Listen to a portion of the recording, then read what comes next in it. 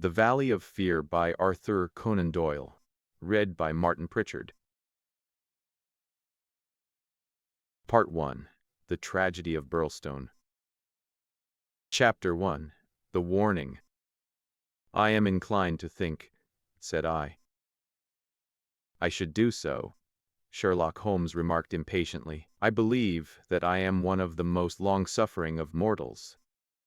But I'll admit that I was annoyed at the sardonic interruption. "Really, Holmes," said I severely, "you are a little trying at times." He was too much absorbed with his own thoughts to give any immediate answer to my remonstrance.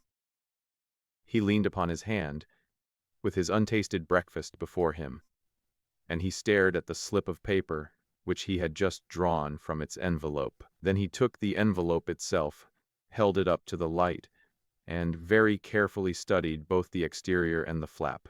"It is Porlock's writing," said he thoughtfully. "I can hardly doubt that it is Porlock's writing, though I have seen it only twice before. The Greeky with the peculiar top flourish is distinctive. But if it is Porlock, then it must be something of the very first importance." He was speaking to himself rather than to me. But my vexation disappeared in the interest which the words awakened. "Who then is Porlock?" I asked. "That is where he comes within my purview. You have heard me speak of Professor Moriarty, the famous scientific criminal, as famous among crooks as my blushes, Watson," Holmes murmured in a deprecating voice. "I was about to say, as he is unknown to the public." A distinct touch," cried Holmes. "You are developing a certain unexpected vein of pawky humor, Watson, against which I must learn to guard myself. But in calling Moriarty a criminal, you are uttering libel in the eyes of the law. And there lie the glory and the wonder of it. But so aloof is he from general suspicion, so immune from criticism, so admirable in his management and self-effacement, that for those very words that you have uttered he could hale you to a court and emerge with your year's pension as a solatium for his wounded character.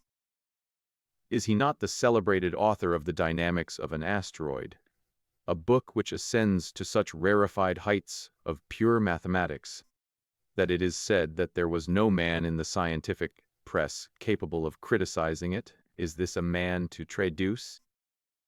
Foul-mouthed doctor and slandered professor, such would be your respective roles.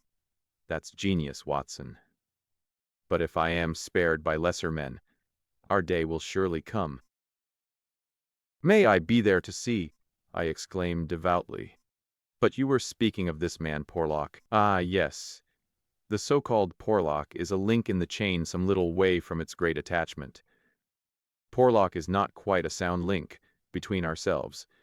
He is the only flaw in that chain, so far as I have been able to test it. But no chain is stronger than its weakest link. Led on by some rudimentary aspirations towards right, and encouraged by the judicious stimulation of an occasional 10-pound note sent to him by devious methods, he has once or twice given me advance information which has been of value, that highest value which anticipates and prevents rather than avenges crime. I cannot doubt that, if we had the cipher, we should find that this communication is of the nature that I indicate." Again Holmes flattened out the paper upon his unused plate. I rose, and leaning over him, stared down at the curious inscription, which ran as follows: 500 EC2 13 127 36 31 4 17 41 Douglas Zanzina 93 5 7 Burlstone 26 Burlstone 9 47 171. What do you make of it, Holmes? It is obviously an attempt to convey secret information. But what is the use of a cipher message without the cipher? In this instance, none at all. Why do you say in this instance? Because there are many ciphers which I would read as easily as I do the apocrypha of the agony column. Such crude devices amuse the intelligence without fatiguing it. But this is different. It is clearly a reference to the words in a page of some book. Until I am told which page and which book, I am powerless. But why Douglas and Burlstone?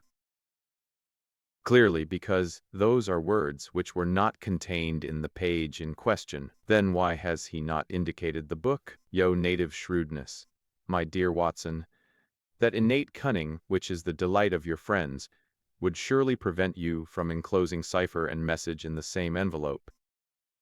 Should it miscarry, you are undone. As it is, both have to go wrong before any harm comes from it.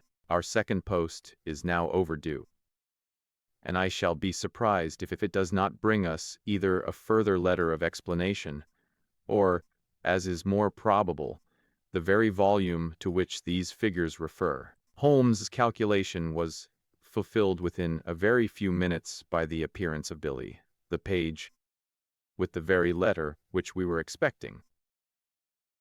"The same writing," remarked Holmes, as he opened the envelope, "and actually signed," he added in an exultant voice as he unfolded the. "Come, we are getting on, Watson." His brow clouded, however, as he glanced over the contents. "Dear me, this is very disappointing. I fear, Watson, that all our expectations come to nothing. I trust that the man Porlock will come to no harm. Dear Mr. Holmes, he says, I will go no further in this manner. It is too dangerous. He suspects me. I can see that he suspects me. He came to me quite unexpectedly after I'd actually addressed envelope with the intention of sending you the key to the cipher. I was able to cover it up. If he had seen it, it would have gone hard with me. But I read suspicion in his eyes. Please burn the cipher message, which can now be of no use to you, Fred Porlock." Holmes sat for some little time twisting this letter between his fingers and frowning as he stared into the fire. "After all," he said at last, "there may be nothing in it. It may be only his guilty conscience, knowing himself to be a traitor. He may have read the accusation in the other's eyes. The other being, I presume, Professor Moriarty. No less, when any of that party talk about he, you know whom they mean. There is one predominancy for all of them, but what can he do? That's a large question. When you have one of the first brains of Europe up against you, and all the powers of darkness at his back, there are infinite possibilities. Anyhow, friend Porlock is evidently scared out of his senses. Kindly compare the writing in the note to that upon its envelope, which was done, he tells us, before this ill-omened visit. The one is clear and firm, the other hardly legible. Why did he write at all? Why did he not simply drop it? Because he feared I would make some inquiry after him in that case, and possibly bring trouble on him. No doubt, said I. Of course. I had picked up the original cipher message and was bending my brows over it. It's pretty maddening to think that an important secret may lie here on this slip of paper, and that it is beyond human power to penetrate it. Sherlock Holmes had pushed away his untasted breakfast and lit the unsavory pipe which was the companion of his deepest meditations. "I wonder," said he, leaning back and staring at the ceiling. "Perhaps there are points which have escaped your Machiavellian intellect. Let us consider the problem in the light of pure reason. This man's reference is to a book. That is our point of departure, a somewhat vague one. Let us see then if we can narrow it down. As I focus my mind upon it, it seems rather less impenetrable. What indications have we as to this book? None. Well, it is surely not quite so bad as that. The cipher message begins with a large 534 does it not? We may take it as a working hypothesis that 534 is the particular page to which the cipher refers. So our book has already become a large book, which is surely something gained. What other indications have we as to the nature of this large book? The next sign is C2. What do you make of that, Watson? Chapter the second, no doubt. Hardly that, Watson. You will, I am sure, with me that if the page be given, the number of the chapter is immaterial. Also that if page 544 finds us only in the second chapter, the length of the first one must have been really intolerable. Column, I cried. Brilliant, Watson. You are scintillating this morning. If it is not column, then I am very much deceived. So now, you see, we begin to visualize a large book printed in double columns, which are each of a considerable length. Since one of the words is numbered in the document as the 293rd, have we reached the limits of what reason can supply?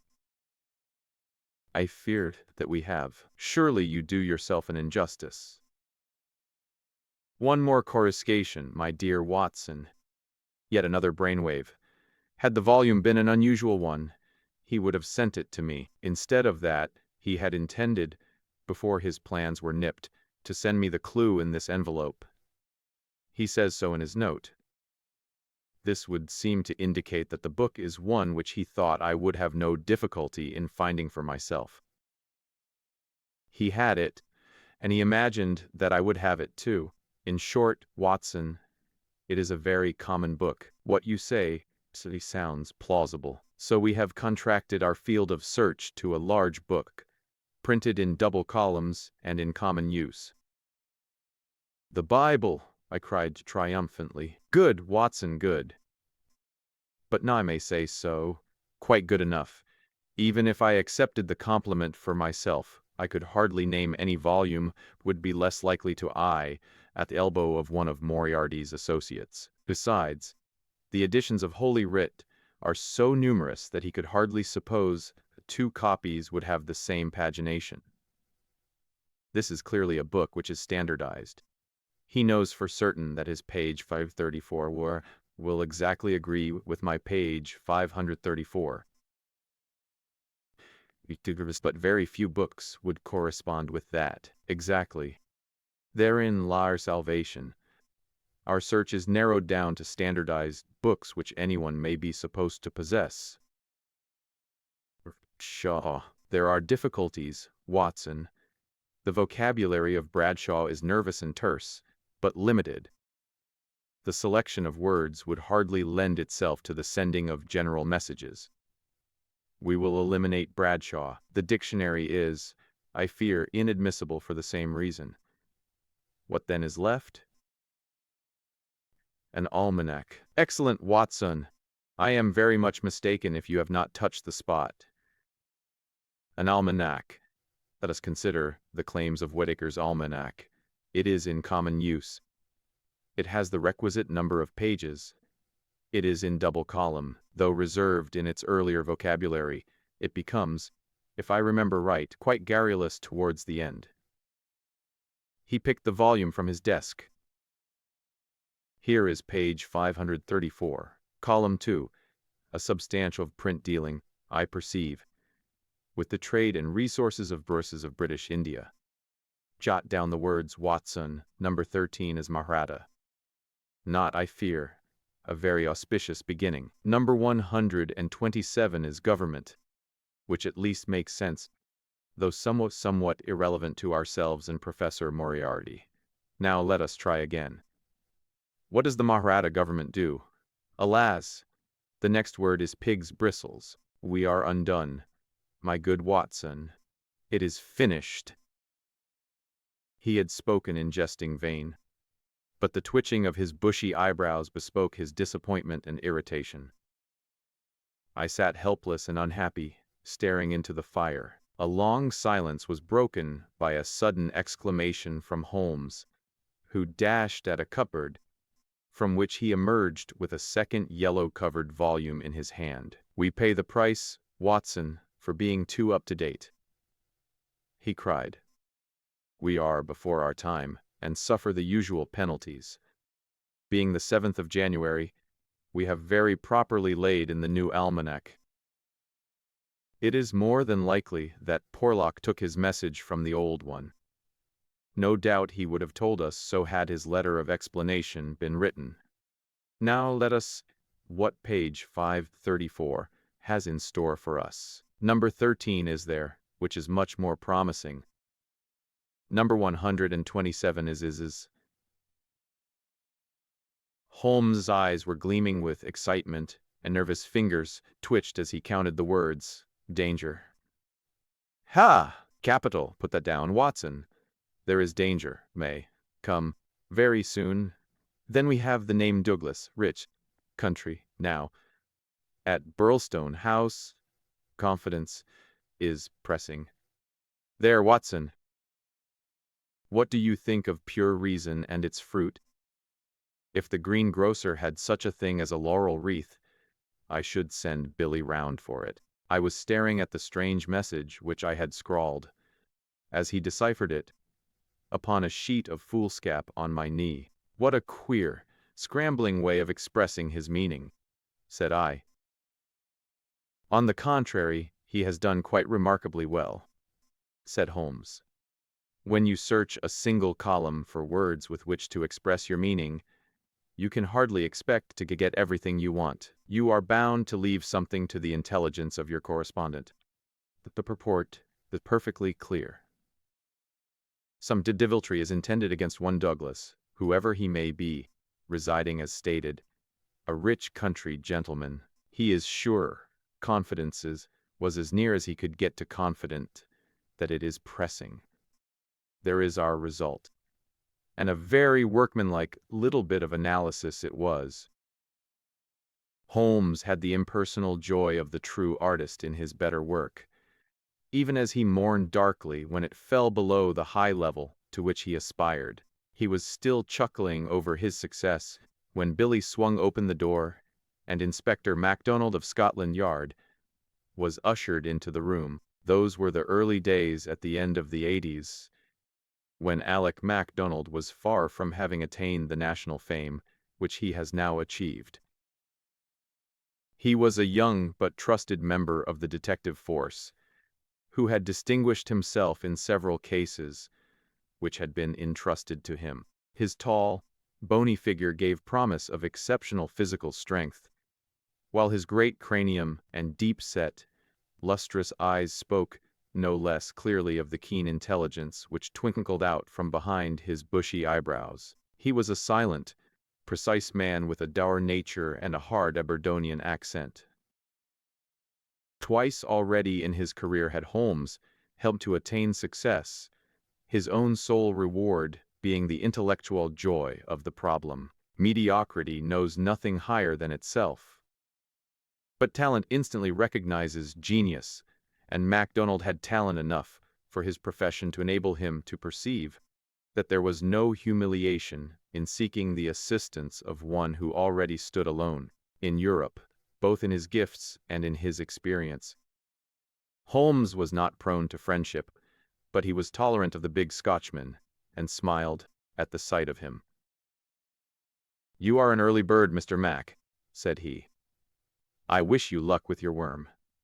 I fear this means that there is some mischief afoot. If you said hope instead of fear, it would be nearer the truth, I'm thinking, Mr. Holmes," the inspector answered, with a knowing grin. "Well, maybe a wee nip would keep out the raw morning chill. No, I won't smoke, I thank you. I'll have to be pushing on my way. For the early days are the precious ones, as no man knows better than your own self. But, the inspector had stopped suddenly, and was staring with a look of absolute amazement at a paper upon the table. It was the sheet upon which I had scrawled the enigmatic message. "Douglas," he stammered. "Burlstone, what's this, Mr. Holmes? Man, it's witchcraft. Where in the name of all that is wonderful did you get those names? It is a cipher that Dr. Watson and I have had occasion to solve. But why? What's amiss with the names?" The inspector looked from one to the other of us in dazed astonishment. "Just this," said he, "that Mr. Douglas of Burlstone Manor House was horribly murdered last night." Chapter 2. Sherlock Holmes Discourses. It was one of those dramatic moments for which my friend existed. It would be an overstatement to say that he was shocked or even excited by the amazing announcement. Without having a tinge of cruelty in his singular compulsion, he was undoubtedly callous from long overstimulation. Yet, if his emotions were dulled, his intellectual perceptions were exceedingly active. There was no trace then of the horror which I had myself felt at this curt declaration. But his face showed rather the quiet and interested composure of the chemist, who sees the crystals falling into position from his oversaturated solution. "Remarkable," said he. "Remarkable. You don't seem surprised." "Interested, Mr. Mac, but hardly surprised." "Why should I be surprised? I receive an anonymous communication from a quarter which I know to be important, warning me that danger threatens a certain person. Within an hour I learn that this danger has actually materialized and the person is dead. I am interested, but as you observe, I am not surprised." In a few short sentences, he explained to the inspector the facts about the letter and the cipher. MacDonald sat with his chin on his hands, and his great sandy eyebrows bunched into a yellow tangle. "I was going down to Burlstone this morning," said he. "I had come to ask you if you cared to come with me, you and your friend here. But from what you say we might perhaps be doing better work in London." "I rather think not," said Holmes. "Hang it all, Mr. Holmes!" cried the inspector. "The papers will be full of the Burlstone mystery in a day or two. But where's the mystery if there is a man in London who prophesied the crime, for it occurred? We have only to lay our hands on that man, and the rest will follow." "No doubt, Mr. Mac. But how do you propose to lay your hands on the so-called Porlock?" MacDonald turned over the letter which Holmes had handed him. "Posted in Camberwell. That doesn't help us much. Name, you say, is assumed. Not much to go on, certainly. Didn't you say that you have sent him money? Twice. And how? In notes to Camberwell post office. Did you ever trouble to see who called for them?" "No." The inspector looked surprised and a little shocked. "Why not?" "Because I always keep faith. I had promised when he first wrote I would not try to trace him." "You think there is someone behind him?" "I know there is. This professor that I've heard you mention." "Exactly." Inspector MacDonald smiled, and his eyelid quivered as he glanced towards me. "I won't conceal from you, Mr. Holmes, that we think in the that you have a wee bit of a bee in your bonnet over this professor. I made some inquiries myself about the matter. He seems to be a very respectable, learned, and talented sort of man." "I'm glad you've got so far as to recognize the talent. Man, you can't but recognize it. After I heard your view, I made it my business to see him. I had a chat with him on eclipses. How the talk got that way I canna think. But he had out a reflector lantern and a globe, and made it all clear in a minute. He lent me a book, but I don't mind saying that it was a bit above my head, though I had a good Aberdeen upbringing. He'd have made a grand minister with his thin face and gray hair and solemn-like way of talking. When he put his hand on my shoulder as we were parting, it was like a father's blessing before you go out into the cold, cruel world." Holmes chuckled and rubbed his hands. "Great," he said. "Great. Tell me, friend MacDonald, this pleasing and touching interview was, I suppose, in the professor's study?" "That's so." "A fine room, is it not?" "Very fine. Very handsome indeed, Mr. Holmes. You sat in front of his writing desk?" Just so, sun in your eyes and his face in the shadow. Well, it was evening, but I mind that the lamp was turned on my face. It would be. Did you happen to observe a picture over the professor's head? I don't miss much, Mr. Holmes. Maybe I learned that from you. Yes, I saw the picture, a young woman with her head on her hands peeping at you sideways. That painting was by Jean-Baptiste Greuze. The inspector endeavored to look interested.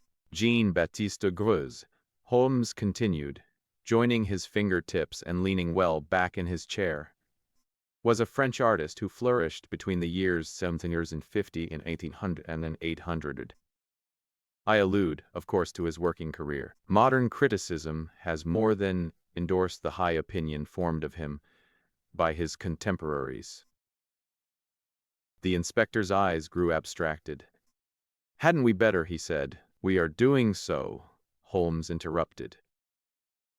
All that I am saying has a very direct and vital bearing upon what you have called the Burlstone mystery. In fact, it may in a sense be called the very center of it. MacDonald smiled feebly and looked appealingly to me. Your thoughts move a bit too quick for me, Mr. Holmes. You leave out a link or two, and I can't get over the gap. What in the whole wide world can be the connection between this dead painting man and the affair at Burlstone? All knowledge comes useful to the detective, remarked Holmes. Even the trivial fact that in the year 1865 a picture by Greuze entitled La Jeune Fille à l'Agneau fetched 1,200,000 francs, more than £40,000, at the Portales sale may start a train of reflection in your mind. It was clear that it did. The inspector looked honestly interested. I may remind you, Holmes continued, that the professor's salary can be ascertained in several trustworthy books of reference. It is 700 a year. Then how could he buy? Quite so. How could he? Aye, that's remarkable, said the inspector thoughtfully. Talk away, Mr. Holmes. I'm just loving it. It's fine. Holmes smiled. He was always warmed by genuine admiration, the characteristic of the real artist. What about Burlstone? He asked. We've time yet, said the inspector, glancing at his watch. I've a cab at the door, and it won't take us 20 minutes to Victoria. But about this picture. I thought you told me once, Mr. Holmes, that you had never met Professor Moriarty. No, I never have. Then how do you know about his rooms? Ah, that's another matter. I have been 3 times in his rooms, twice waiting for him under different pretexts and leaving before he came.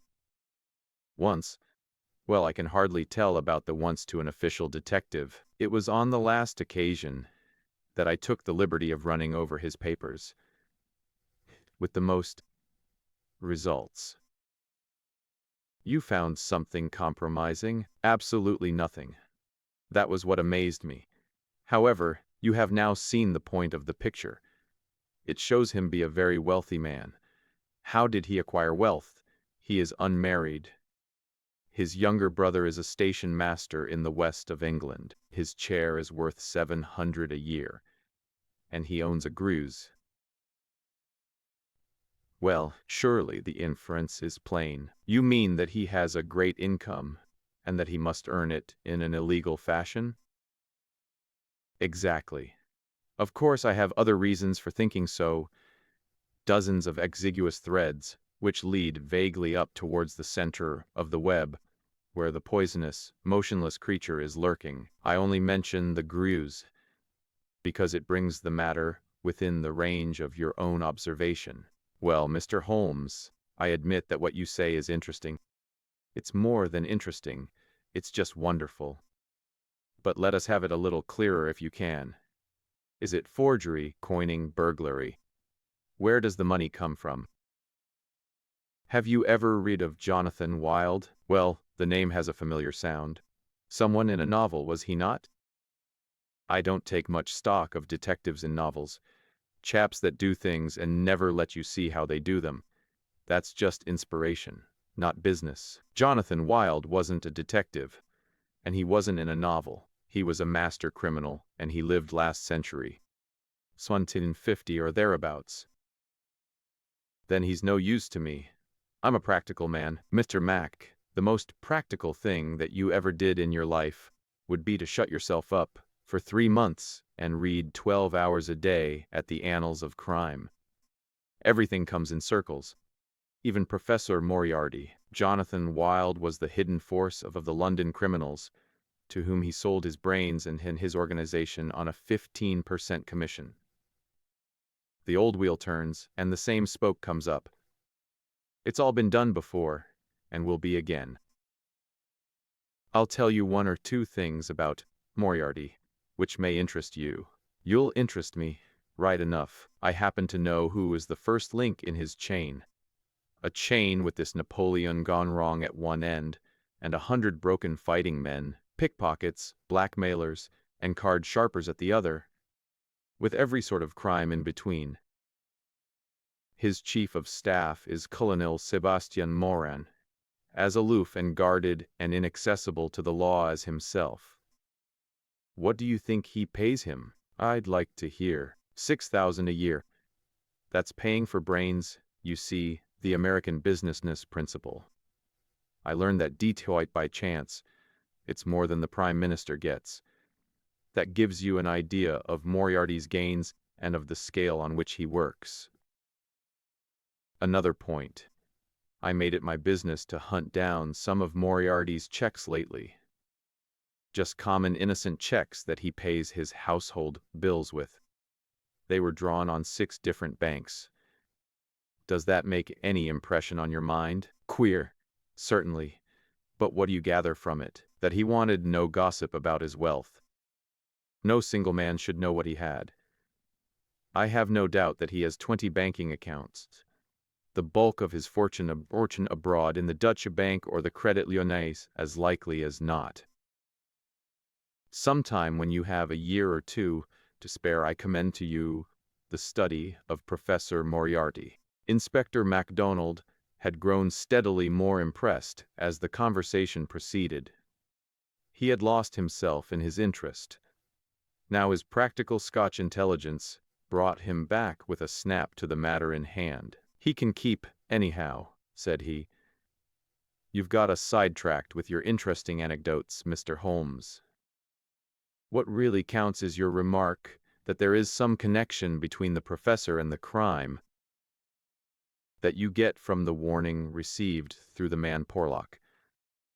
Can we, for present practical needs, get any further than that?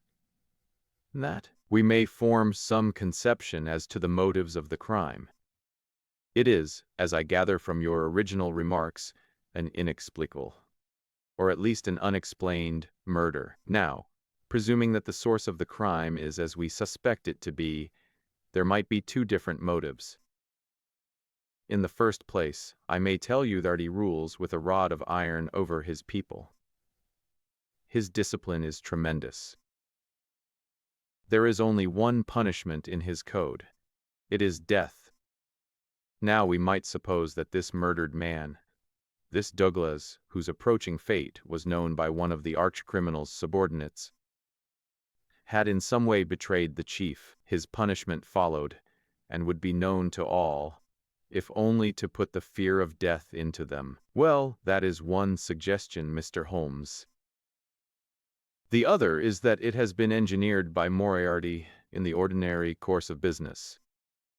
Was there any robbery? I have not heard. If so, it would of course be against the first hypothesis and in favor of the second. Moriarty may have been engaged to engineer it on a promise of part spoils, or he may have been paid so much down to manage it. Either is possible.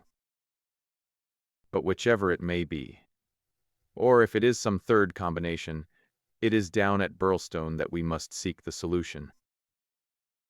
I know our man too well to suppose that he has left anything up here which may lead us to him. Then to Burlstone we must go, cried MacDonald, jumping from his chair. My word, it's later than I thought. I can give you gentlemen 5 minutes for preparation, And that is all, and ample for us both," said Holmes, as he sprang up and hastened to change from his dressing gown to his coat. "While we are on our way, Mr. Mac, I will ask you to be good enough to tell me all about it." All about it proved to be disappointingly little, and yet there was enough to assure us that the case before us might well be worthy of the expert's closest attention. He brightened and rubbed his thin hands together as he listened to the meager but remarkable details. A long series of sterile weeks lay behind us, and here at last there was a fitting object for those remarkable powers which, like all special gifts, become irksome to their owner when they are not in use. That razor brain blunted and rusted with inaction. Sherlock Holmes' eyes glistened. His pale cheeks took a warmer hue, and his whole eager face shone with an inward light when the call for work reached him. Leaning forward in the cab, he listened intently to MacDonald's short sketch of the problem which awaited us in Sussex. The inspector was himself dependent, as he explained to us, upon a scribbled account forwarded to him by the milk train in the early hours of the morning. White Mason, the local officer, was a personal friend, and hence MacDonald had been notified much more promptly than is usual at Scotland Yard when provincials need their assistance. It is a very cold scent upon which the metropolitan expert is generally asked to run. "Dear Inspector MacDonald," said the letter, which he read to us, "official requisition for your services is in separate envelope. This is for your private eye. Wire me what train in the morning you can get for Burlstone, and I will meet it, or have it met if I am too occupied. This case is a snorter. Don't waste a moment in getting started. If you can bring Mr. Holmes, please do so, for he will find something after his own heart. We would think the whole thing had been fixed up for theatrical effect if there wasn't a dead man in the middle of it. My word, it is a snorter." "Your friend seems to be no fool," remarked Holmes. "No, sir. White Mason is a very live man, if I am any judge." "Well, have you anything more?" "Only that he will give us every detail when we meet." "Then how did you get at Mr. Douglas, and the fact that he had been horribly murdered?" "That was in the enclosed official report. It didn't say horrible. That's not a recognized official term. It gave the name John Douglas. It mentioned that his injuries had been in the head, from the discharge of a shotgun. It also mentioned the hour of the alarm, which was close on to midnight last night. It added that the case was undoubtedly one of murder, but that no arrest had been made, and that the case was one which presented some very perplexing and extraordinary features. That's absolutely all we have at present, Mr. Holmes." "Then, with your permission, we will leave it at that, Mr. Mac. The temptation to form premature theories upon insufficient data is the bane of our profession. I can see only two things for certain at present: a great brain in London, and a dead man in Sussex. It's the chain between we are going to trace." Chapter 3. The Tragedy of Burlstone. Now, for a moment, I will ask leave to remove my own insignificant personality, and to describe events which occurred before we arrived upon the scene by the light of knowledge, which came to us afterwards. Only in this way can I make the reader appreciate the people concerned and the strange setting in which their fate was cast.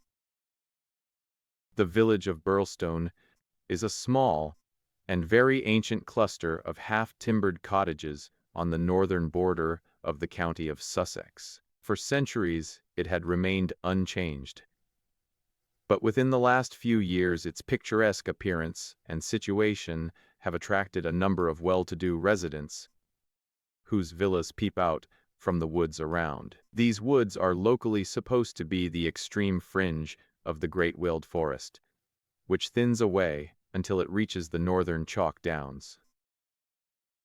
A number of small shops have come into being to meet the wants of the increased population. So there seems some prospect that Burlstone may soon grow from an ancient village into a modern town. It is the center for a considerable area of country, since Tunbridge Wells, the nearest place of importance, is 10 or 12 miles to the eastward, over the borders of Kent. About half a mile from the town, standing in an old park famous for its huge beech trees, is the ancient manor house of Burlstone.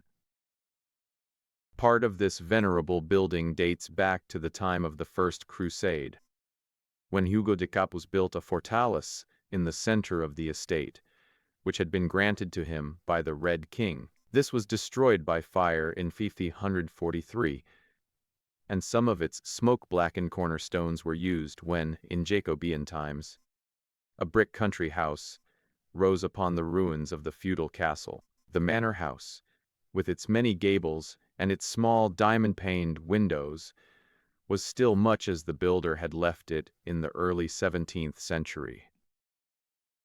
Of the double moats which guarded its more warlike predecessor, the outer had been allowed to dry up and served the humble function of a kitchen garden. The inner one was still there and lay 40 feet in breadth, though now only a few feet in depth, round the whole house. A small stream fed it and continued beyond it, so that the sheet of water, though turbid, was never ditch-like or unhealthy. The ground floor windows were within a foot of the surface of the water. The only approach to the house was over a drawbridge, the chains and windlass of which had long been rusted and broken. The latest tenants of the manor house had, however, with characteristic energy, set this right, and the drawbridge was not only capable of being raised, but actually was raised every evening and lowered every morning. By thus renewing the custom of the old feudal days, the manor house was converted into an island during the night, a fact which had a very direct bearing upon the mystery which was soon to engage the attention of all England. The house had been untenanted for some years, and was threatening to moulder into a picturesque decay when the Douglases took possession of it. This family consisted of only 2 individuals, John Douglas and his wife. Douglas was a remarkable man, both in character and in person. In age he may have been about 50, with a strong-jawed, rugged face, a grizzling moustache, peculiarly keen gray eyes, and a wiry, vigorous figure which had lost nothing of the strength and activity of youth. He was cheery and genial to all, but somewhat offhand in his manners, giving the impression that he had seen life in social strata on some far lower horizon than the county society of Sussex, yet looked at with some curiosity and reserve by his more cultivated neighbors.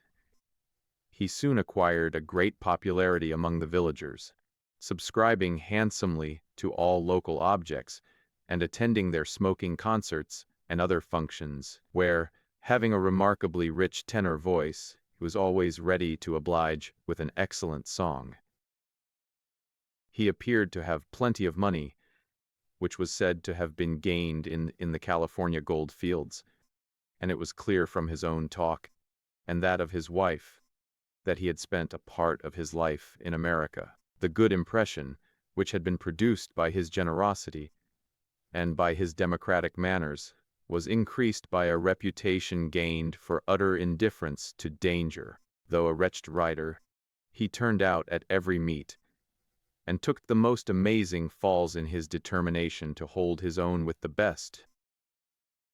When the vicarage caught fire, he distinguished himself also by the fearlessness with which he re-entered the building to save property, after the local fire brigade had given it up as impossible. Thus it came about that John Douglas of the manor house had within 5 years won himself quite a reputation in Burlstone. His wife, too, was popular with those who had made her acquaintance, though, after the English fashion, the callers upon a stranger who stood in the county without introductions were few and far between. This mattered the less to her, as she was retiring by disposition, and very much absorbed, to all appearance, in her husband and her domestic duties. It was known that she was an English lady who had met Mr. Douglas in London, he being at that time a widower. She was a beautiful woman, tall, dark, and slender, some 20 years younger than her husband, a disparity which seemed in no wise to mar the contentment of their family life. It was remarked sometimes, however, by those who knew them best, that the confidence between the two did not appear to be complete, since the wife was either very reticent about her husband's past life, or else, as seemed more likely, was imperfectly informed about it. It had also been noted and commented upon by a few observant people that there were signs sometimes of some nerve strain upon the part of Mrs. Douglas, and that she would display acute uneasiness if her absent husband should ever be particularly late in his return. On a quiet countryside, where all gossip is welcome, this weakness of the lady of the manor house did not pass without remark, and it bulked larger upon people's memory when the events arose which gave it a very special significance. There was yet another individual whose residence under that roof, it is true, only an intimate one, but whose presence at the time of the strange happenings, which will now be narrated, brought his name prominently before the public. This was Cecil James Barker, of Hales Lodge, Hampstead. Cecil Barker's tall, loosely-jointed figure was a familiar one in the main street of Burlstone village, for he was a frequent and welcome visitor at the manor house. He was the more noticed as being the only friend of the past unknown life of Mr.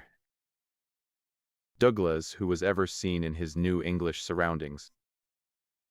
Barker was himself an undoubted Englishman, but by his remarks it was clear that he had first known Douglas in America, and had there lived on intimate terms with him. He appeared to be a man of considerable wealth, and was reputed to be a bachelor. In age he was rather younger than Douglas, 45 at the most, a tall, straight, broad-chested fellow with a clean-shaved, prize-fighter face, thick, strong, black eyebrows, and a pair of masterful black eyes which might, even without the aid of his very capable hands, clear a way for him through a hostile crowd. He neither rode nor shot, but spent his days in wandering round the old village with his pipe in his mouth, or in driving with his host, or in his absence with his hostess, over the beautiful countryside. An easy-going, free-handed gentleman, said Ames, butler.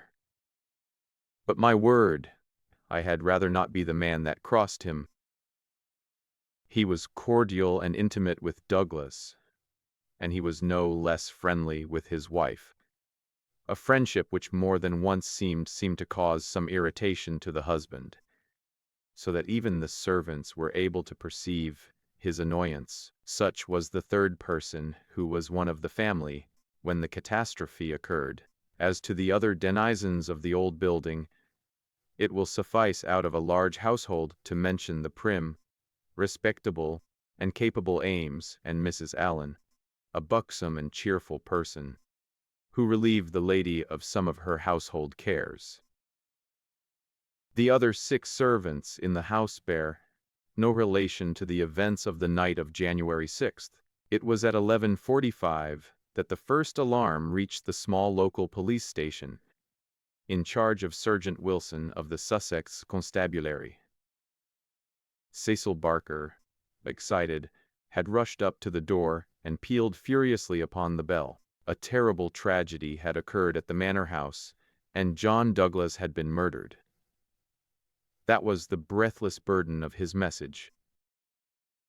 He had hurried back to the house, followed within a few minutes by the police sergeant, who arrived at the scene of the crime a little after 12 o'clock.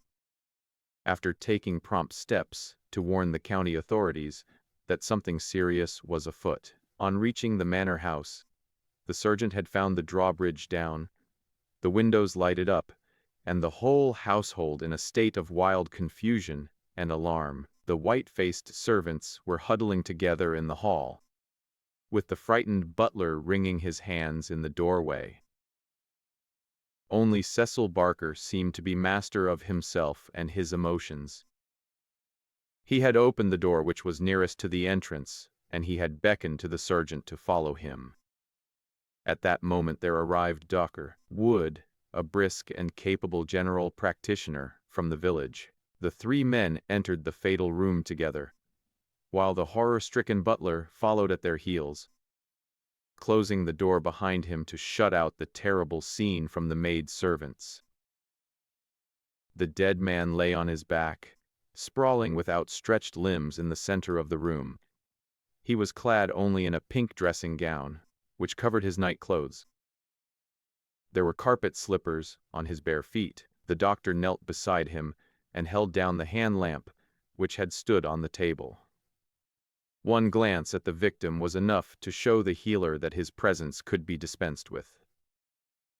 The man had been horribly injured. Lying across his chest was a curious weapon, a shotgun with the barrel sawed off a foot in front of the triggers.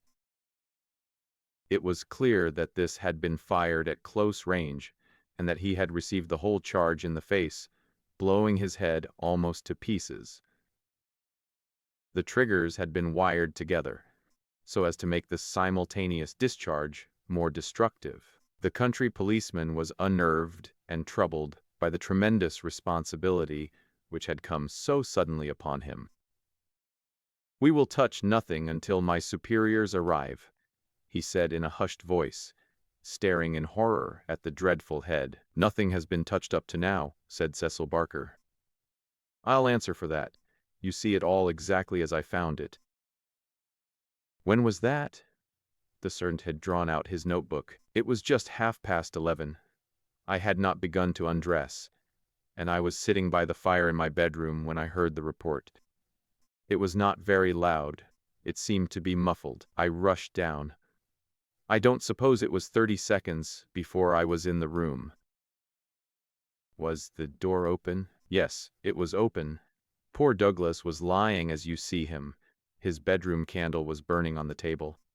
It was I who lit the lamp some minutes afterward." "Did you see no one?"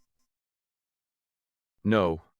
I heard Mrs. Douglas coming down the stair behind me, and I rushed out to prevent her from seeing this dreadful sight. The housekeeper came and took her away. Ames had arrived, and we ran back into the room once more. But surely I have heard the drawbridge is kept up all night." "Yes, it was up until I lowered it." "Then how could any murderer have got away?" "It is out of the question. Mr. Douglas must have shot himself. That was our first idea. But see." Barker drew aside the curtain and showed that the long, diamond-paned window was open to its full extent. "And look at this." He held the lamp down and illuminated it. A smudge of blood like the mark of a boot sole upon the wooden sill. "Someone has stood there in getting out." "You mean that someone waded across the moat?" "Exactly. Then if you were in the room within half a minute of the crime, he must have been in the water at that very moment." "I have not a doubt of it. I wish to heaven that I had rushed to the window. But the curtain screened it, as you can see, and so it never occurred to me. Then I heard the step of Mrs. Douglas, and I could not let her enter the room. It would have been too horrible." "Horrible enough," said the doctor, looking at the shattered head and the terrible marks which surrounded it. "I've never seen such injuries since the Burlstone Railway smash." "But I say," remarked the police sergeant, whose slow, bucolic common sense was still pondering the open window, "it's all very well your saying that a man escaped by wading this moat. But what I ask you is, how did he ever get into the house at all if the bridge was up?" "Ah, that's the question," said Barker. "At what o'clock was it raised?" "It was nearly 6 o'clock, said Ames, the butler. "I've heard," said the sergeant, "that it was usually raised at sunset. That would be nearer 4:30 than 6 at this time of year." Miss Douglas had visitors to tea, said Ames. I couldn't raise it until they went. Then I wound it up myself. Then it comes to this, said the sergeant. If anyone came from outside, if they did, they must have got in across the bridge before 6 and been in hiding ever since, until Mr. Douglas came into the room after 11. That is so.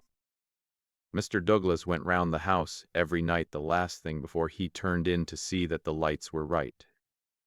That brought him in here. The man was waiting and shot him. Then he got away through the window and left his gun behind him. That's how I read it. For nothing else will fit the facts. The sergeant picked up a card, which lay beside the dead man on the floor. The initials VV, and under them the number 341, were rudely scrawled in ink upon it. What's this? He asked, holding it up. Barker looked at it with curiosity. He never noticed it before, he said. The murderer must have left it behind him. Viv. 341. I can no sense of that. The sergeant kept turning it over in his big fingers. What's VV?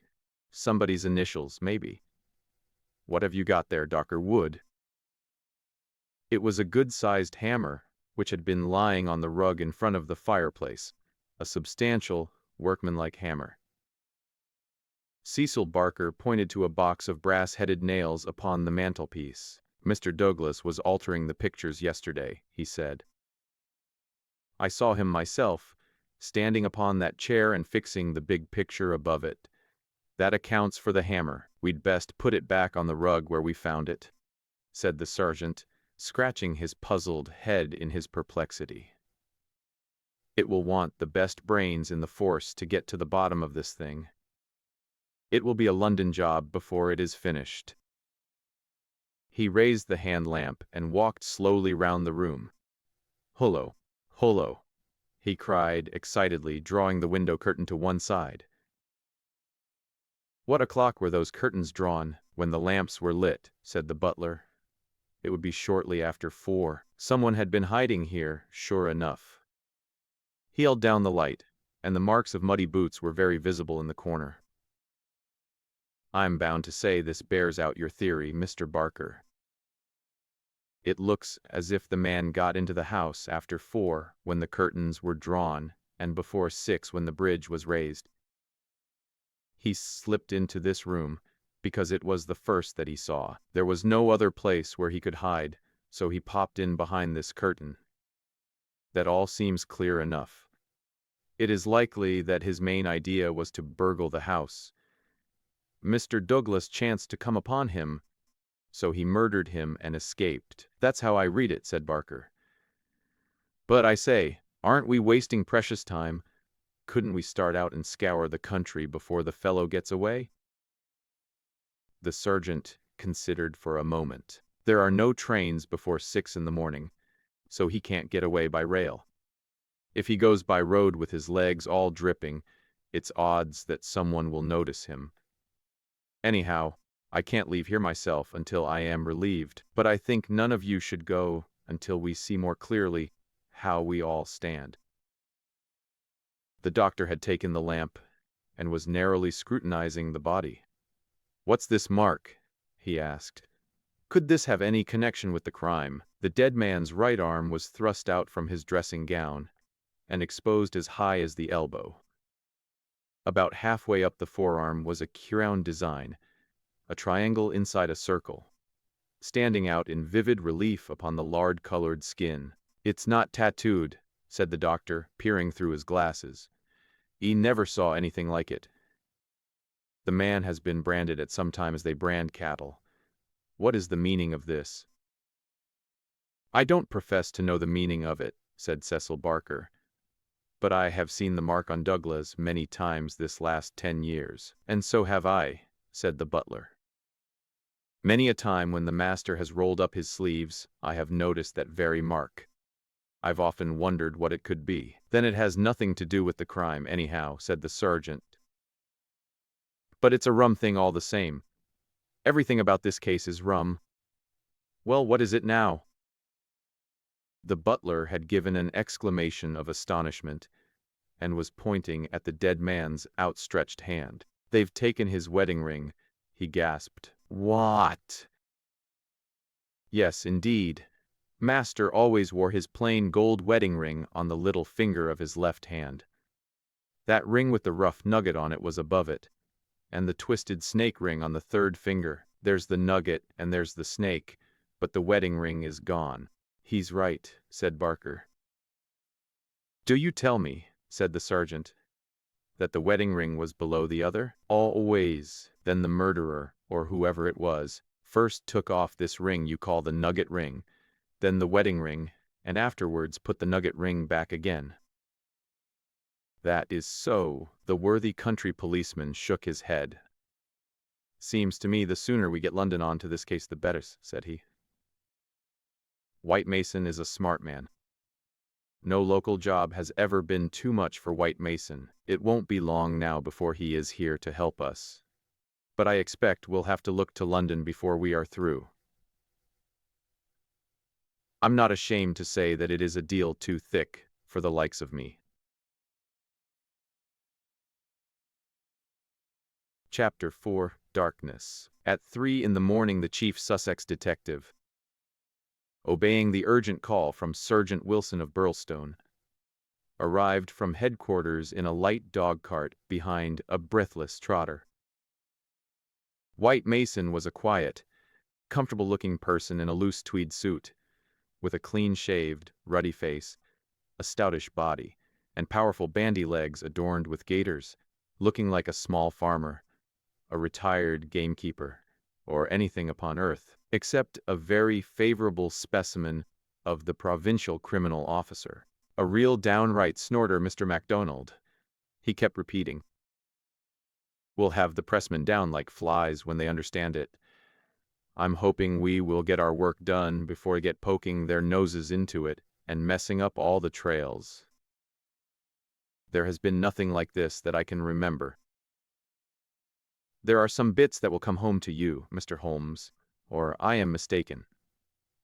And you also, Dr. Watson.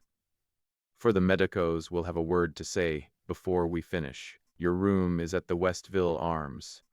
There's no other place. But I hear that it is clean and good. The man will carry your bags. This way, gentlemen, if you please." He was a very bustling and genial person, this Sussex detective. In 10 minutes we had all found our quarters. In 10 more, we were seated in the parlor of the inn and being treated to a rapid sketch of events which have been outlined in the previous chapter. MacDonald made an occasional note, while Holmes sat absorbed, with the expression of surprised and reverent admiration with which the botanist surveys the rare and precious bloom. "Remarkable," he said when the story was unfolded. "Most remarkable. I can hardly recall any case where the features have been more peculiar." "I thought you would say so, Mr. Holmes," said White Mason in great delight. "We're well up with the times in Sussex. I've told you now how matters were up to the time when I took over from Sergeant Wilson between 3 and 4 this morning. My word! I made the old mare go. But I need not have been in such a hurry as it turned out, for there was nothing immediate that I could do. Sergeant Wilson had all the facts. I checked them and considered them and maybe added a few of my own." "What were they?" asked Holmes eagerly. "Well, I first had the hammer examined. There was dry wood there to help me. We found no signs of violence upon it. I was hoping that if Mr. Douglas defended himself with the hammer, he might have left his mark upon the murderer before he dropped it on the mat. But there was no stain. That, of course, proves nothing at all," remarked Inspector MacDonald. "There has been many a hammer murder, and no trace on the hammer." "Quite so. It doesn't prove it wasn't used. But there might have been stains, and that would have helped us. As a matter of fact, there were none. Then I examined the gun. They were buckshot cartridges, and, as Sergeant Wilson pointed out, the triggers were wired together so that, if you pulled on the hinder one, both barrels were discharged. Whoever fixed that up had made up his mind that he was going to take no chances of missing his man. The sawed gun was not more than 2 foot long. One could carry it easily under one's coat. There was no complete maker's name, but the printed letters PEN were on the fluting between the barrels, and the rest of the name had been cut off by the saw. A big P with a flourish above it. E and N smaller? Asked Holmes. Exactly. Pennsylvania Small Arms Company. Well-known American firm, said Holmes. White Mason gazed at my friend as the little village practitioner looks at the Harley Street specialist, who by a word can solve the difficulties that perplex him. That is very helpful, Mr. Holmes. No doubt you are right. Wonderful, wonderful. Do you carry the names of all the gun makers in the world in your memory? Holmes dismissed the subject with a wave. No doubt it is an American shotgun, White Mason continued. I seem to have read that a sawed-off shotgun is a weapon used in some parts of America. Apart from the name upon the barrel, the idea had occurred to me. There is some evidence, then, that this man who entered the house and killed its master was an American. MacDonald shook his head. Man, you are surely traveling over fast, said he. I have heard no evidence yet that any stranger was ever in the house at all. The open window, the blood on the sill, the queer card, the marks of boots in the corner, the gun, nothing there that could not have been arranged. Mr. Douglas was an American, or had lived long in America. So had Mr. Barker. You don't need to import an American from outside in order to account for American doings.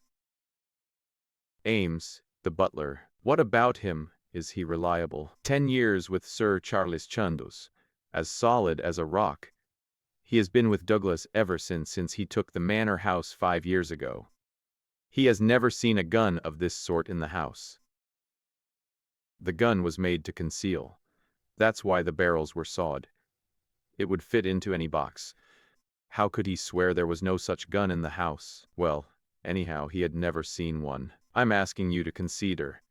His accent became more Aberdonian as he lost himself in his argument.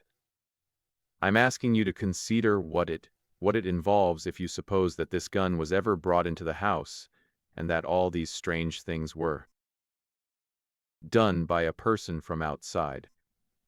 Oh man, it's just inconceivable. It's clean against common sense. I put it to you, Mr. Holmes, judging it by what we have heard. Well, state your case, Mr. Mac, said Holmes in his most judicial style. The man is not a burglar, supposing that he ever existed. The ring business and the card point to premeditated murder for some private reason. Very good. Here is a man who slips into a house with the deliberate intention of committing murder. He knows, if he knows anything, that he will have a difficulty in making his escape, as the house is surrounded with water. What weapon would he choose? You would say the most silent in the world. But is it understandable that he should go out of his way to bring with him the most noisy weapon he could select, knowing well that it will fetch every human being in the house to the spot as quick as they can run, and that it is all odds that he will be seen before he can get across the moat? Is that credible, Mr. Holmes? Well, you put the case strongly, my friend replied thoughtfully. It certainly needs a good deal of justification. May I ask, Mr. White Mason, whether you examined the farther side of the moat at once to see if there were any signs of the man having climbed out from the water? There were no signs, Mr. Holmes. But it is a stone ledge, and one could hardly expect them. No tracks or marks, none. Ha! Would there be any objection, Mr. White Mason, to our going down to the house at once? There may possibly be some small point which might be suggestive.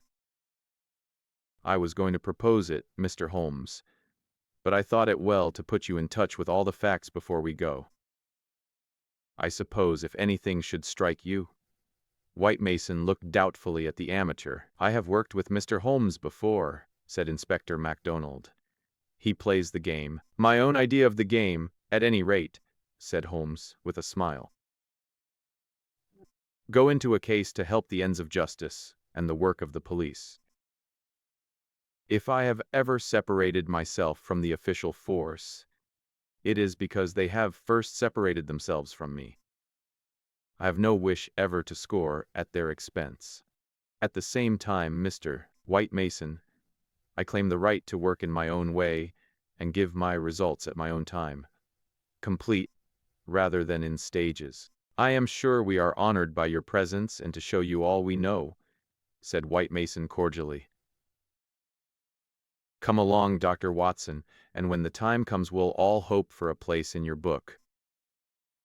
We walked down the quaint village street with a row of pollarded elms on each side of it, a short walk along the winding drive with such sward and oaks around it as one only sees in rural England, then a sudden turn, and the long, low Jacobean house of dingy, liver-colored brick lay before us, with an old-fashioned garden of cut yews on each side of it.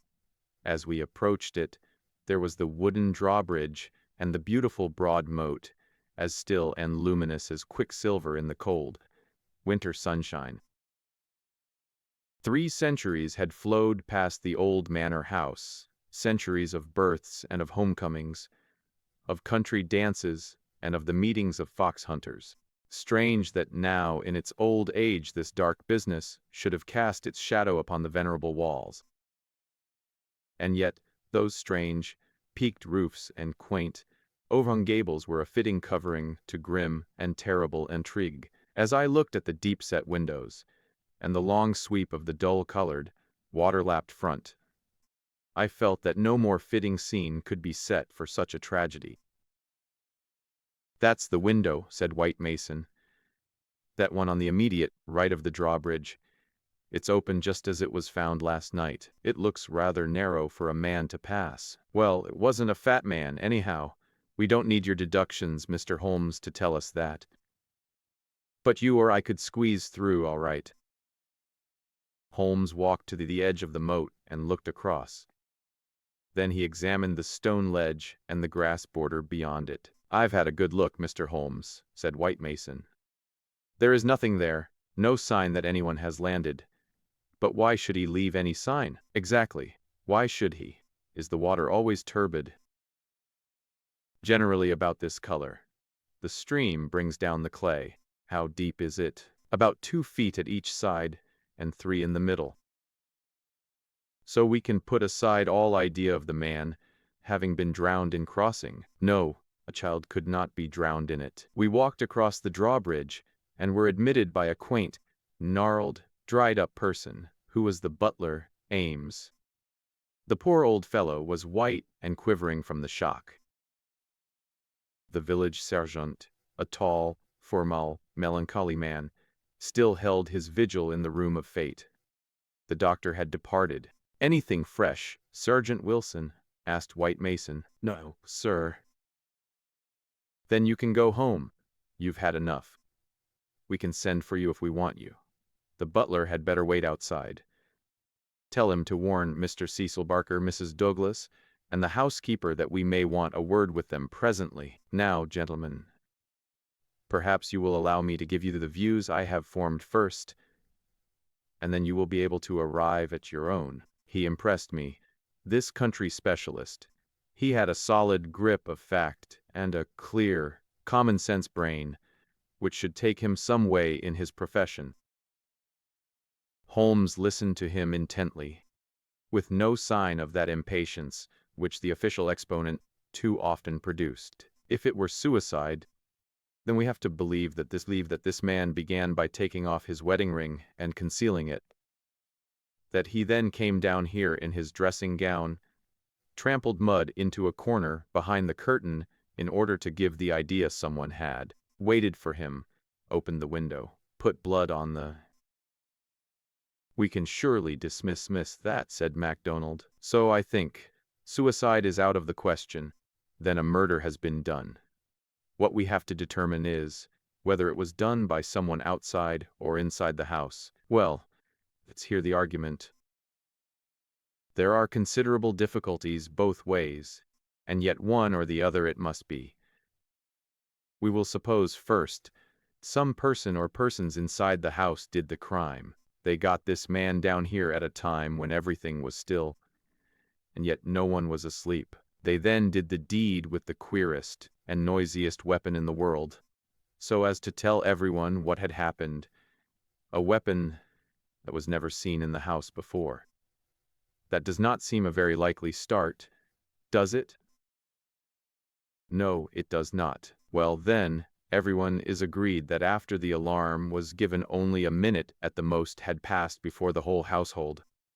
Not Mr. Cecil Barker alone, though he claims to have been the first, but Ames and all of them were on the spot. Do you tell me that in that time the guilty person managed to make footmarks in the corner, open the window, mark the sill with blood, take the wedding insignia off the dead man's finger, and all the rest of it? It's impossible. You put it very clearly, said Holmes. I am inclined to agree with you. Well, then, we are driven back to the theory that it was done by someone from outside. We are still faced with some big difficulties. But anyhow, they have ceased to be impossibilities. The man got into the house between 4:30 and 6. That is to say, between dusk and the time when the bridge was raised. There had been some visitors, and the door was open, so there was nothing to prevent him. He may have been a common burglar, or he may have had some private grudge against Mr. Douglas. Since Mr. Douglas has spent most of his life in America, and this shotgun seems to be an American weapon, it would seem that the private grudge is the more likely theory. He slipped into this room because it was the first he came to, and he hid behind the curtain. There he remained until past 11 at night. That time Mr. Douglas entered the room. It was a short interview, if there were any interview at all, for Mrs. Douglas declares that her husband had not left her more than a few minutes when she heard the shot. The candle shows that, said Holmes. Exactly. The candle, which was a new one, is not burned more than half an inch. He must have placed it on the table before he was attacked. Otherwise, of course, it would have fallen when he fell. This shows that he was not attacked the instant that he entered the room. When Mr. Barker arrived, the candle was lit, and the lamp was out. That's all clear enough. Well, now, we can reconstruct things on those lines. Mr. Douglas enters the room. He puts down the candle. A man appears from behind the curtain. He is armed with this gun. He demands the wedding ring. Heaven only knows why, but so it must have been. Mr. Douglas gave it up. Then, either in cold blood or in the course of a struggle, Douglas may have gripped the hammer that was found upon the mat. He shot Douglas in this horrible way. He dropped his gun, and also, it would seem, this queer card, VV 341, whatever that may mean. And he made his escape through the window and across the moat at the very moment when Cecil Barker was discovering the crime. How's that, Mr. Holmes? Very interesting, but just a little unconvincing. Man, be absolute nonsense if it wasn't that anything else is even worse, cried MacDonald. Somebody killed the man, and whoever it was, I could clearly prove to you that he should have done it some other way. What does he mean by allowing his retreat to be cut off like that? What does he mean by using a shotgun when silence was his one chance of escape? Come, Mr. Holmes, it's up to you to give us a lead, since you say Mr. White Mason's theory is unconvincing. Holmes had sat intently observant during this long discussion, missing no word that was said, with his keen eyes darting to right and to left, and his forehead wrinkled with speculation. I should like a few more facts before I get so far as a theory, Mr. Mac, said he, kneeling down beside the body. Dear me, these injuries are really appalling. can we have the butler in for a moment? Ames, I understand that you have often seen this very unusual mark, a branded triangle inside a circle, upon Mr. Douglas's forearm? Frequently, sir. You never heard any speculation as to what it meant? No, sir. It must have caused great pain when it was inflicted. It is undoubtedly a burn. Now, I observe, Ames, that there is a small piece of plaster at the angle of Mr. Douglas's jaw. Did you observe that in life? Yes, sir. He cut himself in shaving yesterday morning. Did you ever know him to cut himself in shaving before? Not for a long time, sir. Suggestive, said Holmes. It may, of course, be a mere coincidence, or it may point to some nervousness which would indicate that he had reason to apprehend danger. Had you noticed anything unusual in his conduct yesterday, Ames? It struck me that he was a little restless and excited, sir. Ha! The attack may not have been entirely unexpected. We do seem to make a little progress, do we not? Perhaps you would rather do the questioning, Mr. Mac? No, Mr. Holmes, it's in better hands than mine. Well then, we will pass to this card, VV 341. It is rough cardboard. Have you any of the sort in the house? Don't think so. Holmes walked across to the desk and dabbed a little ink from each bottle on to the blotting paper. It was not printed in this room, he said. This is black ink and the other purplish. It was done by a thick pen, and these are fine. No, it was done elsewhere, I should say. Can you make anything of the inscription, Ames? No, sir, nothing. What do you think, Mr. Mac? It gives me the impression of a secret society of some sort. The same with his badge upon the forearm. That's my idea, too, said White Mason. Well, we can adopt it as a working hypothesis, and then see how far our difficulties disappear. An agent from such a society makes his way into the house, waits for Mr. Douglas, blows his head nearly off with this weapon, and escapes by wading the moat, after leaving a card beside the dead man, which will, when mentioned in the papers, tell other members of the society that vengeance has been done, that all hangs together. But why this gun of all weapons? Exactly. And why the missing ring? Quite so. And why no arrest? It's past 2 now. I take it for granted that since dawn, every constable within 40 miles has been looking out for a wet stranger? That is so, Mr. Holmes. Well, unless he has a burrow close by, or a change of clothes ready, they can hardly miss him, and yet they have missed him up to now. Holmes had gone to the window, and was examining with his lens the blood mark on the sill. It is clearly the tread of a shoe. It is remarkably broad, a splay foot, one would say. Curious, because so far and can trace any footmark in this mud-stained corner. One would say it was a more shapely sole. However, they are certainly very indistinct. What's this under the side table? Mr. Douglas's dumbbells, said Ames. Dumbbell, there's only one. Where's the other? I don't know, Mr. Holmes. There may have been only one. I have not noticed them for months. One dumbbell, Holmes said seriously. But his remarks were interrupted by a sharp knock at the door. A tall, sunburned, capable-looking, clean-shaved man looked in at us. I had no difficulty in guessing that it was the Cecil Barker of whom I had heard. His masterful eyes traveled quickly with a questioning glance from face to face. Sorry to interrupt your consultation, said he, but you should hear the latest news. An arrest? No such luck. But they've found his bicycle. The fellow left his bicycle behind him. Come and have a look. It is within 100 yards of the hall door. We found 3 or 4 grooms and idlers standing in the drive inspecting a bicycle, which had been drawn out from a clump of evergreens in which it had been concealed.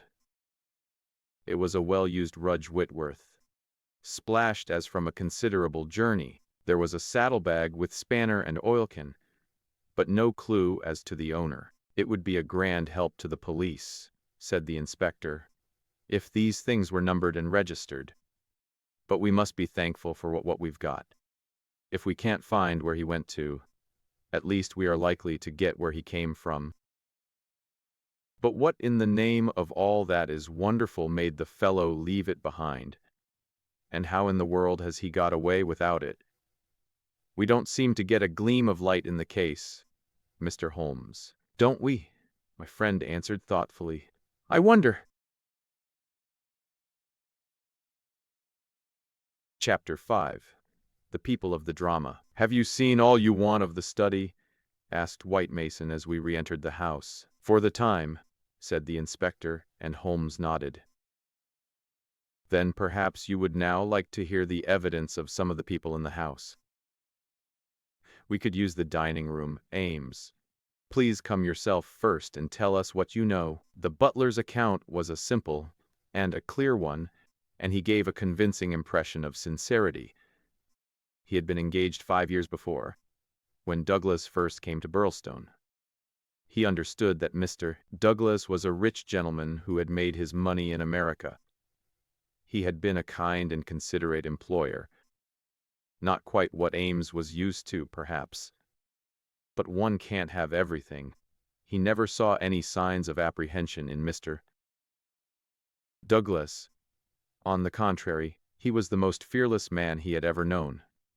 He ordered the drawbridge to be pulled up every night, because it was the ancient custom of the old house, and he liked to keep the old ways up. Mr. Douglas seldom went to London or left the village, but on the day before the crime he had been shopping at Tunbridge Wells. He had observed some restlessness and excitement on the part of Mr. Douglas that day, for he had seemed impatient and irritable, which was unusual with him. He had not gone to bed that night, but was in the pantry at the back of the house, putting away the silver, when he heard the bell ring violently. He heard no shot, but it was hardly possible he would, as the pantry and kitchens were at the very back of the house, and there were several closed doors, and a long passage between. The housekeeper had come out of her room, attracted by the violent ringing of the bell. They had gone to the front of the house together. As they reached the bottom of the stair, he had seen Mrs. Douglas coming down it. No, she was not hurrying. It did not seem to him that she was particularly agitated. Just as the bottom of the stair, Mr. Barker had rushed out of the study. He had stopped Mrs. Douglas and begged her to go back. "For God's sake, go back to your room," he cried. "Poor Jack is dead. You can do nothing. For God's sake, go back!" After some persuasion upon the stairs, Mrs. Douglas had gone back. She did not scream. She made no outcry whatever. Miss Allen, the housekeeper, had taken her upstairs and stayed with her in the bedroom. Ames and Mr. Barker had then returned to the study, where they had found everything exactly as the police had seen it. The candle was not lit at that time, but the lamp was burning. They had looked out of the window, but the night was very dark and nothing could be seen or heard. They had then rushed out into the hall, where Ames had turned the windlass which lowered the drawbridge. Mr. Barker had then hurried off to get the police. Such, in its essentials, was the evidence of the butler. The account of Mrs. Allen, the housekeeper, was so far as it went, a corroboration of that of her fellow servant.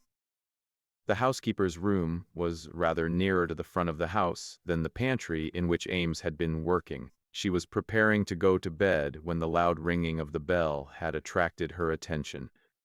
She was a little hard of hearing. Perhaps that was why she had not heard the shot. But in any case the study was a long way off. She remembered hearing some sound which she imagined to be the slamming of a door.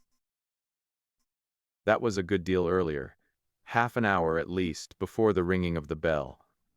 When Mr. Ames ran to the front, she went with him. She saw Mr. Barker, very pale and excited, come out of the study. He intercepted Mrs. Douglas, who was coming down the stairs. He entreated her to go back, and she answered him, but what she said could not be heard. "Take her up. Stay with her," he had said to Mrs. Allen. She had therefore taken her to the bedroom, and endeavored to soothe her.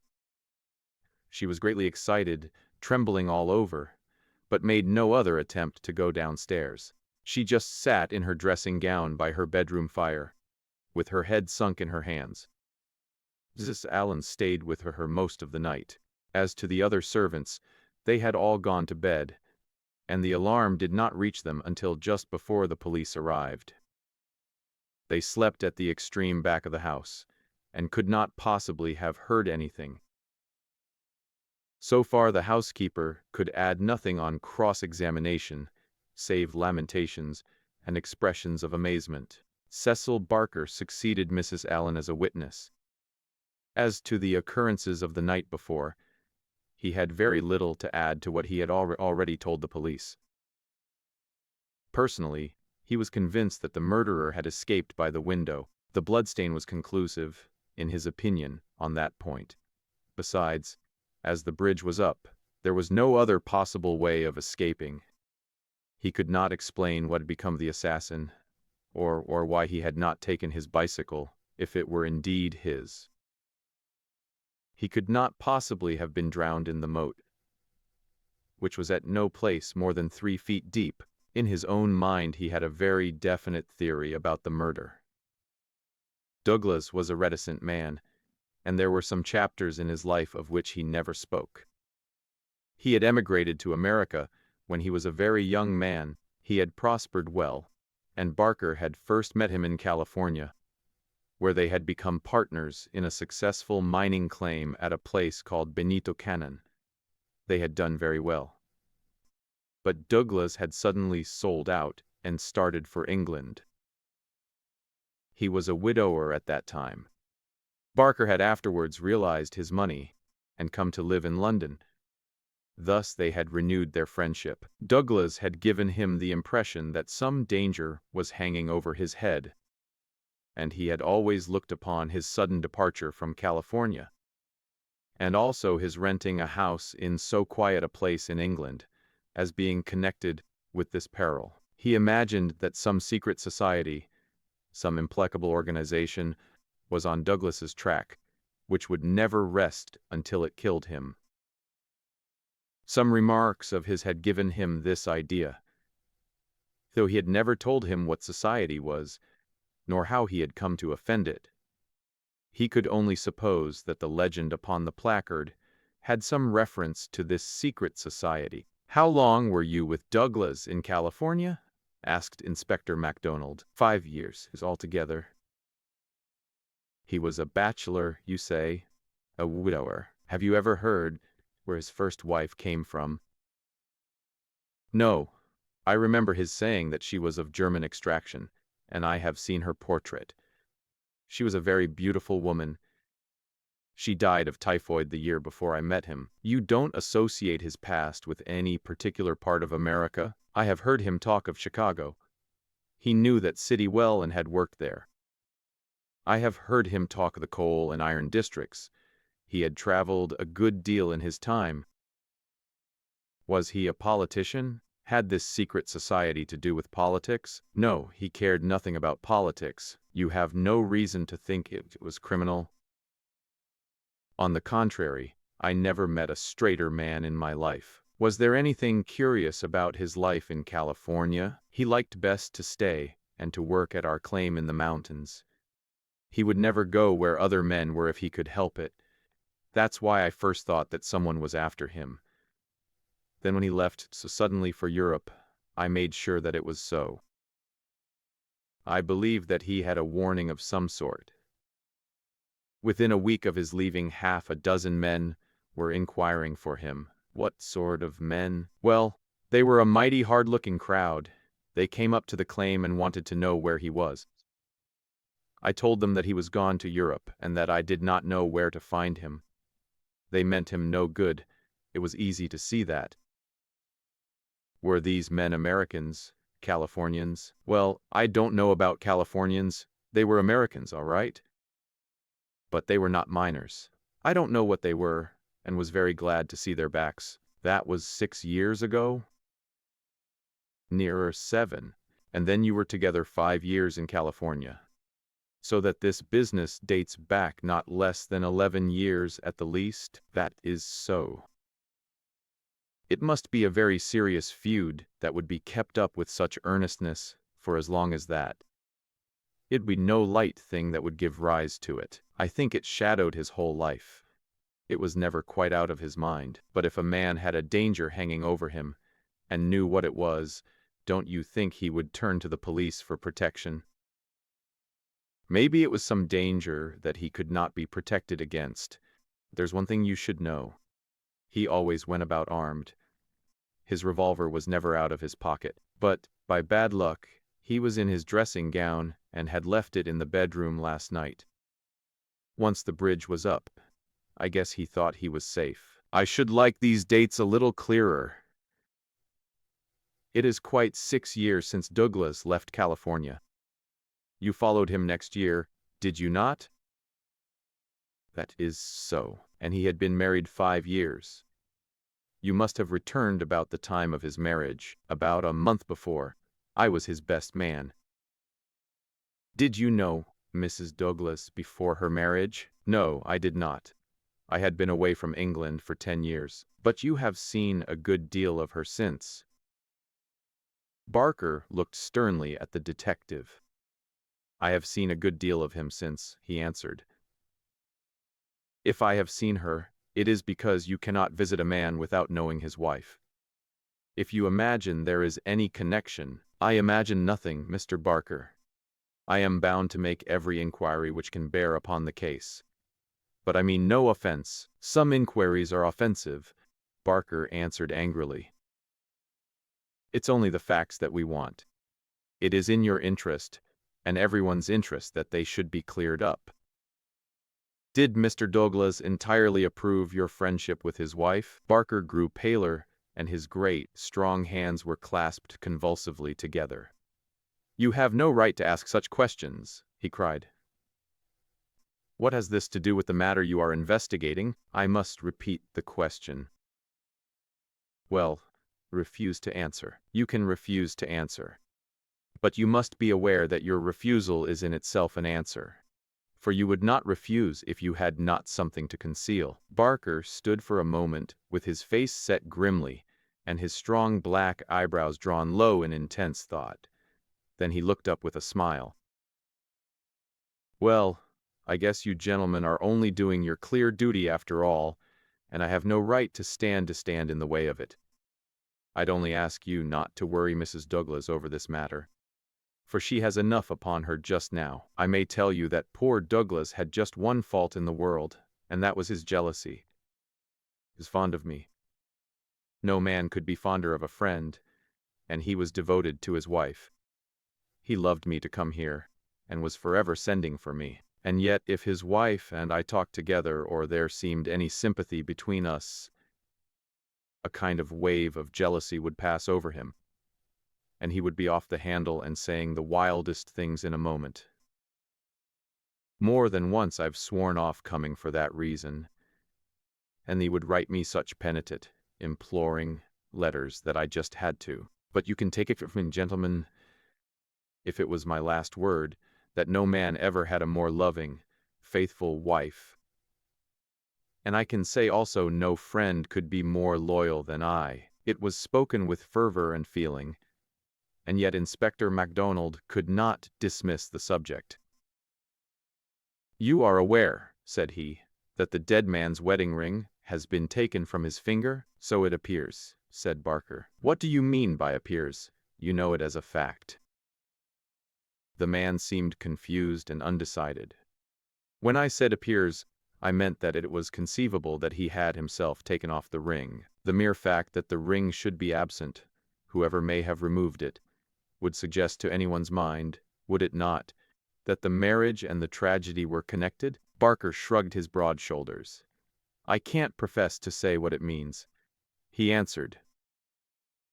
But if you mean to hint that it could reflect in any way upon this lady's honor, His eyes blazed for an instant, and then with an evident effort, he got a grip upon his own emotions. "Well, you are on the wrong track. That's all. I don't know that I've anything else to ask you at present," said MacDonald coldly. "There was one small point," remarked Sherlock Holmes. "When you entered the room, there was only a candle lighted on the table, was there not?" "Yes, that was so. By its light you saw that some terrible incident had occurred?" "Exactly." "You at once rang for help?" "Yes." "And it arrived very speedily?" "Within a minute or so. And yet when they arrived they found that the candle was out, and that the lamp had been lighted." "That seems very remarkable." Again Barker showed some signs of indecision. "I don't see that it was remarkable, Mr. Holmes," he answered after a pause. "The candle threw a very bad light. My first thought was to get a better one. The lamp was on the table, so I lit it." "And blew out the candle?" "Exactly." Holmes asked no further question, and Barker, with a deliberate look from one to the other of us, which had, as it seemed to me, something of defiance in it, turned and left the room. Inspector MacDonald had sent up a note to the effect that he would wait upon Mrs. Douglas in her room. But she had replied that she would meet us in the dining room. She entered now, a tall and beautiful woman of 30, reserved and self-possessed to a remarkable degree. Very different from the tragic and distracted figure I had pictured. It is true that her face was pale and drawn, like that of one who has endured a great shock. But her manner was composed, and the finely molded hand which she rested upon the edge of the table was as steady as my own. Her sad, appealing eyes traveled from one to the other of us with a curiously inquisitive expression. That questioning gaze transformed itself suddenly into abrupt speech. "Have you found anything out yet?" she asked. Was it my imagination that there was an undertone of fear, rather than of hope in the question? "We have taken every possible step, Mrs. Douglas," said the inspector. "You may rest assured that nothing will be neglected. Spare no money," she said in a dead, even tone. "It is my desire that every possible effort should be made. Perhaps you can tell us something which throw some light upon the matter." "I fear not, but all I know is at your service. We have heard from Mr. Cecil Barker that you did not actually see, that you were never in the room where the tragedy occurred?" "No. He turned me back upon the stairs. He begged me to return to my room." "Quite so. You had heard the shot, and you had at once come down." "I put on my dressing gown and then came down." "How long was it after hearing the shot that you were stopped on the stair by Mr. Barker?" "It may have been a couple of minutes. It is so hard to reckon time at such a moment. He implored me not to go on. He assured me that I could do nothing. Then Mrs. Allen, the housekeeper, led me upstairs again. It was all like some dreadful dream." "Can you give us any idea how long your husband had been downstairs before you heard the shot?" "No, I cannot say. He went from his dressing room, and I did not hear him go. He did the round of the house every night, for he was nervous of fire. It is the only thing that I have ever known him nervous of." "That is just the point which I want to come to, Mrs. Douglas. You have known your husband only in England, have you not?" "Yes, we have been married 5 years." "Have you heard him speak of anything which occurred in America, and might bring some danger upon him?" Mrs. Douglas thought earnestly before she answered. "Yes," she said at last. "I have always felt that there was a danger hanging over him. He refused to discuss it with me. It was not from want of confidence in me. There was the most complete love and confidence between us. But it was out of his desire to keep all alarm away from me. He thought I should brood over it if I knew all, and so he was silent." "How'd he then?" Mrs. Douglas's face lit with a quick smile. "Can a husband ever carry about a secret all his life, and a woman who loves him have no suspicion of it?" I knew it by his refusal to talk about some episodes in his American life. I knew it by certain precautions he took. I knew it by certain words he let fall. I knew it by the way he looked at unexpected strangers. I was perfectly certain that he had some powerful enemies, that he believed they were on his track, and that he was always on his guard against them. I was so sure of it that for years I have been terrified if ever he came home later than was expected. "Might I ask," asked Holmes, "what the words were which attracted your attention?" "The Valley of Fear," the lady answered. "That was an expression he has used when I questioned him. I have been in the Valley of Fear. I am not out of it yet." "Are we never to get out of the Valley of Fear?" I have asked him when I have seen him more serious than usual. "Sometimes I think that we never shall," he has answered. "Surely you asked him what he meant by the Valley of Fear?" "I did, but his face would become very grave, and he would shake his head. 'It is bad enough that one of us should have been in its shadow,' he said. 'Please God it shall never fall upon you.' It was some real valley in which he had lived and in which something terrible had occurred to him. Of that I am certain. But I can tell you no more." "And he never mentioned any names?" "Yes. He was delirious with fever once when his hunting accident 3 years ago. Then I remember that there was a name that came continually to his lips. He spoke it with anger and a sort of horror. McGinty was the name, Bodymaster McGinty. I asked him when he recovered who Bodymaster McGinty was and whose body he was master of. 'Never of mine, thank God,' he answered with a laugh, and that was all I could get from him. But there is a connection between Bodymaster McGinty and the Valley of Fear." "There is one other point," said Inspector MacDonald. "You met Mr. Douglas in a boarding house in London, did you not, and became engaged to him there? Was there any romance, anything secret or mysterious, about the wedding?" "There was romance. There is always romance. There was nothing mysterious. He had no rival." "No, I was quite free." "You have heard, no doubt, that his wedding ring has been taken. Does that suggest anything to you? Suppose that some enemy of his old life had tracked him down and committed this crime. What possible reason could he have for taking his wedding ring? For an instant I could have sworn that the faintest shadow of a smile flickered over the woman's lips. "I really cannot tell," she answered. "It is certainly a most extraordinary thing. Well, we will not detain you any longer, and we are sorry to have put you to this trouble at such a time," said the inspector. "There are some other points, no doubt, but we can refer to you as they arise." She rose, and I was again conscious of that quick, questioning glance with which she had just surveyed us. "What impression has my evidence made upon you?" The question might as well have been spoken. Then, with a bow, she swept from the room.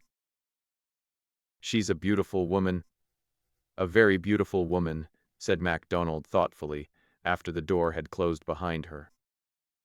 "This man Barker has certainly been down here a good deal.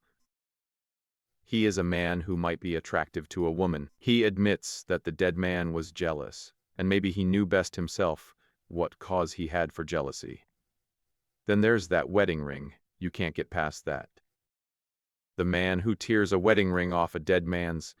What do you say to it, Mr. Holmes?" My friend had sat with his head upon his hands, sunk in the deepest thought. Now he rose and rang the bell. "Ames," he said, when the butler entered, "where is Mr. Cecil Barker now?" "I'll see, sir." He came back in a moment to say that Barker in the garden. "Can you remember, Ames, what Mr. Barker had on his feet last night when you joined him in the study?" "Yes, Mr. Holmes. He had a pair of bedroom slippers. I brought him his boots when he went for the police." "Where the slippers now?" "Under the chair in the hall." "Very good, Ames. It is, of course, important for us to know which tracks may be Mr. Barker's and which from outside." "Yes, sir." I may say that I noticed that the slippers were stained with blood. So indeed were my own. That is natural enough, considering the condition of the room. Very good, Ames. We will ring if we want you. A few minutes later we were in the study. Holmes had brought with him the carpet slippers from the hall. As Ames had observed, the soles of both were dark with blood. Strange, murmured Holmes, as he stood in the light of the window and examined them minutely. Very strange indeed. Stooping with one of his quick feline pounces, he placed the slipper upon the blood mark on the sill. It exactly corresponded. He smiled in silence at his colleagues. The inspector was transfigured with excitement. His native accent rattled like a stick upon railings. Man, he cried, there's nowt of it. Barker has just marked the window himself. It's a good deal broader than any boot mark. I mind that you said it was a splay foot, and here's the explanation. But what's the game, Mr. Holmes? What's the game? What's the game? My friend repeated thoughtfully. White Mason chuckled and rubbed his fat hands together in his professional satisfaction. I said it was a snorter. And a real snorter it is. Chapter 6. A Dawning Light. The three detectives had many matters of detail into which to inquire. So I returned alone to our modest quarters at the village inn. But before doing so, I took a stroll in the curious old-world garden, which flanked the house. Rows of very ancient yew trees, cut into strange designs, girded it round. Inside was a beautiful stretch of lawn, with an old sundial in the middle. The whole effect so soothing and restful that it was welcome to my somewhat jangled nerves. In that deeply peaceful atmosphere one could forget, or remember only as some fantastic nightmare, that darkened study with the sprawling, blood-stained figure on the floor. And yet, as I strolled round it, and tried to steep my soul in its gentle balm, a strange incident occurred, which brought me back to the tragedy and left a sinister impression in my mind. I have said that a decoration of yew trees circled the garden. At the end farthest from the house they thickened into a continuous hedge. On the other side of this hedge, concealed from the eyes of anyone approaching from the direction of the house, there was a stone seat. As I approached the spot, I was aware of voices, some remark in the deep tones of a man, answered by a little ripple of feminine laughter.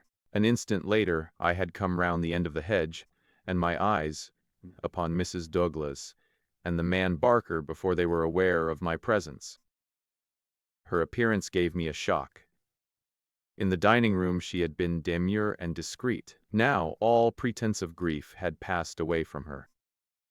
Her eyes shone with the joy of living, and her face still quivered with amusement at some remark of her companion. He sat forward, his hands clasped and his forearms on his knees, with an answering smile upon his bold, handsome face. In an instant, but it was just one instant too late, they resumed their solemn masks as my figure came into view. A hurried word or two passed between them, and then Barker rose and came towards me. "Excuse me, sir," said he, "but am I addressing Dr. Watson?"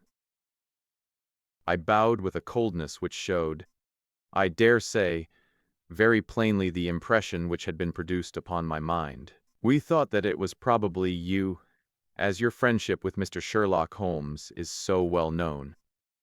Would you mind coming over and speaking to Mrs. Douglas for one instant?" I followed him with a dour face. Very clearly I could see in my mind's eye that shattered figure on the floor. Here within a few hours of the tragedy were his wife and his nearest friend laughing together behind a bush in the garden which had been his. I greeted the lady with reserve. I had grieved with her grief in the dining room. Now I met her appealing gaze, with an unresponsive eye. "I fear that you think me callous and hard-hearted," said she. I shrugged my shoulders. "It is no business of mine," said I. Perhaps some day you will do me justice. If you only realized, there is no need why Dr. Watson should realize, said Barker quickly. As he has himself said, it is no possible business of his. Exactly, said I, and so I will beg leave to resume my walk. One moment, Dr. Watson, cried the woman in a pleading voice.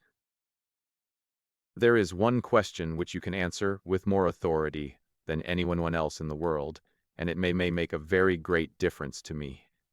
You know Mr. Holmes and his relations with the police better than anyone else can. Supposing that a matter were brought confidentially to his knowledge, is it absolutely necessary that he should pass it on to the detectives? Yes, that's it, said Barker eagerly.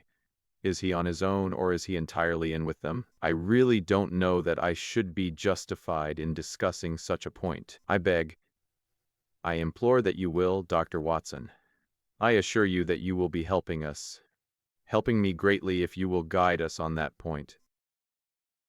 There was such a ring of sincerity in the woman's voice that for the instant I forgot all about her levity, and was moved only to do her will. Mr. Holmes is an independent investigator, I said.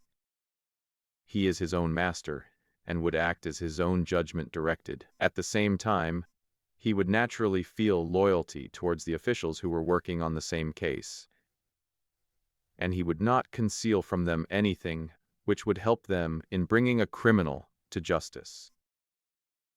Beyond this I can say nothing, and I would refer you to Mr. Holmes himself, if you wanted fuller information. So saying, I raised my hat and went upon my way, leaving them still seated behind that concealing hedge. I looked back as I rounded the far end of it, and saw that they were still talking very earnestly together. And as they were gazing after me, it was clear that it was our interview that was the subject of their debate. I wish none of their confidences, said Holmes, when I reported to him what had occurred. He had spent the whole afternoon at the manor house in consultation with his two colleagues, and returned about 5 with a ravenous appetite for a high tea, which I had ordered for him. No confidences, Watson, for they are mighty awkward if it comes to an arrest for conspiracy and murder.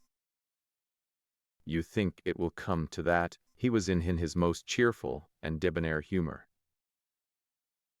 My dear Watson, when I have exterminated the egg, I shall be ready to put you in touch with the whole situation.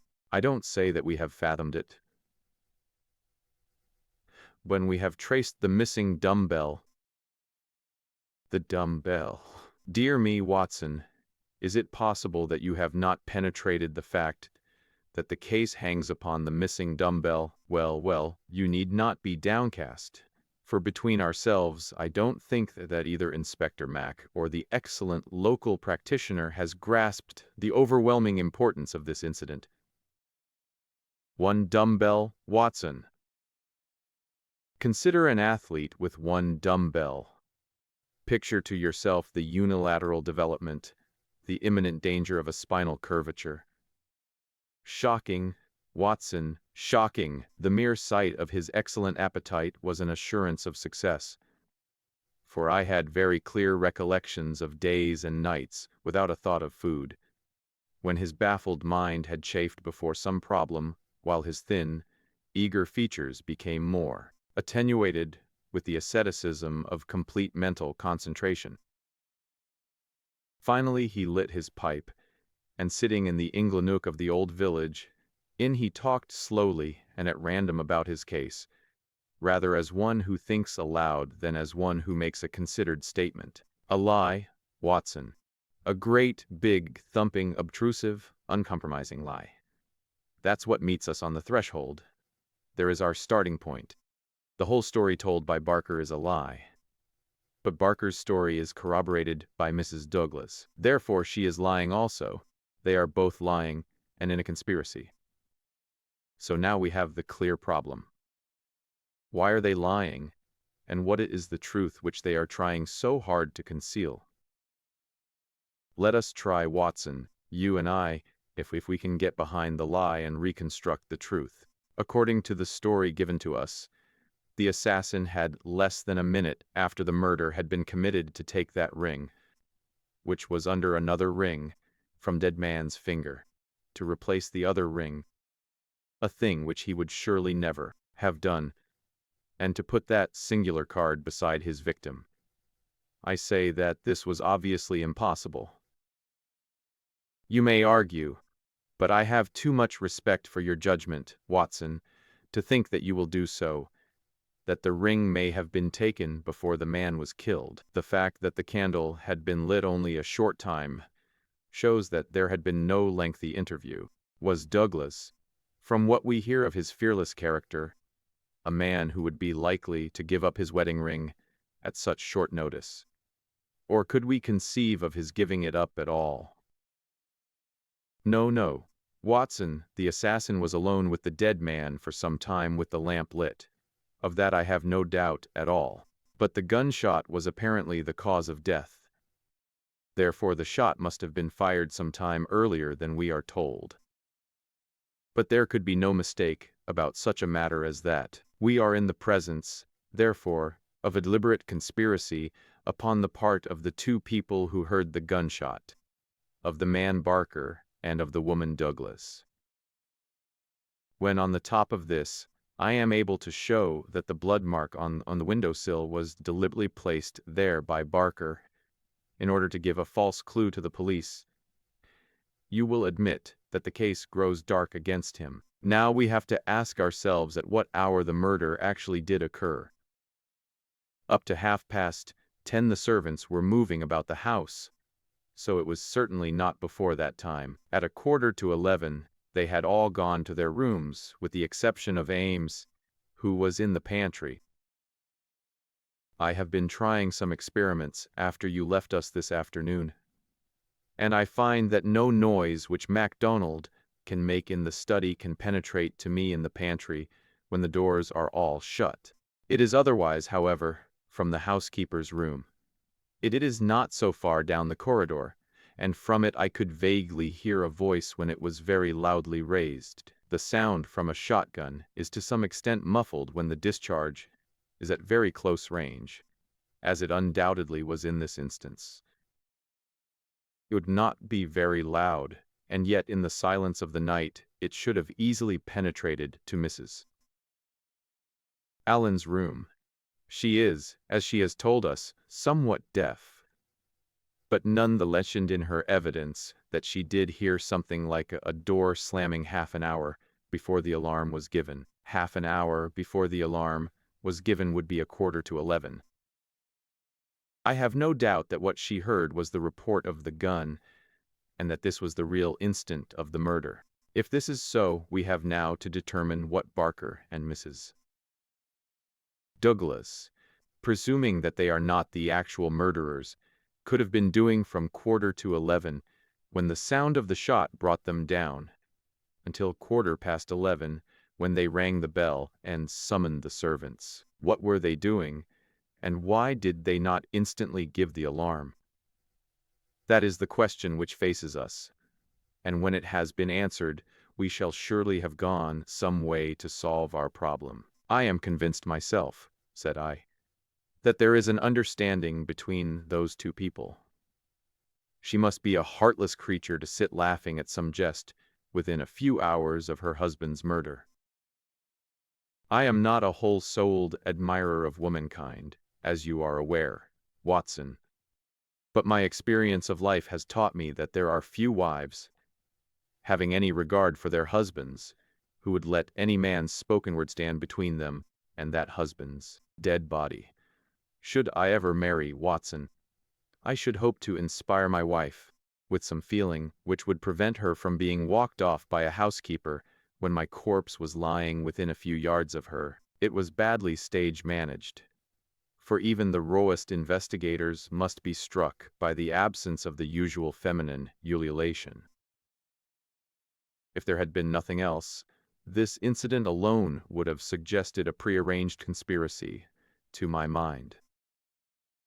You think, then, Definitely that Barker and Mrs. Douglas are guilty of the murder. There is an appalling directness about your questions, said Holmes, shaking his pipe at me.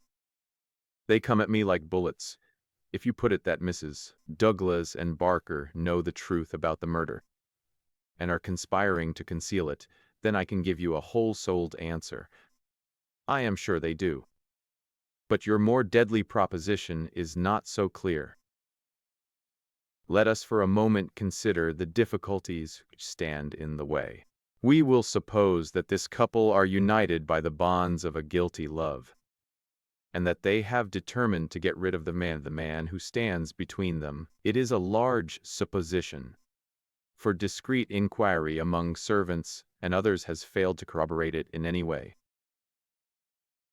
On the contrary, there is a good deal of evidence that the Douglases were very attached to each other.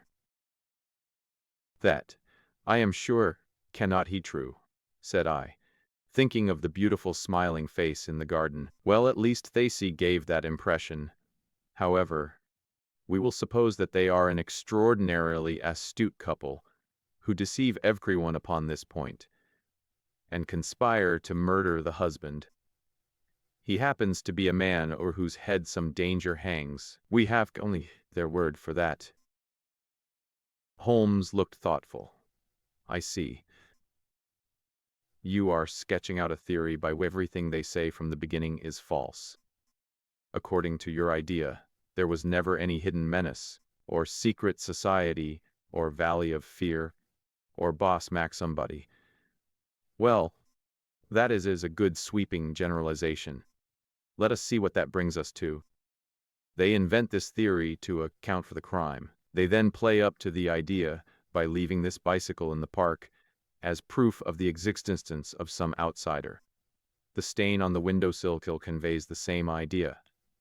So does the card on the body, which might have been prepared in the house. That all fits into your hypothesis, Watson. But now we come on the nasty, angular, uncompromising bits to their places.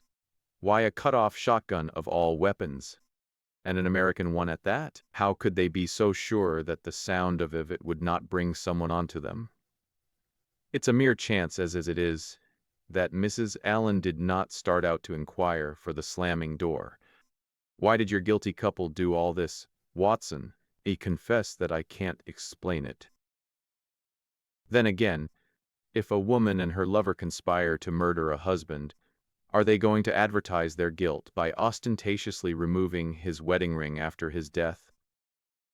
Does that strike you as very probable, Watson? No, it does not. And once again, if the thought of leaving a bicycle concealed outside had occurred to you, would it really have seemed worth doing when the dullest detective would naturally say, this is an obvious blind? As the bicycle is the first thing which the fugitive needed in order to make his escape, I can conceive of no explanation, and yet there should be no combination of events for which the widow cannot conceive an explanation, simply as a mental exercise, without any assertion that it is true. Let me indicate a possible line of thought.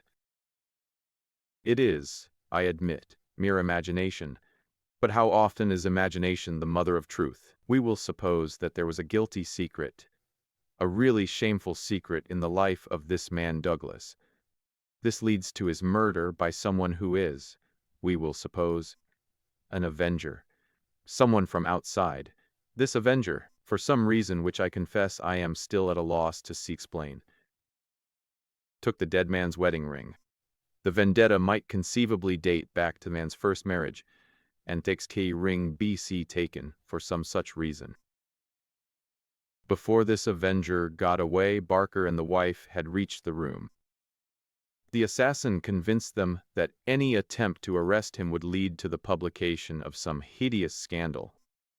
They were converted to this idea, and preferred to let him go. For this purpose they probably lowered the bridge, which can be done quite noiselessly, and then raised it again.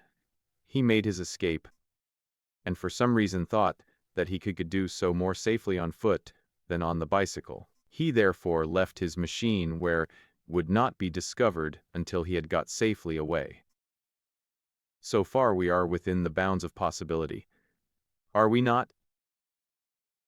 Well, it is possible, no doubt, said I, with some reserve. Well now, to continue our supposititious case, the couple, not necessarily a guilty couple, realize after the murder that they have placed themselves in a position in which it may be difficult for them to prove that they did not themselves either do the deed or connive at it. They rapidly and rather clumsily met the situation. The mark was put by Barker's blood-stained slipper upon the windowsill to suggest how the fugitive got away. They obviously were the two who must have heard the sound of the gun. So they gave the alarm exactly as they would have done, but a good half-hour after the event. And how do you propose to prove all this? Well, if there were an outsider, he may be traced and taken. That would be the most effective of all proofs. But if not, the resources of science are far from being exhausted. I think that an evening alone in that study would help me much. An evening alone. I propose to go up there presently.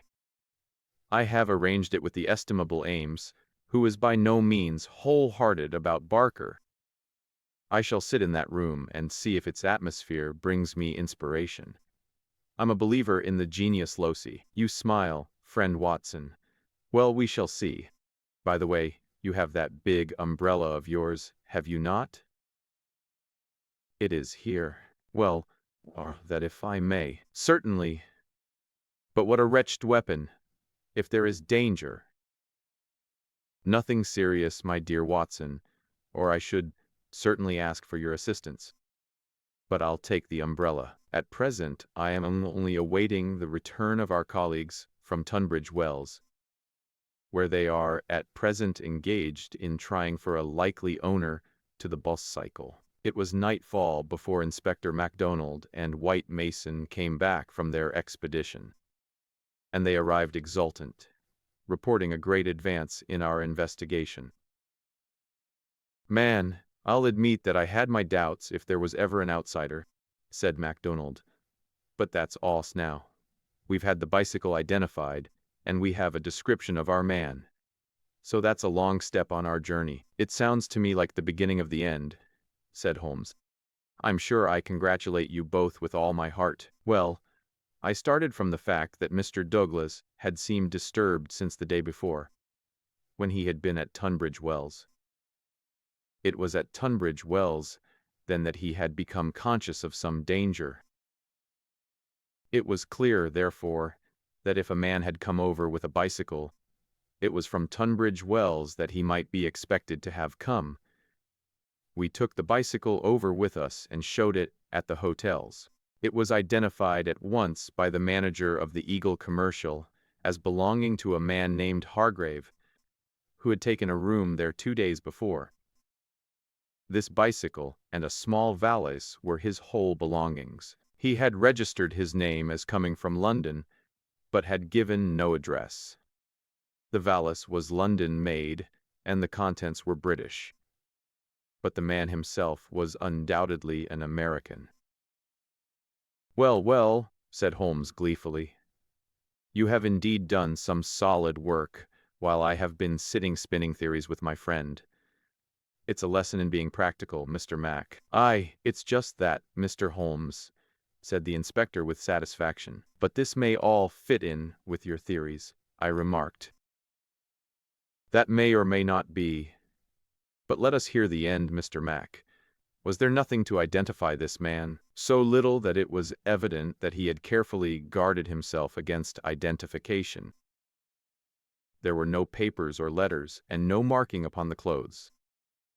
A cycle map of the county lay on his bedroom table. He had left the hotel after breakfast yesterday morning on his bicycle, and no more was heard of him until our inquiries.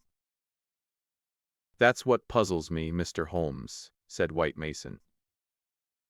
If the fellow did not want the hue and cry raised over him, one would imagine that he would have returned and remained at the hotel as an inoffensive tourist. As it is, he must know that he will be reported to the police by the hotel manager, and that his disappearance will be connected with the murder. So one would imagine. Still, he has been justified of his wisdom up to date, at any rate, since he has not been taken. But his description, what of that? MacDonald referred to his notebook. Here we have it so far as they could give it. They don't seem to have taken any very particular stock of him. But still the porter, the clerk, and the chambermaid are all agreed that this about covers the points. He was a man about 5'9" in height, 50 or so years of age, his hair slightly grizzled, a grayish mustache, a curved nose, and a face which all of them described as fierce and forbidding. Well, bar the expression, that might almost be a description of Douglas himself, said Holmes.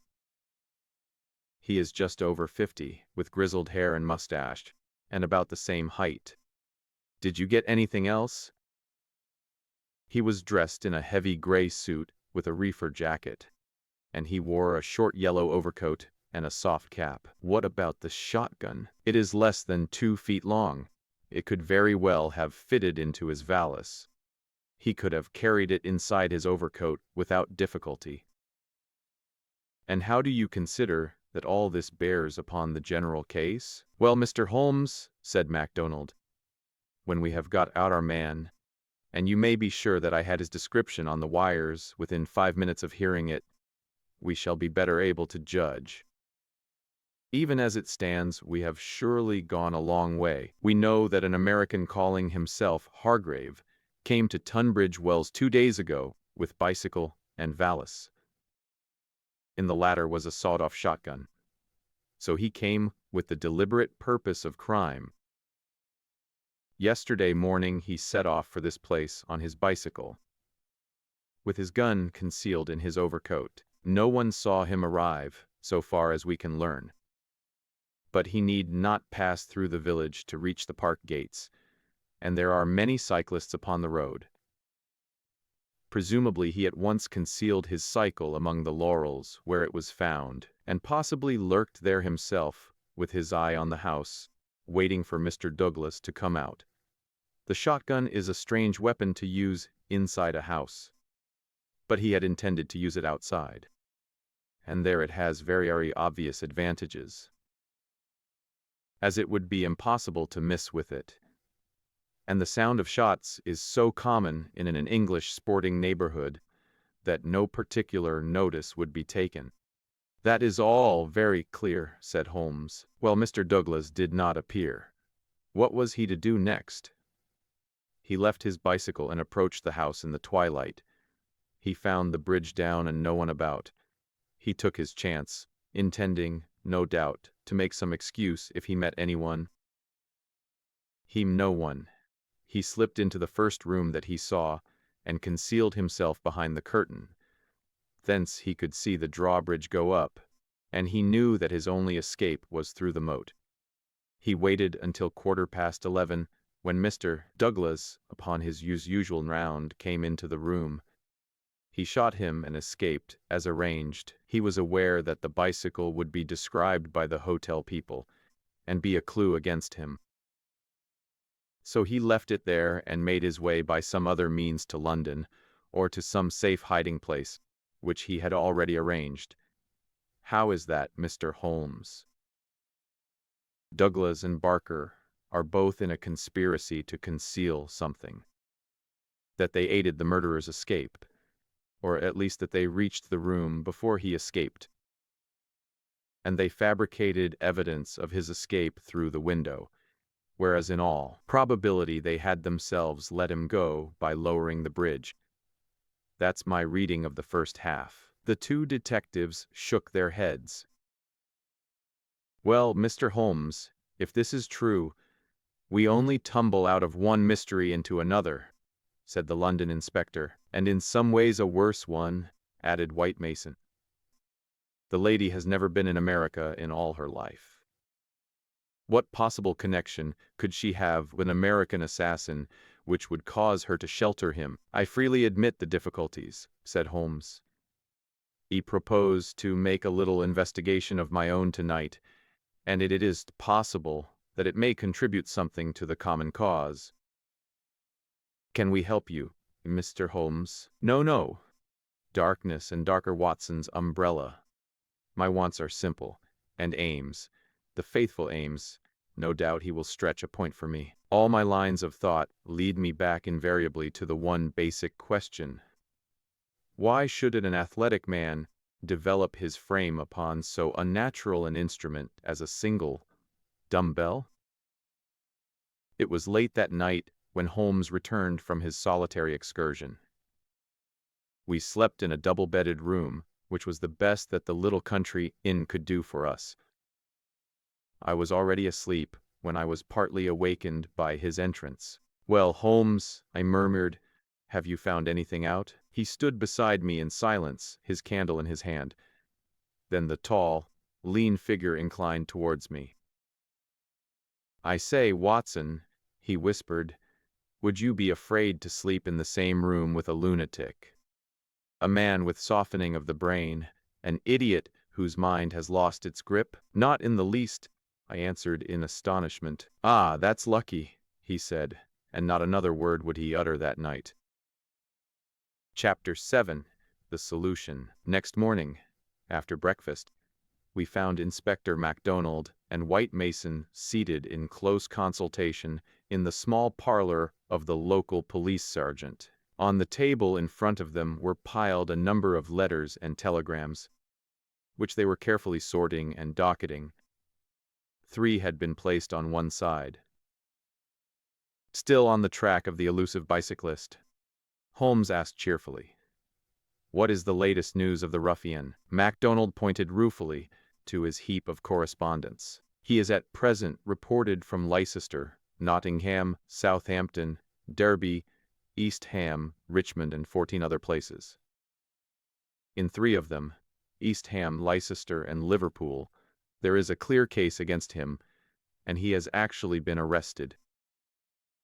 The country seems to be full of the fugitives, yellowcoats." "Dear me," said Holmes sympathetically. "Now, Mr. Mac, and you, Mr. White Mason, I wish to give you a very earnest piece of advice. When I went into this case with you, I bargained, as you will no doubt remember, that I should not present you with half-proved theories, but that I should retain and work out my own ideas until I had satisfied myself that they were correct. For this reason, I am not at the present moment telling you all that is in my mind. On the other hand, I said that I would play the game fairly by you, and I do not think it is a fair game to allow you for one unnecessary moment to waste your energies upon a profitless task. Therefore, I am here to advise you this morning, and my advice to you is summed up in 3 words: abandon the case." MacDonald and White Mason stared in amazement at their celebrated colleague. "You consider it hopeless," cried the inspector. "I consider your case to be hopeless. I do not consider that it is hopeless to arrive at the truth. But this cyclist, he is not an invention. We have his description, his valise, his bicycle. The fellow must be somewhere. Why should we not get him? Yes, no doubt he is somewhere, and no doubt we shall get him. But I would not have you waste your energies in East Ham or Liverpool. I am sure that we can find some shorter cut to a result. You are holding something back. It's hardly fair of you, Mr. Holmes." The inspector was annoyed. "You know my methods of work, Mr. Mac. But I will hold it back for the shortest time possible. I only wish to verify my details in one way, which can very readily be done, and then I make my bow and return to London, leaving my results entirely at your service. I owe you too much to act otherwise, for in all my experience I cannot recall any more singular and interesting study. This is clean beyond me, Mr. Holmes. We saw you when we returned from Tunbridge Wells last night, and you were in general agreement with our results. What has happened since then to give you a completely new idea of the case? Well, since you ask me, I spent, as I told you that I would, some hours last night at the manor house. Well, what happened? Ah, I can only give you a very general answer to the moment. By the way, I have been reading a short but clear and interesting account of the old building, purchasable at the modest sum of 1 penny from the local tobacconist. Here Holmes drew a small tract, embellished with a rude engraving of the ancient manor house, from his waistcoat pocket. It immensely adds to the zest of an investigation, my dear Mr. Mac, when one is in conscious sympathy with the historical atmosphere of one's surroundings. Don't look so impatient, for I assure you that even so bald an account as this raises some sort of picture of the past in one's mind. Permit me to give you a sample, erected in the 5th year of the reign of James I, and standing upon the site of a much older building. The manor house of Burlstone presents one of the finest surviving examples of the moated Jacobean residence. You are making fools of us, Mr. Holmes. But when I tell you that there is some account of the taking of the place by a parliamentary colonel in 1644, of concealment of Charles for several days in the course of the Civil War, and finally of a visit there by the second George, you will admit that there are various associations of interest connected with this ancient house. I don't doubt it, Mr. Holmes, but that is no business of ours. Is it not? Is it not? Breadth of view, my dear Mr. Mac, is one of the essentials of our profession. The interplay of ideas and the oblique uses of knowledge are often of extraordinary interest. You will excuse these remarks from one who, though a mere connoisseur of crime, is still rather older and perhaps more experienced than yourself. I'm the first to admit that, said the detective heartily. You get to your point, I admit. But you have such a deuced round-the-corner way of doing it. Well, I'll drop past history and get down to present-day facts. I called last night, as I have already said, at the manor house. I did not see either Barker or Mrs. Douglas. I saw no necessity to disturb them, but I was pleased to hear that the lady was not visibly pining, and that she had partaken of an excellent dinner. My visit was specially made to the good Mr. Ames, with whom I exchanged some amiabilities, which culminated in his allowing me, without reference to anyone else, to sit alone for a time in the study. What, with that? I ejaculated. No, everything is now in order. You gave permission for that, Mac, as I am informed. The room was in its normal state, and in it I passed an instructive quarter of an hour. What were you doing? Well, not to make a mystery of so simple a matter, I was looking for the missing dumbbell. It has always bulked rather large in my estimate of the case. I ended by finding it. Where? Ah, there we come to the edge of the unexplored. Let me go a little further, a very little further, and I will promise that you shall share everything that I know. Well, we're bound to take you on your own terms, said the inspector. But when it comes to telling us to abandon the case, why in the name of goodness should we abandon the case? For the simple reason, my dear Mr. Mac, that you have not got the first idea what it is that you are investigating. We are investigating the murder of Mr. John Douglas of Burlstone Manor. Yes, so you are. But don't trouble to trace the mysterious gentleman upon the bicycle. I assure you that it won't help you. Then what do you suggest that we do? I will tell you exactly what to do, if you will do it. Well, I'm bound to say I've always found you had reason behind all your queer ways. I'll do what you advise. And you, Mr. White Mason? The country detective looked helplessly from one to the other. Holmes and his methods were new to him. Well, if it is good enough for the inspector, it is good enough for me, he said at last. Capital! said Holmes. Well, then I should recognize a nice cheery country walk for both of you. They tell me that the views from Burlstone Ridge over the Weald are very remarkable. No doubt lunch could be got at some suitable hostelry, though my ignorance of the country prevents me from recommending one. In the evening, tired but happy. Man, this is getting past a joke, cried MacDonald, rising angrily from his chair. Well, well, spend the day as you like, said Holmes, patting him cheerfully upon the shoulder. Do what you like and go where you will, but meet me here before dusk without fail. Without fail, Mr. Mac. That sounds more like sanity. All of it was excellent advice, but I don't insist, so long as you are here when I need you. But now, before we part, I want you to write a note to Mr. Barker. Well, I'll dictate it, if you like. Ready? Dear Sir, it has struck me that it is our duty to drain the moat, in the hope that we may find some. It's impossible, said the inspector. I've made inquiry. Tut tut. My dear sir, please do what I ask you. Well, go on. In the hope that we may find something which may bear upon our investigation. I have made arrangements, and the workmen will be at work early tomorrow morning diverting the stream. Impossible, diverting the stream. So I thought it best to explain matters beforehand. Now sign that, and send it by hand about 4 o'clock. At that hour we shall meet again in this room. Until then we may each do what we like. For I can assure you that this inquiry has come to a definite pause. Evening was drawing in when we reassembled.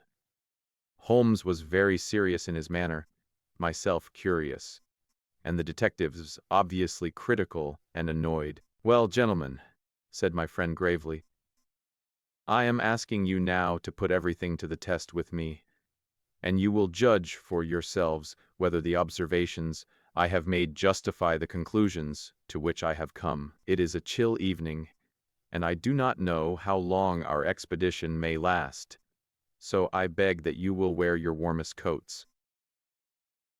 It is of the first importance that we should be in our places before it grows dark. So with your permission we shall get started at once. We passed along the outer bounds of the manor house park until we came to a place where there was a gap in the rails which fenced it. Through this we slipped, and then in the gathering gloom we followed Holmes until we had reached a shrubbery which lay opposite to the main door and the drawbridge. The latter had not been raised. Holmes crouched down behind the screen of laurels, and we all three followed his example. Well, what are we to do now? Asked MacDonald with some gruffness. Possess our souls in patience and make as little noise as possible, Holmes answered. What are we here for at all? I really think that you might treat us with more frankness. Holmes laughed. Watson insists that I am the dramatist in real life, said he. Some touch of the artist wells up within me and calls insistently for a well-staged performance. Surely our profession, Mr. Mac, would be a drab and sordid one if we did not sometimes set the scene so as to glorify our results. The blunt accusation, the brutal tap upon the shoulder. What can one make of such a denouement? But the quick inference, the subtle trap, the clever forecast of coming events, the triumphant vindication of bold theories. Are these not the pride and the justification of our life's work? At the present moment you thrill with the glamour of the situation and the anticipation of the hunt. Where would be that thrill if I had been as definite as a timetable? I only ask a little patience, Mr. Mac, and all will be clear to you. Well, I hope the pride and justification and the rest of it will come before we all get our death of cold, said the London detective with comic resignation. We all had good reason to join in the aspiration, for our vigil was a long and bitter one. Slowly the shadows darkened over the long, sombre face of the old house. A cold, damp reek from the moat chilled us to the bones, and set our teeth chattering. There was a single lamp over the gateway and a steady globe of light in the fatal study. Everything else was dark and still. "How long is this to last?" asked the inspector finally. "And what is it we are watching for?" "I have no more notion than you how long it is to last," Holmes answered with some asperity. "Criminals would always schedule their movements, like railway trains. It would certainly be more convenient for all of us. As to what it is well, that's what we are watching for." As he spoke, the bright, yellow light in the study was obscured by somebody passing to and fro before it. The laurels among which we lay were immediately opposite the window, and not more than 100 feet from it. Presently it was thrown open with a whining of hinges, and we could dimly see the dark outline of a man's head and shoulders looking out into the gloom. For some minutes he peered forth in furtive, stealthy fashion, as one who wishes to be assured that he is unobserved. Then he leaned forward, and in the intense silence we were aware of the soft lapping of agitated water. He seemed to be stirring up the moat with something which he held in his hand. Then suddenly he hauled something in as a fisherman lands a fish. Some large, round object obscured the light as it was dragged through the open casement. Now, we were all upon our feet, staggering after him with our stiffened limbs, while he ran swiftly across the bridge and rang violently at the bell. There was the rasping of bolts from the other side, and the amazed Ames stood in the entrance.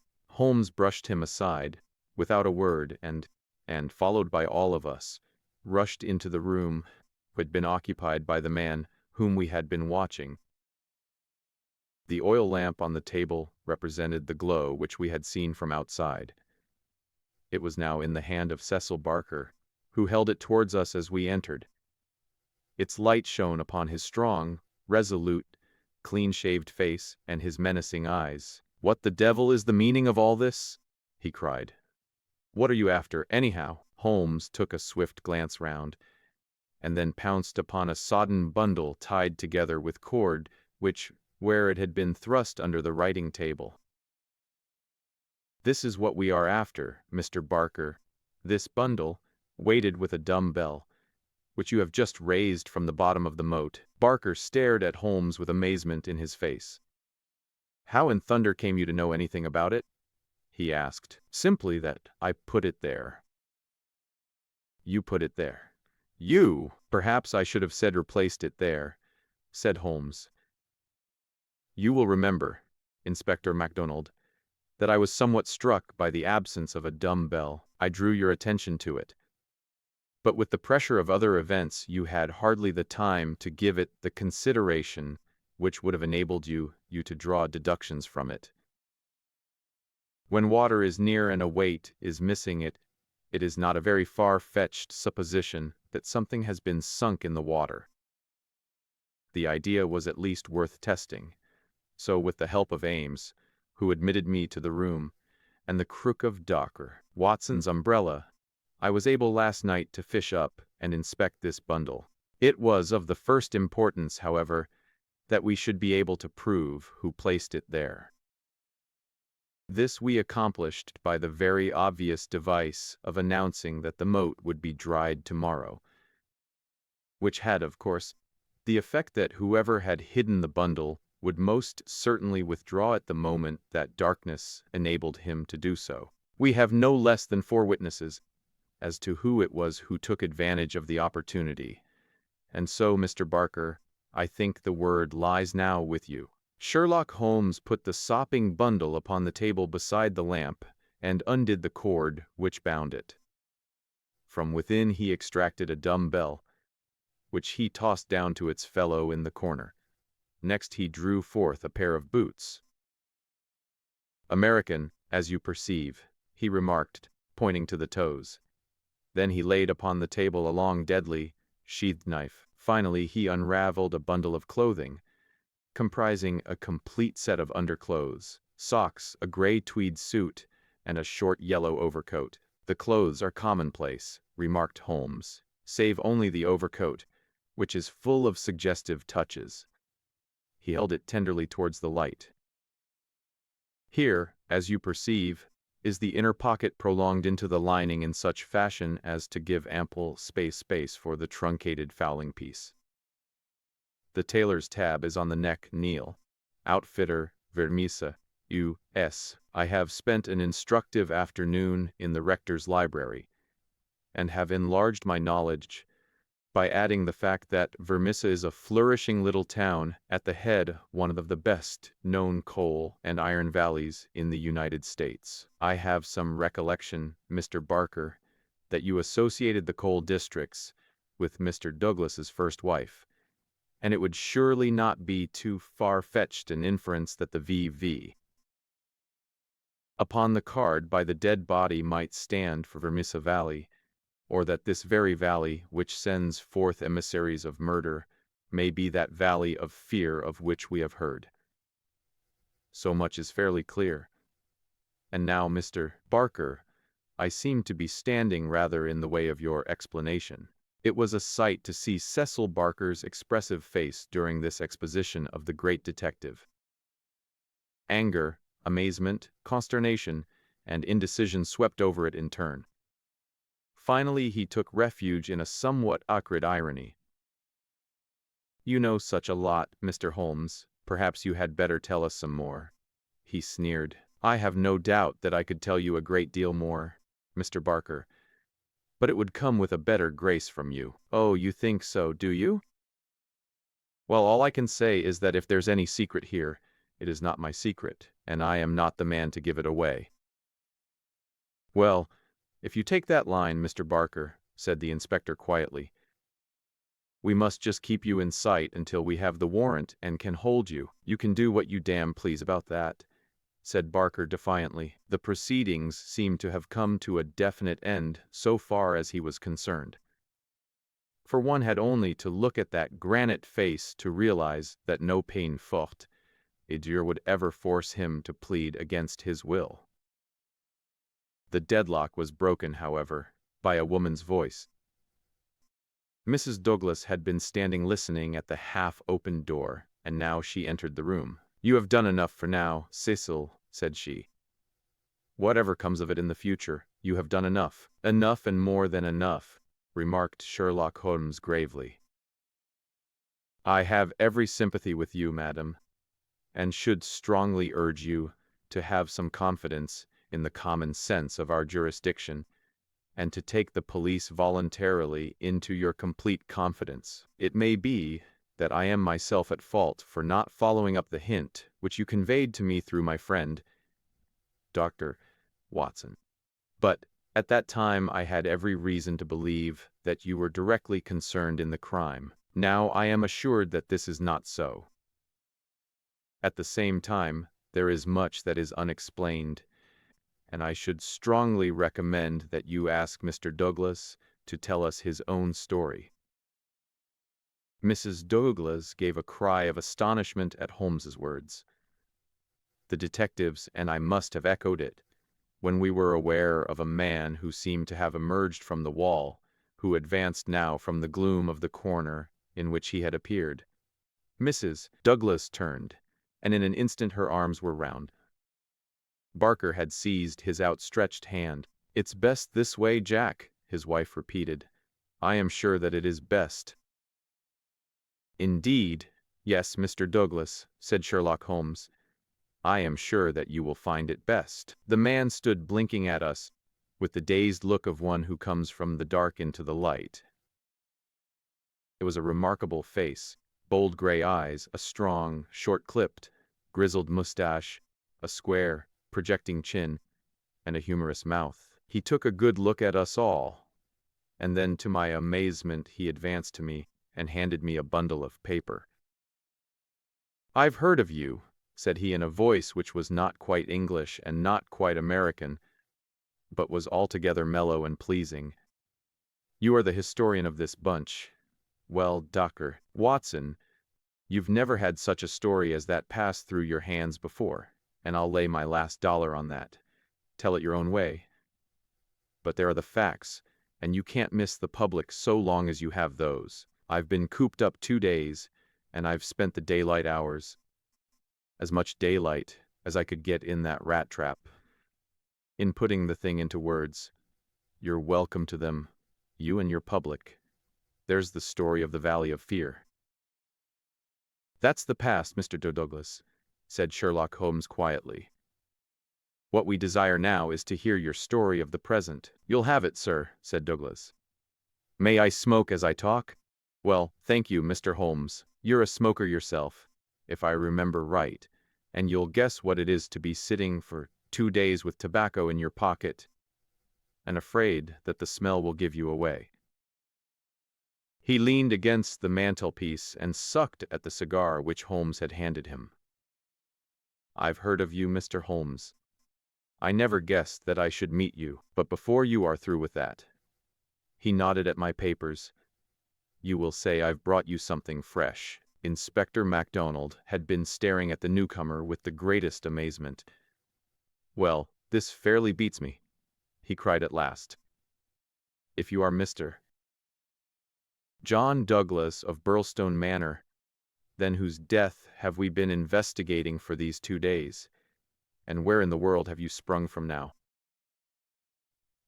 You seem to me to come out of the floor like a jack in a box. Ah, Mr. Mac, said Holmes, shaking a reproving forefinger. You would not read that excellent local compilation which described the concealment of King Charles. People did not hide in those days without excellent hiding places. And the hiding place that has once been used may be again. I had persuaded myself that we should find Mr. Douglas under this roof. And how long have you been playing this trick upon us, Mr. Holmes? Said the inspector angrily.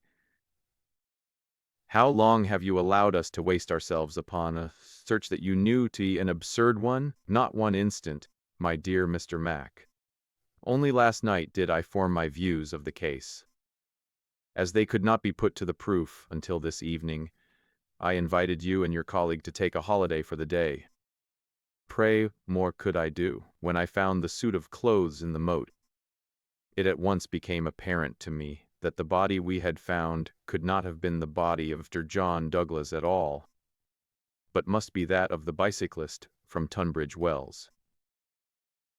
John Douglas himself could be, and the balance of probability was that with the connivance of his wife, and he was concealed in a house which had such conveniences for a fugitive, and awaiting quieter times when he could make his final escape.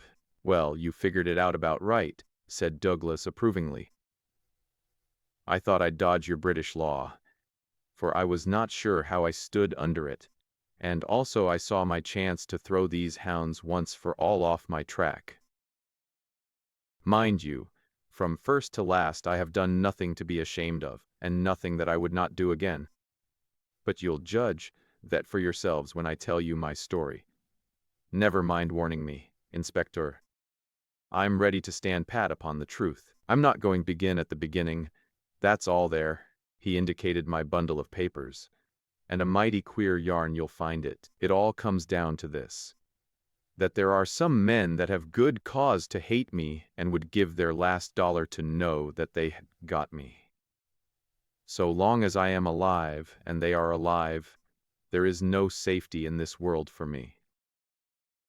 They hunted me from Chicago to California, then they chased me out of America. But when I married and settled down in this quiet spot, I thought my last years were going to be peaceable. He never explained to my wife how things were.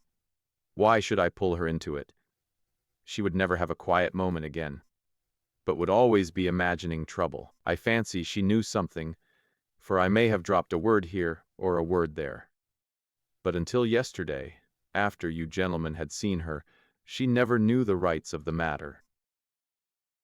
She told you all she knew, and so did Barker here.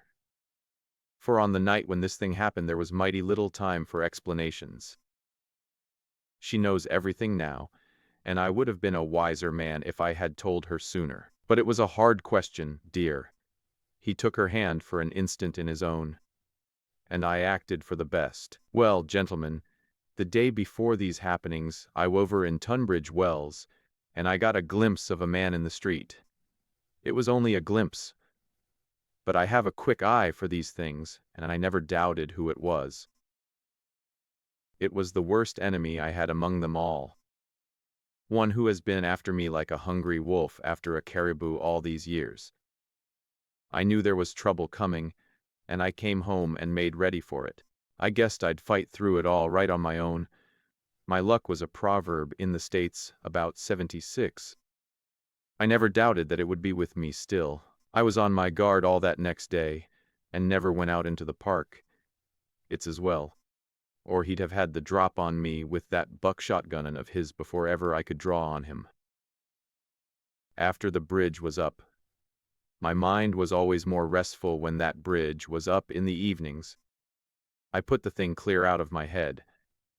I never dreamed of his getting into the house and waiting for me, but when I made my round in my dressing gown, as was my habit, I had no sooner entered the study than I scented danger. I guess when a man has had dangers in his life, and I've had more than most in my time, there is a kind of sixth sense, the red flag. I saw the signal clear enough, and yet I couldn't tell you why. Next instant, I spotted a boot under the window curtain, and then I saw why plain enough. I just the one candle that was in my hand, but there was a good light from the hall lamp through the open door. I put down the candle and jumped for a hammer that I'd left on the mantel. At the same moment he sprang at me. I saw the glint of a knife, and I lashed at him with the hammer. I got him somewhere, for the knife tinkled down on the floor. He dodged round the table as quick as an eel, and a moment later he'd got his gun from under his coat. I heard him cock it, but I had got hold of it before he could fire. I'd it by the barrel, and we wrestled for it all ends up for a minute or more. It was death to the man that lost his grip. He never lost his grip, but he got it butt downward for a moment too long. Maybe it was I that pulled the trigger. Maybe we just jolted it off between us. Anyhow, he got both barrels in the face, and there I was, staring down at all that was left of Ted Baldwin. I'd recognized him in the township, and again when he sprang for me, but his own mother wouldn't recognize him as I saw him then. I'm used to rough work, but I fairly turned sick at the sight of him. I was hanging on the side of the table when Barker came hurrying down. I heard my wife coming, and I ran to the door and stopped her. It was no sight for a woman. I promised I'd come to her soon. I said a word or two to Barker. He took it all in at a glance, and we waited for the rest to come along. But there was no sign of them. Then we understood that they could hear nothing, and that all that had happened was known only to ourselves. It was at that instant that the idea came to me. I was fairly dazzled by the brilliance of it. The man's sleeve had slipped up, and there was the branded mark of the lodge upon his forearm.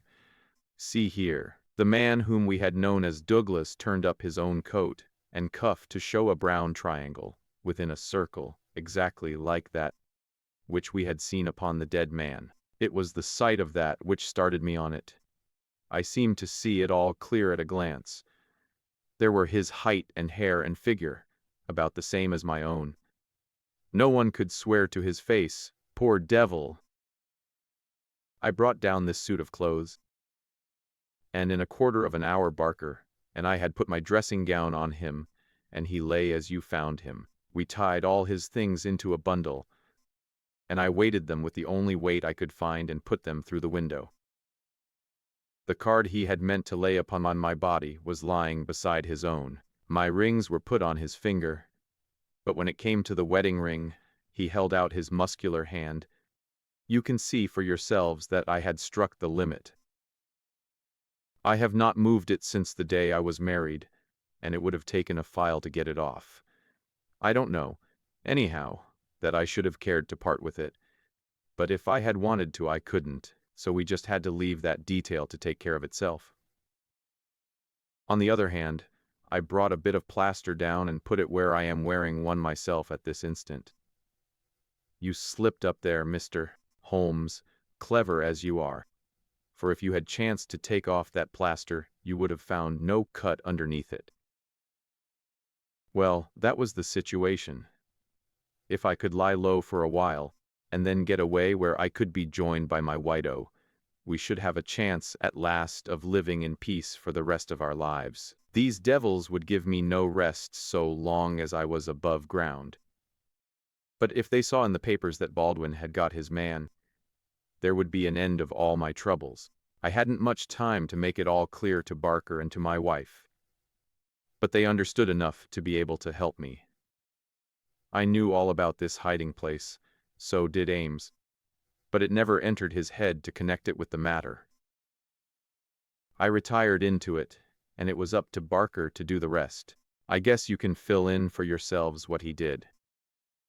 He opened the window and made the mark on the sill to give an idea of how the murderer escaped. It was a tall order, that. But as the bridge was up, there was no other way. Then, when everything was fixed, he rang the bell for all he was worth. What happened afterward, you know. And gentlemen, you can do what you please. But I've told you the truth and the whole truth, so help me God. What I ask you now is, how do I stand by the English law? There was a silence which was broken by Sherlock Holmes. The English law is in the main a just law. You will get no worse than your deserts from that, Mr. Douglas. But I would ask you, how did this man know that you lived here, or how to get into your house, or where to hide to get you? I know nothing of this. Holmes's face was very white and grave. The story is not over yet, I fear. You may find worse dangers than the English law, or even than your enemies from America. I see trouble before you, Mr. Douglas. You'll take my advice and still be on your guard. And now, my long-suffering readers, I will ask you to come away with me for a time, far from the Sussex manor house of Burlstone, and far also from the year of grace in which we made our eventful journey, which ended with the strange story of the man. I wish you to journey back some 20 years in time, and westward some thousands of miles in space, that I may lay before you a singular and terrible narrative. So singular and so terrible that you may find it hard to believe that even as I tell it, even so did it occur. Do not think that I intrude one story before another is finished. As you read on, you will find that this is not so, and when I have detailed those distant events, and you have solved this mystery of the past, we shall meet once more in those rooms on Baker Street, where this, like so many other wonderful happenings, will find its end. Part 2. The Scourers. Chapter 1. The Man. The steam plows had, however, kept the railroad open, and the evening train, which connects the long line of coal mining and iron-working settlements, was slowly groaning its way up the steep gradients which lead from Stagville on the plain to. It was a single-track railroad, but at every siding, and they were numerous, long lines of trucks piled with coal and iron ore told of the hidden wealth which had brought a rude population and a bustling life this most desolate corner of the United States of America. For desolate it was. Little could the first pioneer who had traversed it have ever imagined that the fairest prairies and the most lush water pastures were valueless compared to this gloomy land of black crag and tangled forest. Above the dark and often scarcely penetrable woods upon their flanks, the high, bare crowns of the mountains, white snow and jagged rock towered upon each flank, leaving a long, winding, tortuous valley in the center. Up this the little train was slowly crawling. The oil lamps had just been lit in the leading passenger car, a long, bare carriage in which some 20 or 30 people were seated. The greater number of these were workmen returning from their day's toil in the lower part of the valley. At least a dozen, by their grimed faces and the safety lanterns which they carried, proclaimed themselves miners. These sat smoking in a group and conversed in low voices, glancing occasionally at two men on the opposite side of the car, whose uniforms and badges showed them to be policemen. Several women of the laboring class and one or two travelers, who might have been small local storekeepers, made up the rest of the company, with the exception of one young man in a corner by himself. It is with this man that we are concerned. Take a good look at him, for he is worth it. He is a fresh-complexioned, middle-sized young man, not far one would guess from his 30th year. He has large, shrewd, humorous gray eyes, twinkle inquiringly from time to time as he looks round through his spectacles at the people about him, and yet the man who studied him more closely might discern a certain firmness of jaw and grim tightness about the lips which would warn him that there were depths beyond, and that this pleasant, brown-haired young Irishman might conceivably leave his mark for good or evil upon any society to which he was introduced. Having made one or two tentative remarks to the nearest miner, and receiving only short, gruff replies, the traveler resigned himself to uncongenial silence, staring moodily out of the window at the fading landscape. It was not a cheering prospect. Through the growing gloom there pulsed the red glow of the furnaces on the sides of the hills. Great heaps of slag and dumps of cinders loomed up on each side, with the high shafts of the collieries towering above them. Huddled groups of mean, wooden houses, the windows of which were beginning to outline themselves, were scattered here and there along the line, and the frequent halting places were crowded with their swarthy inhabitants. The iron and coal valleys of the Vermissa district were no resorts for the leisured or the cultured. Everywhere there were stern signs of the crudest battle of life, the rude work to be done, and the rude, strong workers who did it. The young traveler gazed out into this dismal country with a face of mingled repulsion and interest, which showed that the scene was new to him. At intervals he drew from his pocket a bulky letter to which he referred, and on the margins of which he scribbled some notes. Once from the back of his waist he produced something which one would hardly have expected to find in the possession of so mild-mannered a man. It was a navy revolver of the largest size. As he turned it slantwise to the light, the glint upon the rims of the copper shells within the drum showed that it was fully loaded. He quickly restored it to his secret pocket, but not before it had been observed by a working man who had seated himself upon the adjoining bench. "Hullo, mate," said he. "You seem heeled and ready." The young man smiled with an air of embarrassment. "Yes," said he. "We need them sometimes in the place I come from, and where may that be? I'm last from Chicago, a stranger in these parts." "Yes. You may find you need it here," said the workman. "Ah, is that so?" The young man seemed interested. "Have you heard nothing of doings hereabouts?" "Nothing out of the way. Why, I thought the country was full of it." "You'll hear quick enough. What made you come here?" "I heard there was always work for a willing man." "Are you a member of the union?" "Sure. Then you'll get your job, I guess. Have you any friends?" "Not yet, but I have the means of making them."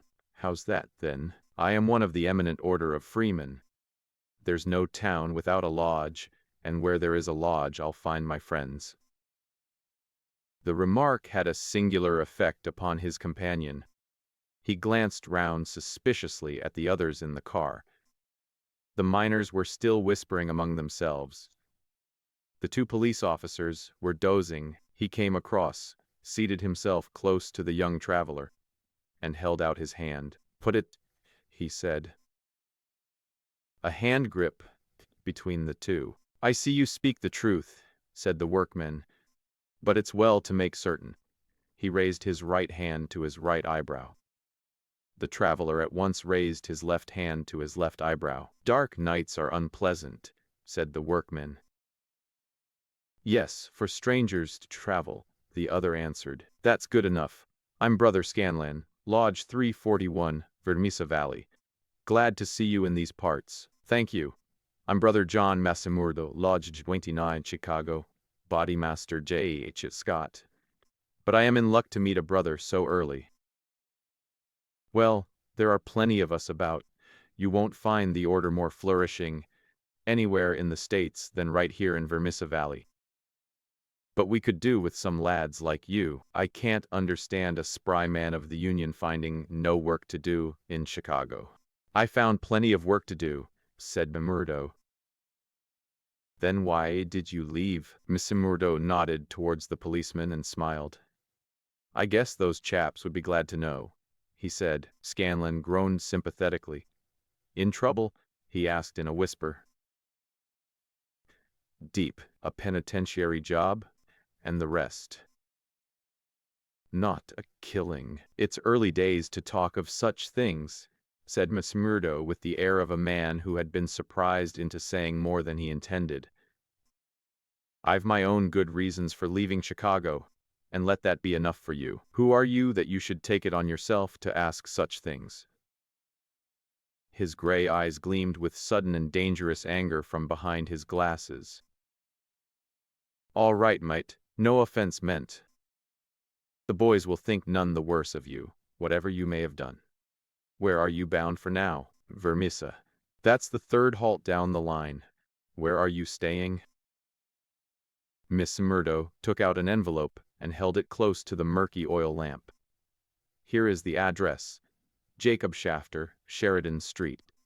It's a boarding house that was recommended by a man I knew in Chicago. Well, I don't know it, but Vermissa is out of my beat.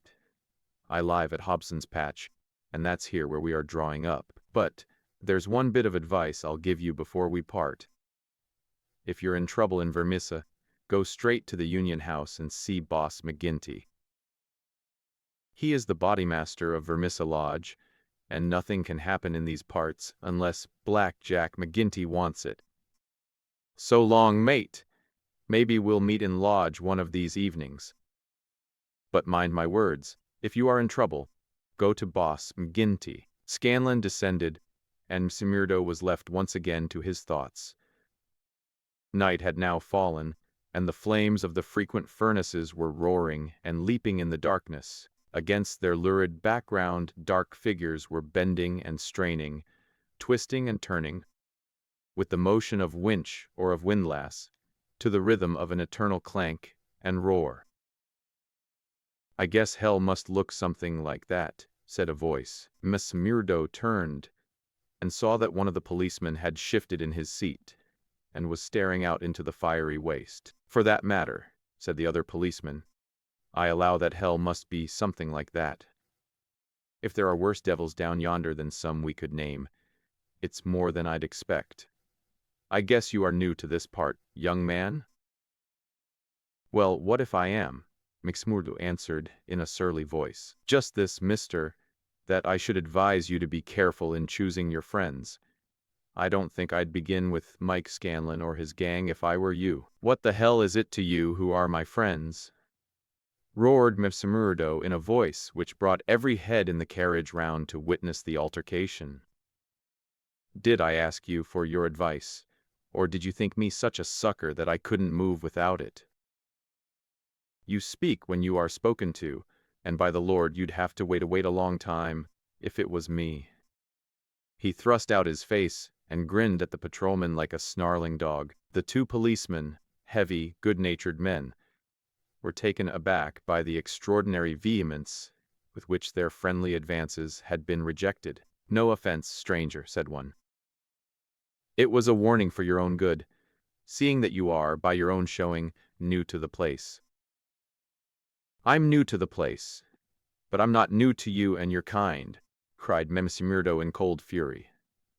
"I guess you're the same in all places, shoving your advice in when nobody asks for it." "Maybe we'll see more of you before very long," said one of the patrolmen with a grin. You're a real hand-picked one. If I am a judge, I was thinking the same, remarked the other. I guess we may meet again. I'm not afraid of you, and don't you think it, cried Messimurdo. My name's Jack Messimurdo. See? If you want me, you'll find me at Jacob Shafter's on Sheridan Street, Vermisa. So I'm not hiding from you, ML. Day or night, I dare to look the like of you in the face. Don't make any mistake about that.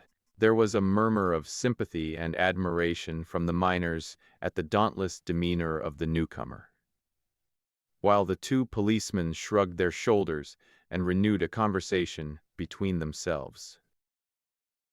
A few minutes later the train ran into the ill-lit station, and there was a general clearing, for Vermissa was by far the largest town on the line. Mrs. Murdo picked up his leather gripsack and was about to start off into the darkness, when one of the miners accosted him. By gar, mate, you know how to speak to the cops, he said in a voice of awe. It was grand to hear you. Let me carry your grip and show you the road. I'm passing Shafters on the way to my own shack. There was a chorus of friendly good nights from the other miners as they passed from the platform. Before ever he had set foot in it, Murdo the Turbulent had become a character in Vermissa. Down that long valley, there was at least a certain gloomy grandeur in the huge fires and TB clouds of drifting smoke, while the strength and industry of man found fitting monuments in the hills, which he had spilled by the side of his monstrous excavations. But the town showed a dead level of mean ugliness and squalor. The broad street was churned up by the traffic into a horrible rutted paste of muddy snow. The sidewalks were narrow and uneven.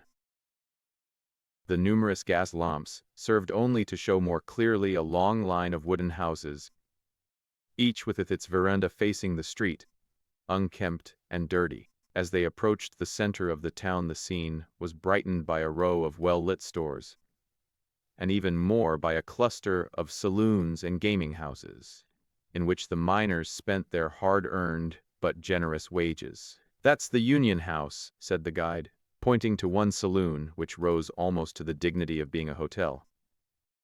Jack McGinty is the boss there. What sort of a man is he? McMurdo asked. What? Have you never heard of the boss? How could I have heard of him when you know that I am a stranger in these parts? Well, I thought his name was known clear across the country. It's been in the papers often enough. What for? Well, the miner lowered his voice over the affairs.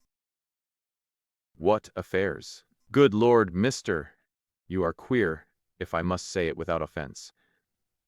There's only one set of affairs that you'll hear of in these parts, and that's the affairs of the Scowers. Why, I seem to have read it of the Scowers in Chicago. A gang of murderers, are they not? Hush, on your life, cried the miner, standing still in alarm and gazing in amazement at his companion. Man, you won't live parts if you speak in the open street like that. Many a man has had the life beaten out of him for less. Well, I know nothing about them. It's only what I have read, and I'm not saying that you have not read the truth. The man looked nervously round him as he spoke, peering into the shadows as if he feared to see some lurking danger. If killing is murder, then God knows there is murder and to spare. But don't you dare to breathe the name of Jack McGinty in connection with it, stranger. For every whisper goes back to him, and he is not one that is likely to let it pass. Now, that's the house you're after. That one standing back from the street. You'll find old Jacob Shafter that runs it, as honest a man as lives in this township. I thank you, said Messimurdo, and shaking hands with his new acquaintance he plodded, gripsack in hand, up the path which led to the dwelling house, at the door of which he gave a resounding knock. It was opened at once by someone very different from what he had expected. It was a woman, young and singularly beautiful. She was of the German type, blonde and fair-haired, with the piquant contrast of a pair of beautiful dark eyes, with which she surveyed the stranger with surprise and a pleasing embarrassment brought a wave of color over her pale face, framed in the bright light of the open doorway. It seemed to McMurdo that he had never seen a more beautiful picture, the more attractive for its contrast with the sordid and gloomy surroundings. A lovely violet growing of one of those black slag heaps of the mines would not have seemed more surprising. So entranced was he that he stood staring without a word, and it was she who broke the silence. "I thought it was father," said she with a pleasing little German accent. "Did you come to see him? He is downtown. I expect him back every minute." Miss Murdo continued to gaze at her in open admiration, until her eyes dropped in confusion before this masterful visitor. "No, miss," he said at last, "I'm in no hurry to see him. But your house was recommended to me for board. I thought it might suit me, and now I know it will." "You are quick to make up your mind," said she with a smile. "Anyone but a blind man could do as much," the other answered. She laughed at the compliment. "Come right in, sir," she said. "I'm Miss Etty Shafter, Mr. Shafter's daughter. My mother's dead, and I run the house. You can sit down by the stove in the front room until father comes along. Ah, here he is, so you can fix things with him right away." A heavy, elderly man came plodding up the path. In a few words, Mr. Murdo explained his business. A man of the name of Murphy had given him the address in Chicago. He in turn had had it from someone else. Old Shafter was quite ready. The stranger made no bones about terms, agreed at once to every condition, and was apparently fairly flush of money. For $7 a week, paid in advance, he was to have board and lodging. So it was that Mr. Murdo, the self-confessed fugitive from justice, took up his abode under the roof of the Shafters. The first step which was to lead to so long and dark a train of events, ending in a far distant land. Chapter 2. The Bodymaster. Miss Murdo was a man who made his mark quickly. Wherever he was, the folk around soon knew it. Within a week he had become infinitely the most important person at Shafters. There were 10 or a dozen boarders there, but they were honest foremen or commonplace clerks from the stores, of a very different caliber from the young Irishman. Of an evening when they gathered together, his joke was always the readiest, his conversation the brightest, and his song the best. He was a born boon companion, with a magnetism which drew good humor from all around him. And yet he showed again and again, as he had shown in the railway carriage, a capacity for sudden, fierce anger, which compelled the respect and even the fear of those who met him. For the law, too, and all who were connected with it, he exhibited a bitter contempt, which delighted some and alarmed others of his fellow boarders. From the first he made it evident, by his open admiration, that the daughter of the house had won his heart from the instant that he had set eyes upon her beauty and her grace. He was no backward suitor.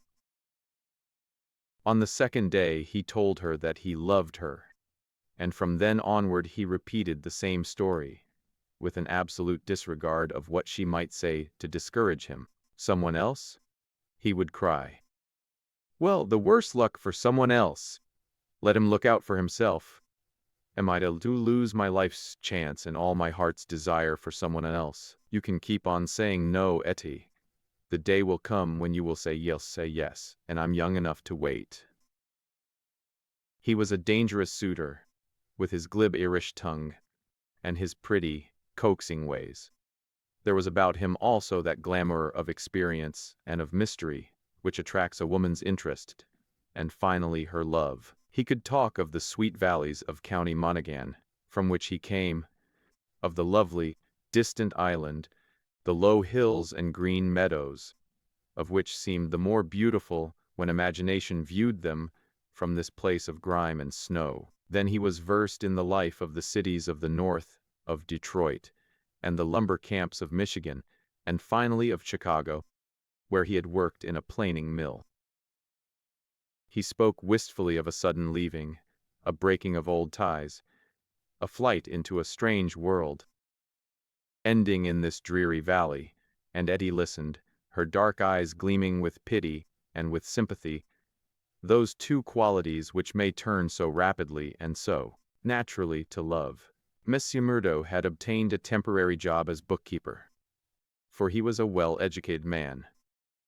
This kept him out most of the day, and he had not found occasion yet to report himself to the head of the lodge of the eminent order of freemen. He was reminded of his omission, however, by a visit one evening from Mike Scanlon, the fellow member whom he had met in the train. Scanlon, the small, sharp-faced, nervous, black-eyed man, seemed glad to see him once more. After a glass or two of whiskey, he broached the object of his visit. "Say, Miss Murdo," said he, "I remembered your address, so all made bold to call. I'm surprised that you've not reported to the bodymaster. Why haven't you seen Boss McGinty yet?" "Well, I had to find a job. I have been busy. You must find time for him if you have none for anything else." "Good Lord, man, you're a fool not to have been down to the Union House and registered your name the first morning after you came here. If you run against him, you mustn't, that's all." Monsieur Murdo showed mild surprise. "I've been a member of the lodge for over 2 years, Scanlon, but I never heard that duties were so pressing as all that. Maybe not in Chicago. Well, it's the same society here." "Is it?" Scanlon looked at him long and fixedly. There was something sinister in his eyes. "Isn't it? You'll tell me that in a month's time. I hear you had a talk with the patrolman after I left the train. How did you know that?" "Oh, it got about. Things do get about for good and for bad in this district." "Wes, I told the hounds what I thought of them. By the Lord, you'll be a man after McGinty's heart." "What? Does he hate the police too?" Scanlon burst out laughing. "You go and see him, my lad," said he as he took his leave. "It's not the police but you that he'll hate if you don't. Now take a friend's advice and go at once." It may have been that his attentions to Etty had been more evident than before, or that they had gradually obtruded themselves into the slow mind of his good German host. But whatever the cause, the boarding-house keeper beckoned the young man into Hale's private room and started on the subject without any circumlocution. "It seems to me, mister," said he, "that you are getting set on my Etty. Ain't that so, or am I wrong?" "Yes, that is so," the young man answered. "Vell, I vant to tell you right now that it ain't no manner of use. There's someone slipped in afore you." "She told me so." "Vell, you can lay that she told you truth. But did she tell you who it vas?" "No, I asked her, but she wouldn't tell." "I dare say not, the leetle baggage. Perhaps she did not wish to frighten you away." "Frighten?" Monsieur Murdo was on fire in a moment. "Ah, yes, my friend. You need not be ashamed to be frightened of him. It is Teddy Baldwin." "And who the devil is he?" "He is a boss of scourers." "Scourers! I've heard of them before. It's scourers here and scourers there. And always in a whisper. What are you all afraid of? Who are the scourers?" The boarding-house keeper instinctively sank his voice, as everyone did who talked about that terrible society. "The scourers," said he, "are the eminent order of freemen." The young man stared. "Why, I am a member of that order myself." "You! I would never have had you in my house if I had known it. Not if you veer to pay me $100 a week." "What's wrong with the order?" "It's for charity and good fellowship. The rules say so, maybe in some places. Not here." "What is it here?" "It's a murder society, that's vat it is." Monsieur Murdo laughed incredulously. "How can you prove that?" he asked. "Prove it? Are there not 50 murders to prove it? Vat about Millman and Van Shorst, and the Nicholson family, and old Mr. Hyam, and little Billy James and the others? Prove it. Is there a man or a woman in this valley vat does not know it?" "See here," said Monsieur Murdo earnestly. "I want you to take back what you've said, or else make it good." One or the other you must do before I quit this room. Put yourself in my place. Here am I, a stranger in the town. I belong to a society that I know only as an innocent one.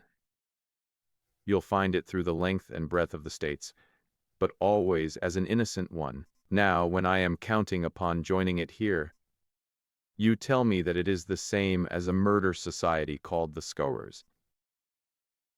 I guess you owe me either an apology or else an explanation, Mr. Shafter. I can but tell you that the whole world knows, mister. The bosses of the one are the bosses of the other. If you offend the one, it is the other that will strike you. We have proved it too often. That's just gossip.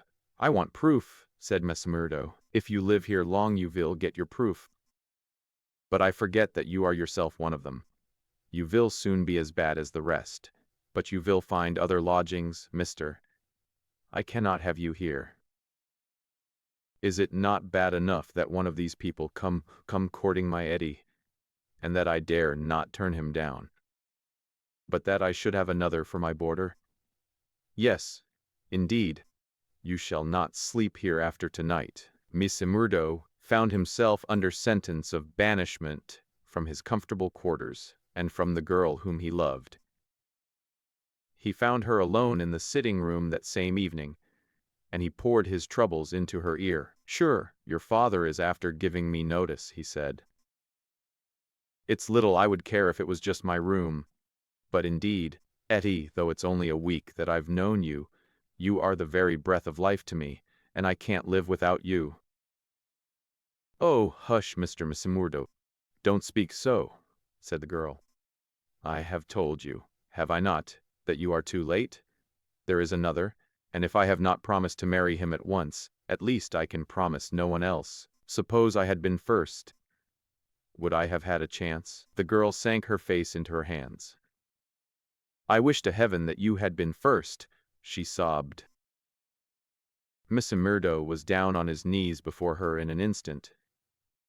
For God's sake, Eddie, let it stand at that, he cried. Will you ruin your life and my own for the sake of this promise? Follow your heart, Akushla. 'Tis a safer guide than any promise before you knew what it was. You were saying. He had seized Etty's white hand between his own strong brown ones. Say that you will be mine, and we will face it out together. Not here? Yes, here. No, no, Jack. His arms were round her now. It could not be here. Could you take me away? A struggle passed for a moment over Mesmerdo's face, but it ended by setting like granite. No, here, he said. I'll hold you against the world, Eddie, right here where we are. Why should we not leave together? No, Etty, I can't leave here. But why? I'd never hold my head up again if I felt that I had been driven out. What is there to be afraid of? Are we not free folks in a free country? If you love me, and I you, who will dare to come between? You don't know, Jack. You've been here too short a time. You don't know this Baldwin. You don't know McGinty and his scourers. No, I don't know them, and I don't fear them, and I don't believe in them, said Mesmerdo. I've lived among rough men, my darling, and instead of fearing them it has always ended that they have feared me. Always. Etty, it's mad on the face of it. If these men, as your father says, have done crime after crime in the valley, and if everyone knows them by name, how comes it that none are brought to justice? You answer me, that, Etty. Because no witness dares to appear against them. He would not live a month if he did. Also because they have always their own men to swear that the accused one was far from the scene of the crime. But surely, Jack, you must have read all this. I had understood that every paper in the United States was writing about it. Well, I have read something, it is true. But I had thought it was a story. Maybe these men have some reason in what they do. Maybe they are wronged and have no other way to help themselves. Oh, Jack, don't let me hear you speak so. That is how he speaks. The other one, Baldwin, he speaks like that, does he? And that is why I loathe him so. Oh, Jack, now I can tell you the truth. I loathe him with all my heart, but I fear him also. I fear him for myself, but above all I fear him for father. I know that some great sorrow would come upon us if I dared to say what I really felt. That is why I have put him off with half-promises. It was in real truth our only hope, but if you would fly with me, we could take father with us, and live forever far from the power of these wicked men. Again there was the struggle upon Messimurdo's face, and again it set like granite. No harm shall come to you, nor to your father either. As to wicked men, I expect you may find that I am as bad as the worst of them before we're through. No, no, Jack. I would trust you anywhere. Messimurdo laughed bitterly. Good Lord, how little you know of me. Your innocent soul, my darling, could not even guess what is passing in mine. But, hullo, who's the visitor? The door had opened suddenly, and a young fellow came swaggering in with the air of one who is the master. He was a handsome, dashing young man of about the same age and build as Messimurdo himself. Under his broad-brimmed black felt hat, which he had not troubled to remove, a handsome face with fierce, domineering eyes and a curved hawkbill of a nose looked savagely at the pair who sat by the stove. Etty had jumped to her feet full of confusion and alarm. "I'm glad to see you, Mr. Baldwin," said she. "You're earlier than I had thought. Come and sit down." Baldwin stood with his hands on his hips, looking at Messimurdo. "Who is this?" he asked curtly. "It's a friend of mine, Mr. Baldwin, a new boarder here. Mr. Messimurdo. May I introduce you to Mr. Baldwin?" The young men nodded, in surly fashion, to each other. "Maybe Miss Etty has told you how it is with us," said Baldwin. "I didn't understand there was any relation between you, didn't you? Well, you can understand it now. You can take it from me that this young lady is mine, and you'll find it a very fine evening for a walk." "Thank you. I am in no humor for a walk." "Aren't you?" The man's savage eyes were blazing with anger. "Maybe you are in a humor for a fight, Mr. Boarder." "That I am," cried Messimurdo, springing to his feet. "You never said a more welcome word. For God's sake, Jack." "Oh, for God's sake," cried poor distracted Etty. "Oh, Jack, Jack, he will hurt you'll." "Oh, it's Jack, is it?" said Baldwin with an oath. "You've come to that already, have you? Oh, Ted, be reasonable. Be kind. For my sake, Ted, if ever you loved me, be big-hearted and forgiving." "I think, Etty, that if you were to leave us alone we could get this thing settled," said Messimurdo quietly. "Or maybe, Mr. Baldwin, you will take a turn down the street with me. It's a fine evening, and there's some open ground beyond the next block. I'll get even with you without needing to dirty my hands," said his enemy. "You'll wish you had never set foot in this house before I am through with you." "No time like the present," cried Messimurdo. "I'll choose my own time, mister. You can leave the time to me. See here." He suddenly rolled up his sleeve and showed upon his forearm a peculiar sign which appeared to have been branded there. It was a circle with a triangle within it. "Do you know what that means?" "I neither know nor care." "Well, you will know. I'll promise you that. You won't be much older, either. Perhaps Miss Etty can tell you something about it. As to you, Etty, you'll come back to me on your knees. D'ye hear, girl? On your knees. And then I'll tell you what your punishment may be. And, by the Lord, I'll see that you reap." He glanced at them both in fury. Then he turned upon his heel, and an instant later the outer door had banged behind him. For a few moments Messimurdo and the girl stood in silence. Then she threw her arms around him. "Oh, Jack, how brave you were! But you must fly. Tonight. Tonight. It's your only hope. He will have your life. I read it in his horrible eyes. What chance have you against a dozen of them? Boss McGinty, and all the power of the lodge behind them?" Messimurdo disengaged her hands, kissed her, and gently pushed her back into a chair.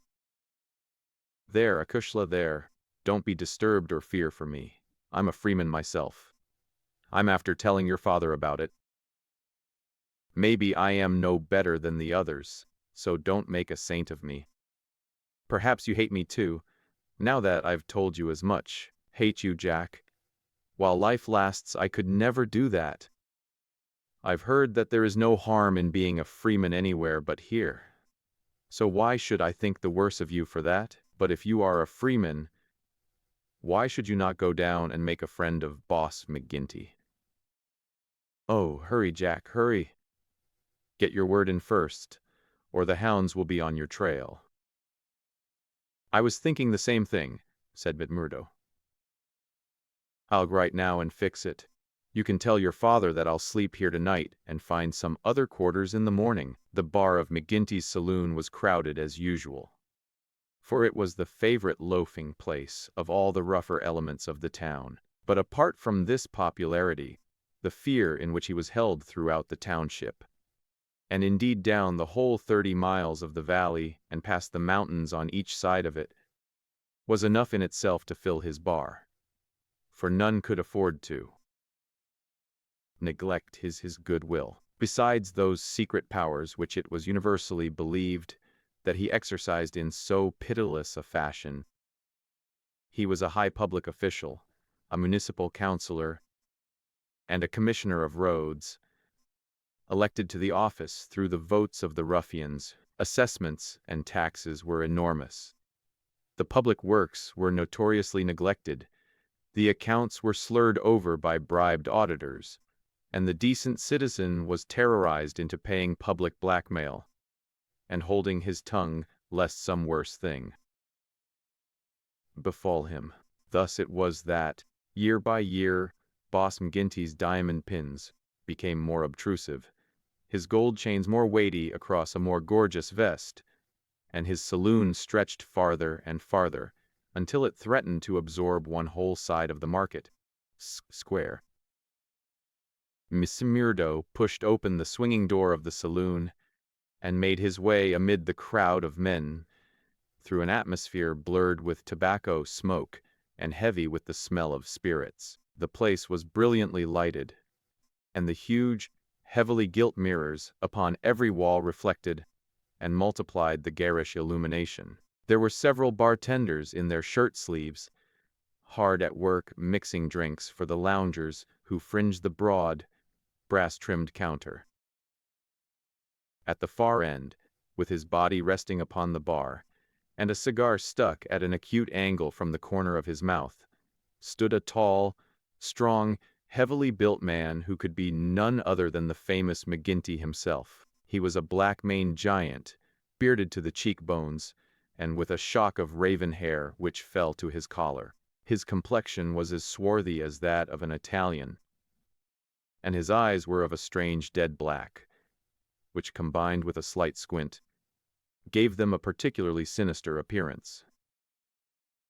All else in the man, his noble proportions, his fine features, and his frank bearing, fitted in with that jovial, man-to-man manner which he affected.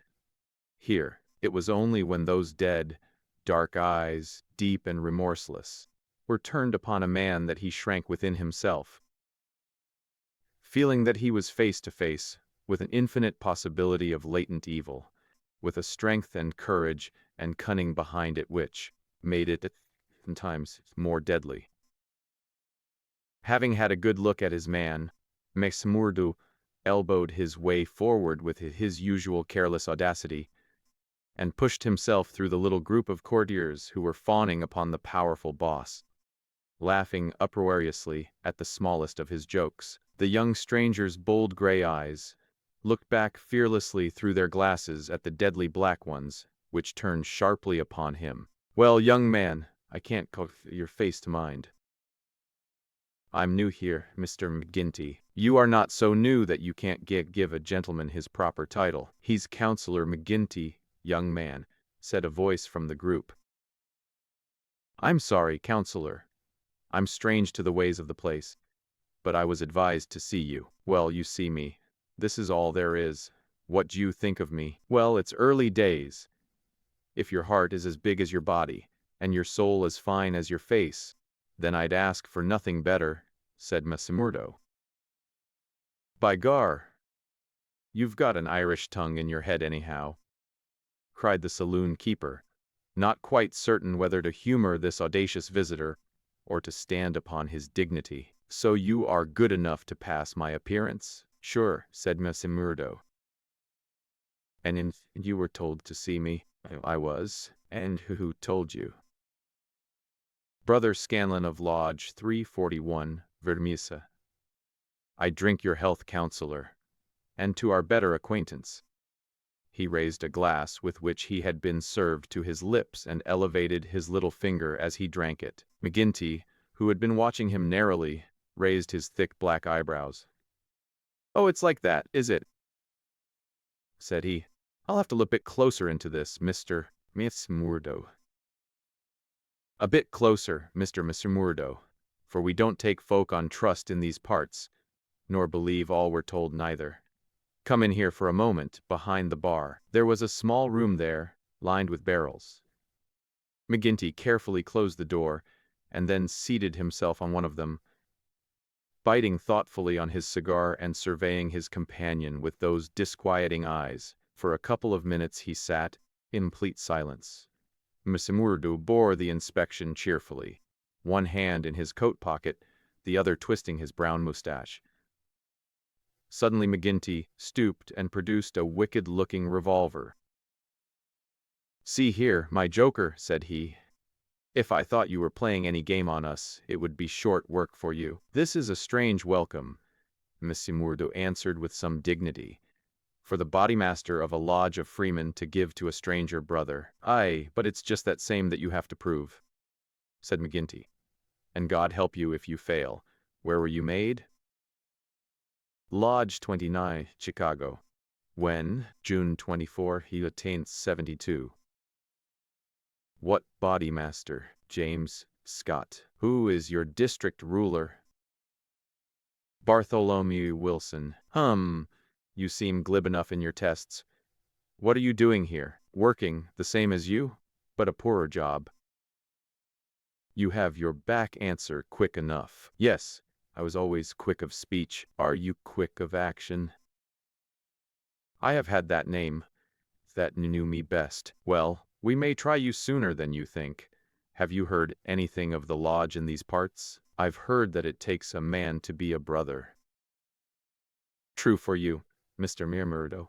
Why did you leave Chicago? I'm damned if I tell you that. McGinty opened his eyes.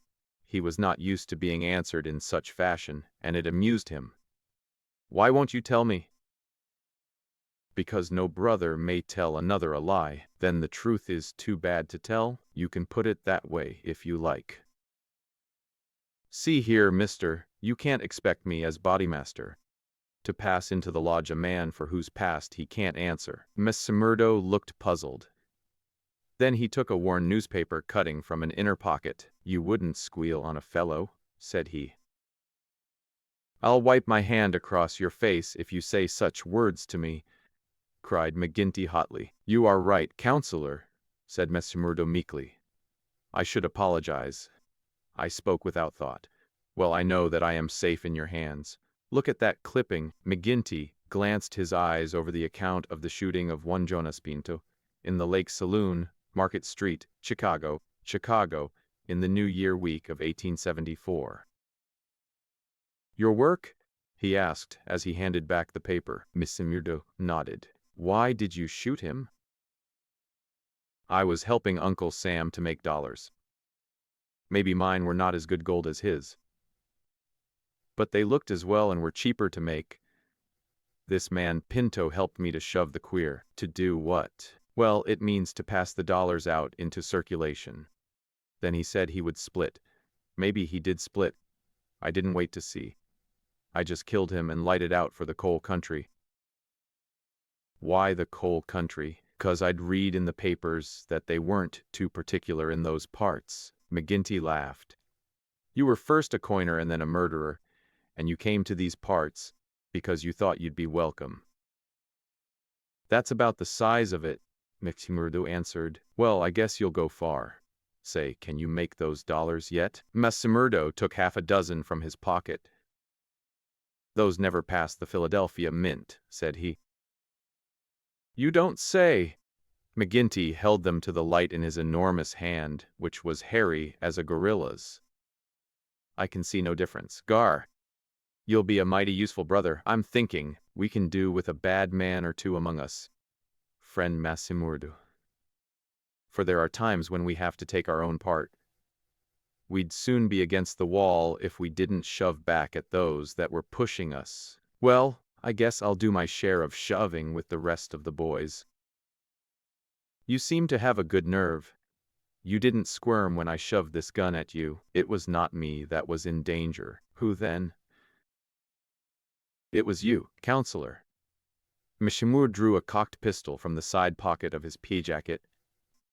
I was covering you all the time. I guess my shot would have been as quick as yours. By gar! McGinty flushed an angry red, and then burst into a roar of laughter. Say, we've had no holy terror come to hand this many a year. I reckon the lodge will learn to be proud of you. Well, what the hell do you want? And can't I speak alone with a gentleman for 5 minutes, but you must butt in on us. The bartender stood abashed. I'm sorry, counselor, but it's Ted Baldwin. He says he must see you this very minute. The message was unnecessary. For the set, cruel face of the man himself was looking over the servant's shoulder. He pushed the bartender out and closed the door on him. So, said he with a furious glance at Messimurdo, you got here first, did you? I've a word to say to you, counselor, about this man. Then say it here and now before my face, cried Messimurdo. I'll say it at my own time, in my own way. Tut, said McGinty, getting off his barrel. This will never do. We have a new brother here, Baldwin, and it's not for us to greet him in such fashion. Hold out your hand, man, and make it up. Never, cried Baldwin in a fury. I've offered to fight him if he thinks I have wronged him, said Messimurdo. I'll fight him with fists, or if that won't satisfy him, I'll fight him any other way he chooses. Now, I'll leave it to you, counselor, to judge between us as a bodymaster should. What is it, then? A young lady. She's free to choose for herself. Is she? Cried Baldwin. As between two brothers of the lodge, I should say that she was, said the boss. Oh, that's your ruling, is it? Yes, it is, Ted Baldwin, said McGinty, with a wicked stare. Is it you that would dispute it? You would throw over one that has stood by you this 5 years in favor, a man that you never saw before in your life. You're not bodymaster for life, Jack McGinty, and by God. When next it comes to a vote, the counselor sprang at him like a tiger. His hand closed round the other's neck, and he hurled him back across one of the barrels. In his mad fury, he would have squeezed the life out of him if Messimurdo had not interfered. Easy, counselor! For heaven's sake, go easy, he cried as he dragged him back. McGinty released his hold, and Baldwin, cowed and shaken, gasping for breath, and shivering in every limb, as one who has looked over the very edge of death, sat up on the barrel over which he had been hurled. You've been asking for it this many a day, Ted Baldwin. Now you've got it, cried McGinty, his huge chest rising and falling. Maybe you think if I was voted down from bodymaster, you would find yourself in my shoes.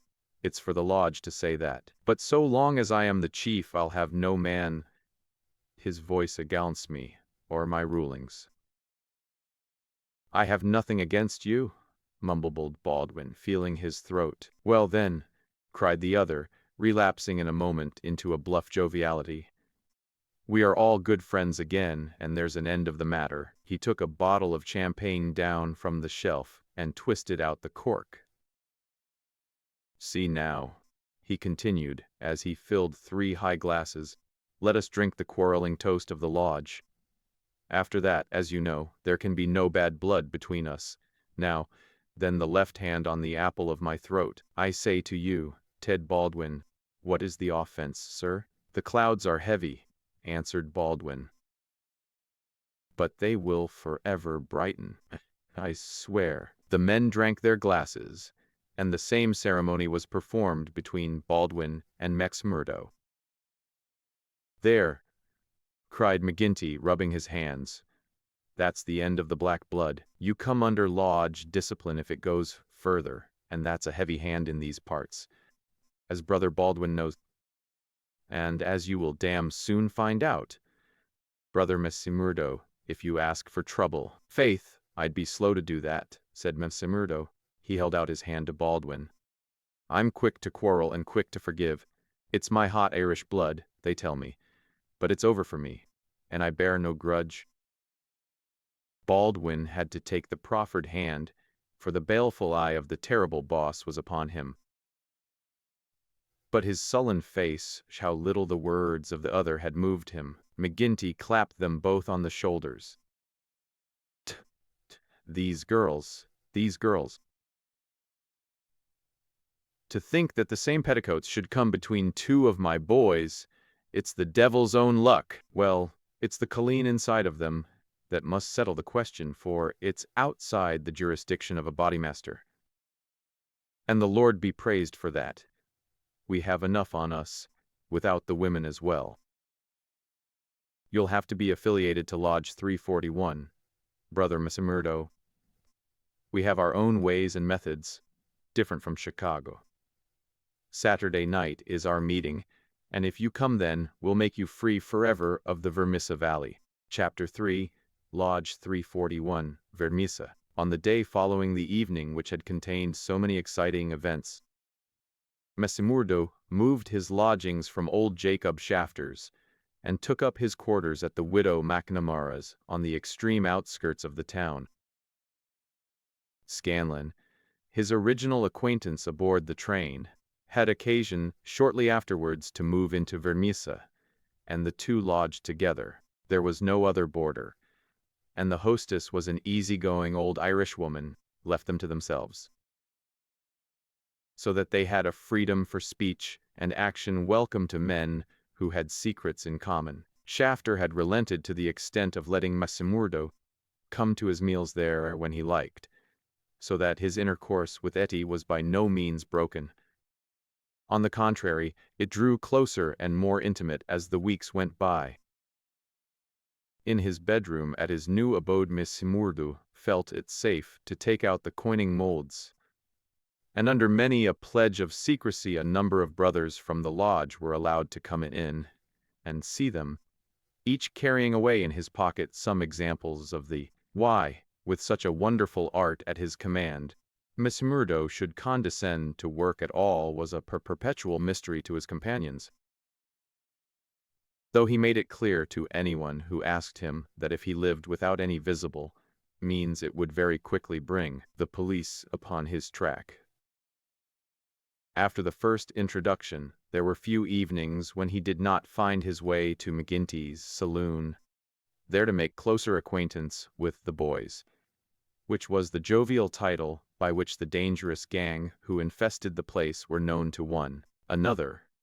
His dashing manner and fearlessness of speech made him a favorite with them all, while the rapid and scientific way in which he polished off his antagonist in an all-in barroom scrap earned the respect of that rough community. Another incident, however, raised him even higher in their estimation. Just at the crowded hour one night, the door opened and a man with the quiet blue uniform and peaked cap of the mine police. There was a hush as he entered, and many a curious glance was cast at him. But the relations between policemen and criminals are peculiar in some parts of the States, and McGinty himself, standing behind his counter, showed no surprise when the policeman enrolled himself among his customers. "A straight whiskey, for the night is bitter," said the police officer. "I don't think we have met before, counselor." "You'll be the new captain," said McGinty. "That's so. We're looking to you, counselor, and to the other leading citizens to help us in upholding law and order in this township. Captain Marvin is my name." "We'd do better without you, Captain Marvin," said McGinty coldly. for we have our own police of the township, and no need for any imported goods. What are you but the paid tool of the capitalists, hired by them to club or shoot your poorer fellow citizen? Well, we won't argue about that, said the police officer good-humoredly. I expect we all do our duty same as we see it, but we can't all see it the same. He had drunk off his glass and had turned to go, when his eyes fell upon the face of Jack Mimicimurdo, who was scowling at his elbow. "Hullo, hullo," he cried, looking him up and down. "Here's an old acquaintance." Miss Murdo shrank away from him.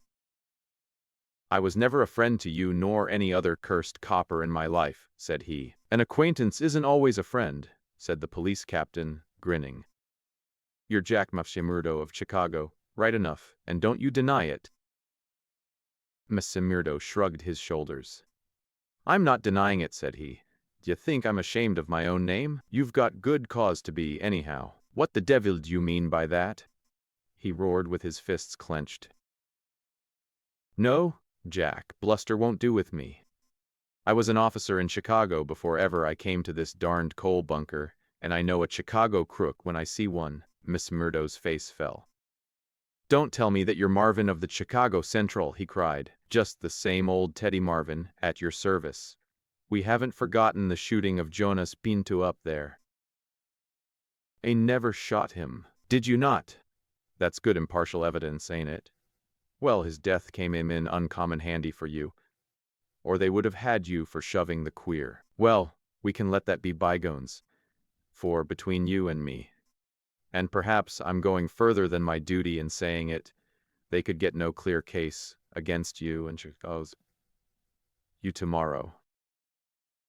I'm very well where I am. Well, I've given you the pointer, and you're a sulky dog not to thank me for it." "Well, I suppose you mean well, and I do thank you," said Murdo, in no very gracious manner.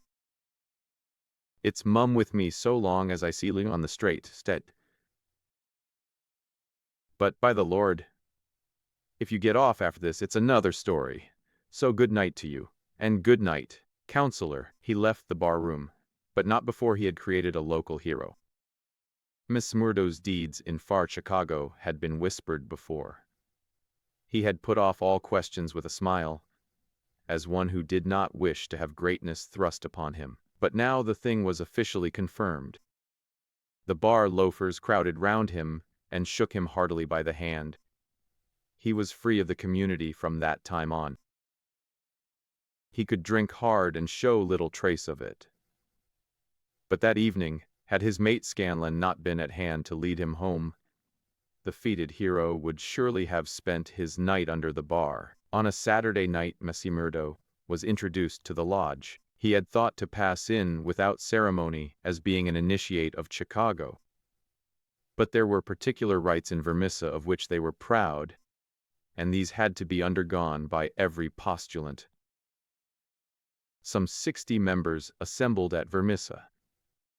But that by no means represented the full strength of the organization, for there were several other lodges in the valley, and others across the mountains on each side, who exchanged members when any serious business was afoot, so that a crime might be done by men who were strangers to the locality. Altogether there were not less than 500 scattered over the coal district. In the bare assembly room the men were gathered round a long table. At the side was a second one laden with bottles and glasses, on which some members of the company were already turning their eyes. McGinty sat at the head with a flat black velvet cap upon his shock of tangled black hair, and a colored purple stole round his neck, so that he seemed to be a priest presiding over some diabolical ritual. To right and left of him were the higher lodge officials, the cruel, handsome face of Ted Baldwin among them. Each of these wore some scarf or medallion as emblem of his office. Among the older men were many whose features showed the tigerish, lawless souls within. But looking at the rank and file, it was difficult to believe that these eager and open-faced young fellows were in very truth a dangerous gang of murderers, whose minds had suffered such complete moral perversion that they took a horrible pride in their proficiency at the business, and looked with deepest respect at the man who had the reputation of working what they called a clean job. To their contorted natures it had become a spirited and chivalrous thing to volunteer for service against some man who had never injured them, and whom in many cases they had never seen in their lives. The crime committed, they quarreled as to who had actually struck the fatal blow, and one another and the company by describing the cries and contortions of the murdered man.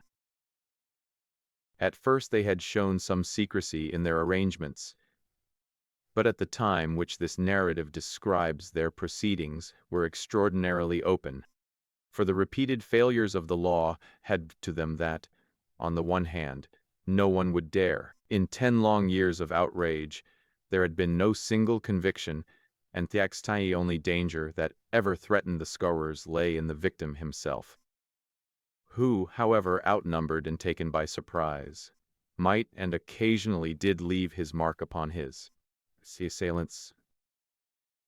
Mr. Murdo had been warned that some ordeal lay before him, but no one would tell him in what it consisted. He was led now into an outer room by 2 solemn brothers. Through the plank partition, he could hear the murmur of many voices from the assembly within. Once or twice he caught the sound of his own name, and he knew that they were discussing his candidacy. Then there entered an inner guard with a green and gold sash across his chest.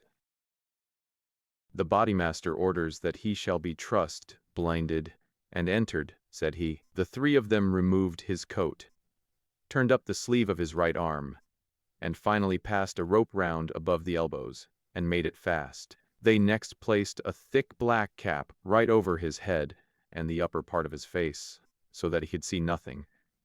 He was then led into the assembly hall. It was pitch dark and very oppressive under his hood. He heard the rustle and murmur of the people round him, and then the voice of McGinty sounded dull and distant through the covering of his ears. "John Messimurdo," said the voice, "are you already a member of the ancient order of freemen?" He bowed in assent. "Is your lodge no 29, Chicago?" He bowed again. "Dark nights are unpleasant," said the voice.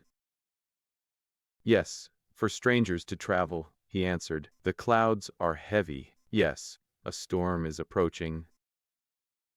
"Are the brethren satisfied?"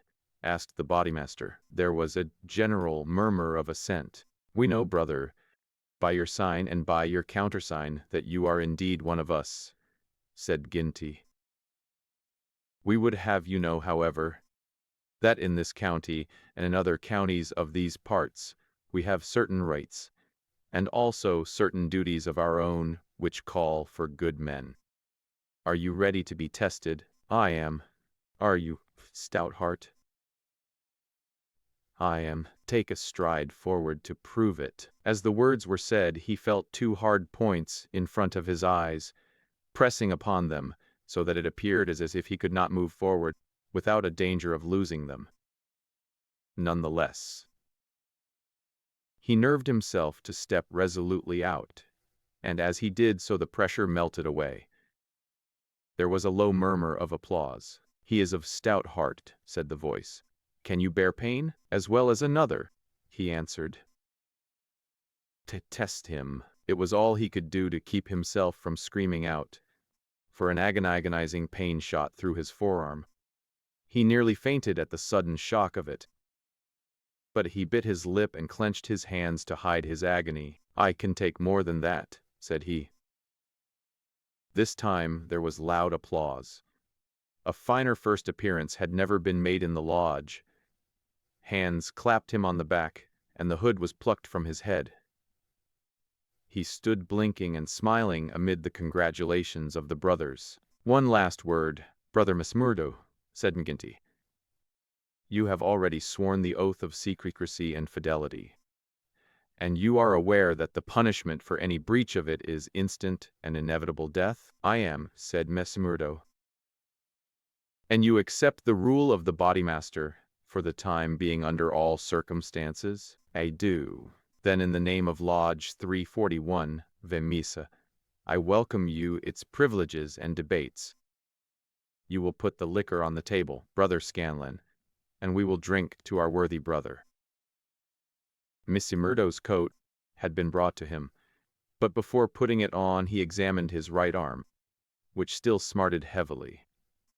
There on the flesh of the forearm was a circle with a triangle within it, deep and red, as the branding iron had left it. One or two of his neighbors pulled up their sleeves and showed their own lodge marks. "We've all had it," said one, "but not all as brave as you over it." Tut! It was nothing, but it burned and aged all the same. When the drinks which followed the ceremony of initiation had all been disposed of, the business of the lodge proceeded. Mrs. Murdo, accustomed only to the prosaic performances of Chicago, listened with open ears and more surprise than he ventured to show to what followed.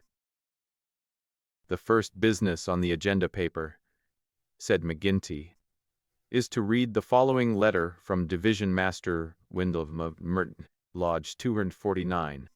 He says, 'Dear Sir, there is a job to be done on Andrew Ray of Ray and Sturmash, coal owners near this place. You will remember that your lodge owes us a return, having had the service of 2 brethren in the matter of the patrolman last fall. You will send 2 good men. They will be taken charge of by Treasurer Higgins of this lodge, whose address you know. He will show them when to act, and where. Yours in freedom, G. Windle D. MCA 0F. Windle has never refused us when we have had occasion to ask for the loan of a man or 2, and it is not us to refuse him.'" McGinty paused and looked round the room with his dull, malevolent eyes. "Who will volunteer for the job?" Several young fellows held up their hands. The bodymaster looked at them with an approving smile. "You'll do, Tiger Cormac. If you handle it as well as you did the last, you won't be wrong. And you, Wilson." "I've no pistol," said the volunteer, a mere boy in his teens. "It's your first, is it not? You have to be blooded sometime. It will be a great start for you. As to the pistol, you'll find it waiting for you, or I'm mistaken. If you report yourselves on Monday, it will be time enough. You'll get a great welcome when you return." "Any reward this time?" asked Cormac, a thick-set, dark-faced, brutal-looking young man, whose ferocity had earned him the nickname of Tiger. "Never mind the reward. You just do it for the honor of the thing. Maybe when it is done there will be a few odd dollars at the bottom of the box." "What has the man done?" asked young Wilson. "Sure, it's not for the likes of you to ask what the man has done. He has been judged over there. That's no business of ours. All we have to do is to carry it out for them, same as they would for us. Speaking of that, 2 brothers from the Merton Lodge are coming over to us next week to do some business in this quarter." "Who are they?" asked someone. "Faith, it is wiser not to ask. If you know nothing, you can testify nothing, and no trouble can come of it. But that they are men who will make a clean job when they are about it." "And time, too!" cried Ted Baldwin. "Folk are getting out of hand in these parts. It was only last week that 3 of our men were turned off by Foreman Blaker. It's been owing him a long time, and he'll get it full and proper." "Get what?" Miss Murdo whispered to his neighbor. "The business end of a buckshot cartridge," cried the man with a loud laugh. "What think you of our ways, brother?" Miss Murdo's criminal soul seemed to have already absorbed the spirit of the vile association of which he was now a member. "I like it well," said he. "'Tis a proper place for a lad of mettle." Several of those who sat around heard his words and applauded them. "What's that?"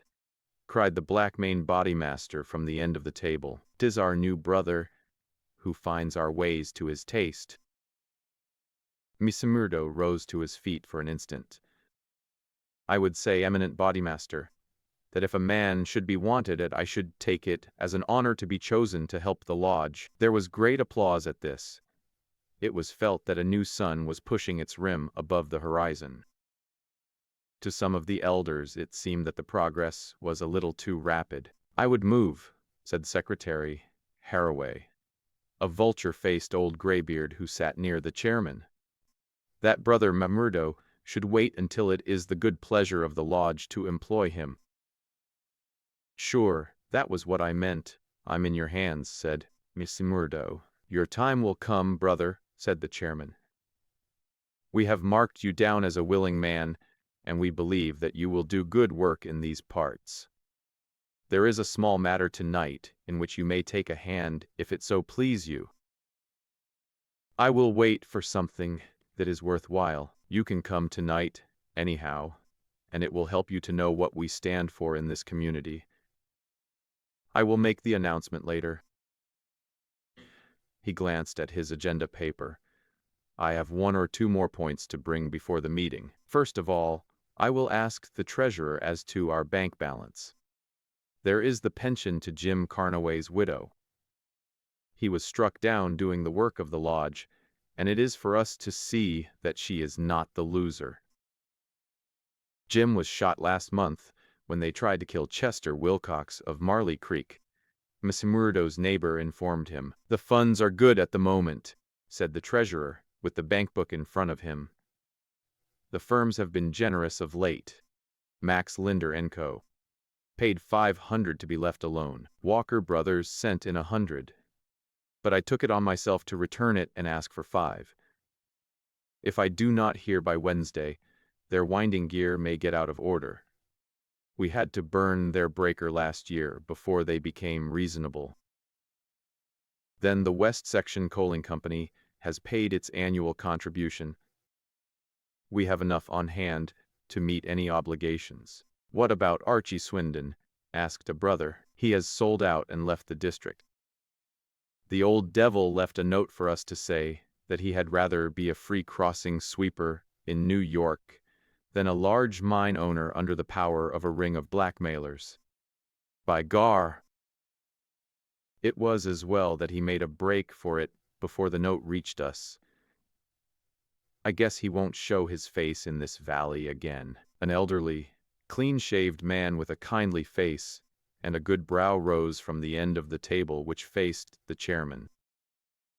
"Mr. Treasurer," he asked, "may I ask who has bought the property of this man that we have driven out of the district?" "Yes, Brother Morris. It has been bought by the State and Merton County Railroad Company." "And who bought the mines of Todman and of Lee that came into the market in the same way last year?" "The same company, Brother Morris." "And who bought the iron works of Manson and of Schumann and of Van Deher and of Atwood, which have all been given up of late?" "They were all bought by the West Gilmerton General Mining Company." "I don't see, Brother Morris," said Chairman, "that it matters to us who buys them, since they can't carry them out of the district. With all respect to you, eminent bodymaster, I think it may matter very much to us.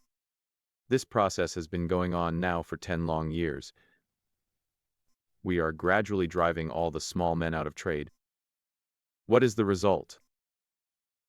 We find in their places great companies like the Railroad or the General Iron, who have their directors in New York or Philadelphia and care nothing for our threats. We can take it out of their local bosses, but it only means that others will be sent in their stead, and we are making it dangerous for ourselves. The small men could not harm us.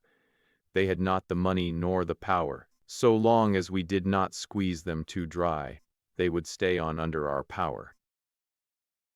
But if these big companies, that we stand between them and their profits, they will spare no pains and no expense to hunt us down and bring us to court."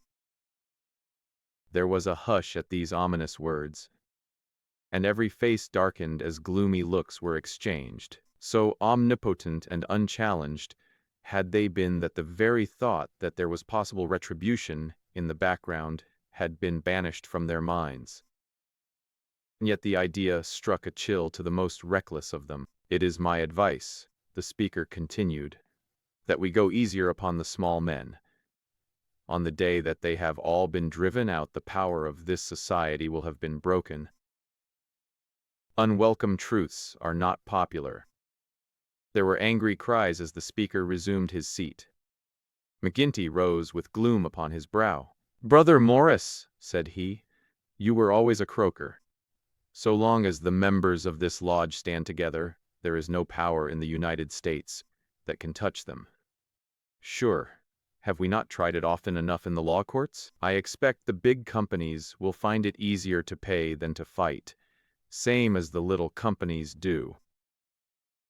And now, brethren," McGinty took off his black velvet cap and his stole as he spoke, "this lodge has finished its business for the evening, save for one small matter which may be mentioned when we are parting. The time has now come for fraternal refreshment and for harmony. Here were these men, to whom murder, who again and again had struck down the father of the family, some man against whom they had no personal feeling, without one thought of compunction or of compassion for his weeping wife or helpless children, and yet the tender or pathetic in music could move them to tears. Misamurdo had a fine tenor voice, and if he had failed to gain the goodwill of the lodge before, it could no longer have been withheld after he had thrilled them with "I'm sitting on the stile, Mary," and "On the banks of Allan Water." In his very first night the new recruit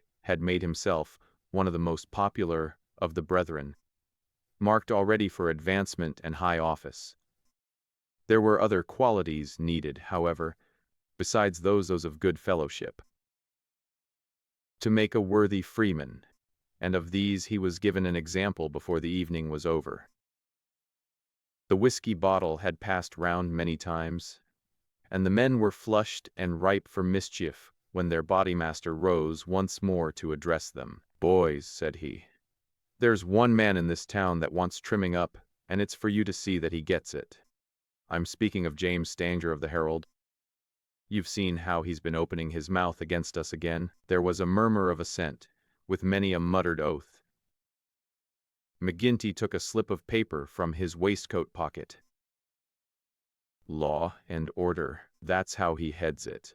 Reign of terror in the coal and iron district. 12 years have now elapsed since the first assassinations which proved the existence of a criminal organization in our midst. From that day these outrages have never ceased, until now they have reached a pitch which makes us the opprobrium of the civilized world. Is it that they shall themselves become tyrants over the very men who have given them shelter, and that a state of terrorism and lawlessness should be established under the very shadow of the sacred folds of the starry flag of freedom, which would raise horror in our minds if we read of it as existing under the most effete monarchy of the East? The men are known. The organization is patent and public. How long are we to endure it? Can we forever live? Sure, I've read enough of the slush," cried the chairman, tossing the paper down upon the table. "That's what he says of us. The question I'm asking you is, what shall we say to him?" "Kill him!" cried a dozen fierce voices. "I protest against that," said Brother Morris, the man of the good brow and shaved face.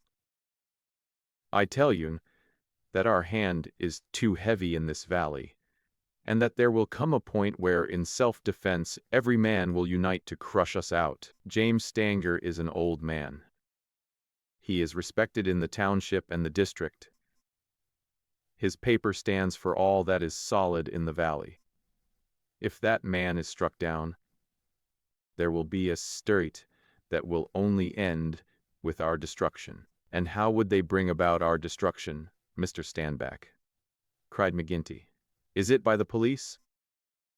Sure, half of them are in our pay and half of them afraid of us. Or is it by the law courts and the judge? Haven't we tried before now, and whatever came of it?" "There is a Judge Lynch that might try the case," said Brother Morris. A general shout of anger greeted the suggestion. "I have but to raise my finger," cried McGinty, and I could put 200 men into this town that would clear it out from end to end. Then suddenly raising his voice and bending his huge black brows into a terrible frown. See here, Brother Morris, I have my eye on you, and have had for some time. You've no heart yourself, and you try to take the heart out of others. It will be an ill day for you, Brother Morris, when your own name comes on our agenda paper. And I'm thinking that it's just there that ought to place it. Morris had turned deadly pale, and his knees seemed to give way under him as he fell back into his chair. He raised his glass in his trembling hand and drank before he could answer. I apologize, eminent bodymaster, to you and to every brother in this lodge if I have said more than I should.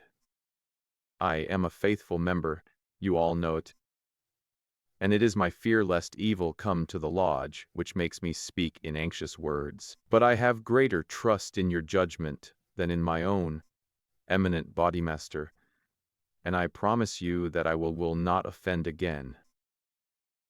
The bodymaster's scowl relaxed as he listened to the humble words.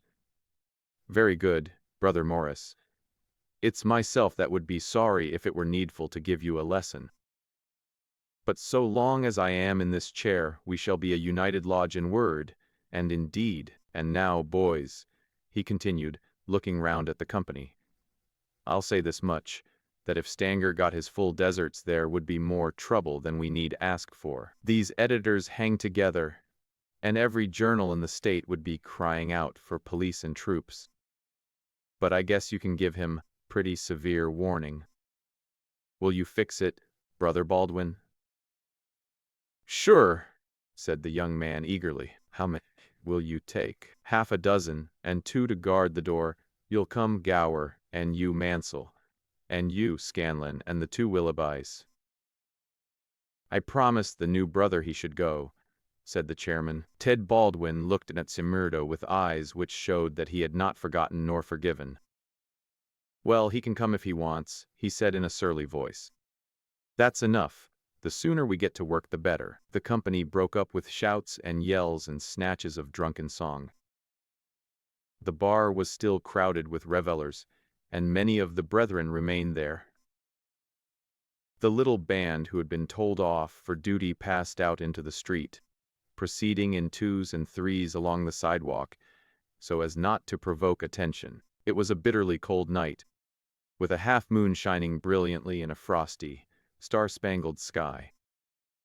The men stopped and gathered in a yard which faced a high building. The words Vemissa Herald were printed in gold lettering between the brightly lit windows. From within came the clanking of the printing press. Here, you, said Baldwin to Mate Murdo. You can stand below at the door and see that the road is kept open for us. Arthur Willoughby can stay with you. You others come with me. Have no fears, boys, for we have a dozen witnesses that we are in the Union Bar at this very moment. It was nearly midnight, and the street was deserted save for 1 or 2 revelers upon their way home. The party crossed the road, and pushing open the door of the newspaper office, Baldwin and his men rushed in and up the stair which faced them. Miss Murdo and another remained below. From the room above came a shout, a cry for help, and then the sound of trampling feet and of falling chairs. An instant later a gray-haired man rushed out on the landing. He was seized before he could get farther, and his spectacles came tinkling down to Mr. Murdo's feet. There was as a thud and a groan. He was on his face, and half a dozen sticks were clattering together as they fell upon him. He writhed, and his long, thin limbs quivered under the blows. The others ceased at last. But Baldwin, his cruel face set in an infernal smile, was hacking at the man's head, which he vainly endeavored to defend with his arms. His white hair was dabbled with patches of blood. Baldwin was still stooping over his victim, putting in a short, vicious blow whenever he could see a part exposed, when Simurdo dashed up the stair and pushed him back. You'll kill the man, said he. Drop it. Baldwin looked at him in amazement. Curse you, he cried. Who are you to interfere, you that are new to the lodge? Stand back. He raised his stick, but Murdo had whipped his pistol out of his hip pocket. Stand back yourself, he cried. I'll blow your face in if you lay a hand on me. As to the lodge, wasn't it the order of the bodymaster that the man was not to be killed? And what are you doing but killing him? It's truth, he says, remarked one of the men. By gar, you'd best hurry yourselves, cried the man below. The windows are all lighting up, and you'll have the whole town here inside of 5 minutes.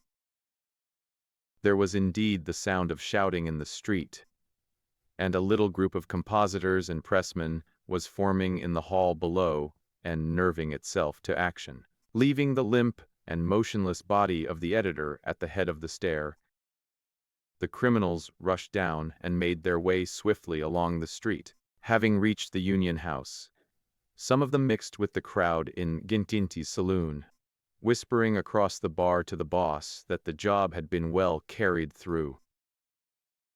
Others, and among them Murdo, broke away into side streets, and so by devious paths to their own homes. Chapter 4. The Valley of Fear. When Murdo awoke next morning, he had good reason to remember his initiation into the lodge. His head ached with the effect of the drink, and his arm, where he had been branded, was hot and swollen. It was a short account of the facts which he was himself more familiar than the writer could have been. It ended with the statement, "The matter is now in the hands of the police." But it can hardly be hoped that their exertions will be attended by any better results than in the past. Some of the men were recognized, and there is hope that a conviction may be obtained. The source of the outrage was, it need hardly be said, that infamous society which has held this community in bondage for so long a period, and against which the Herald has taken so uncompromising a stand. Mr.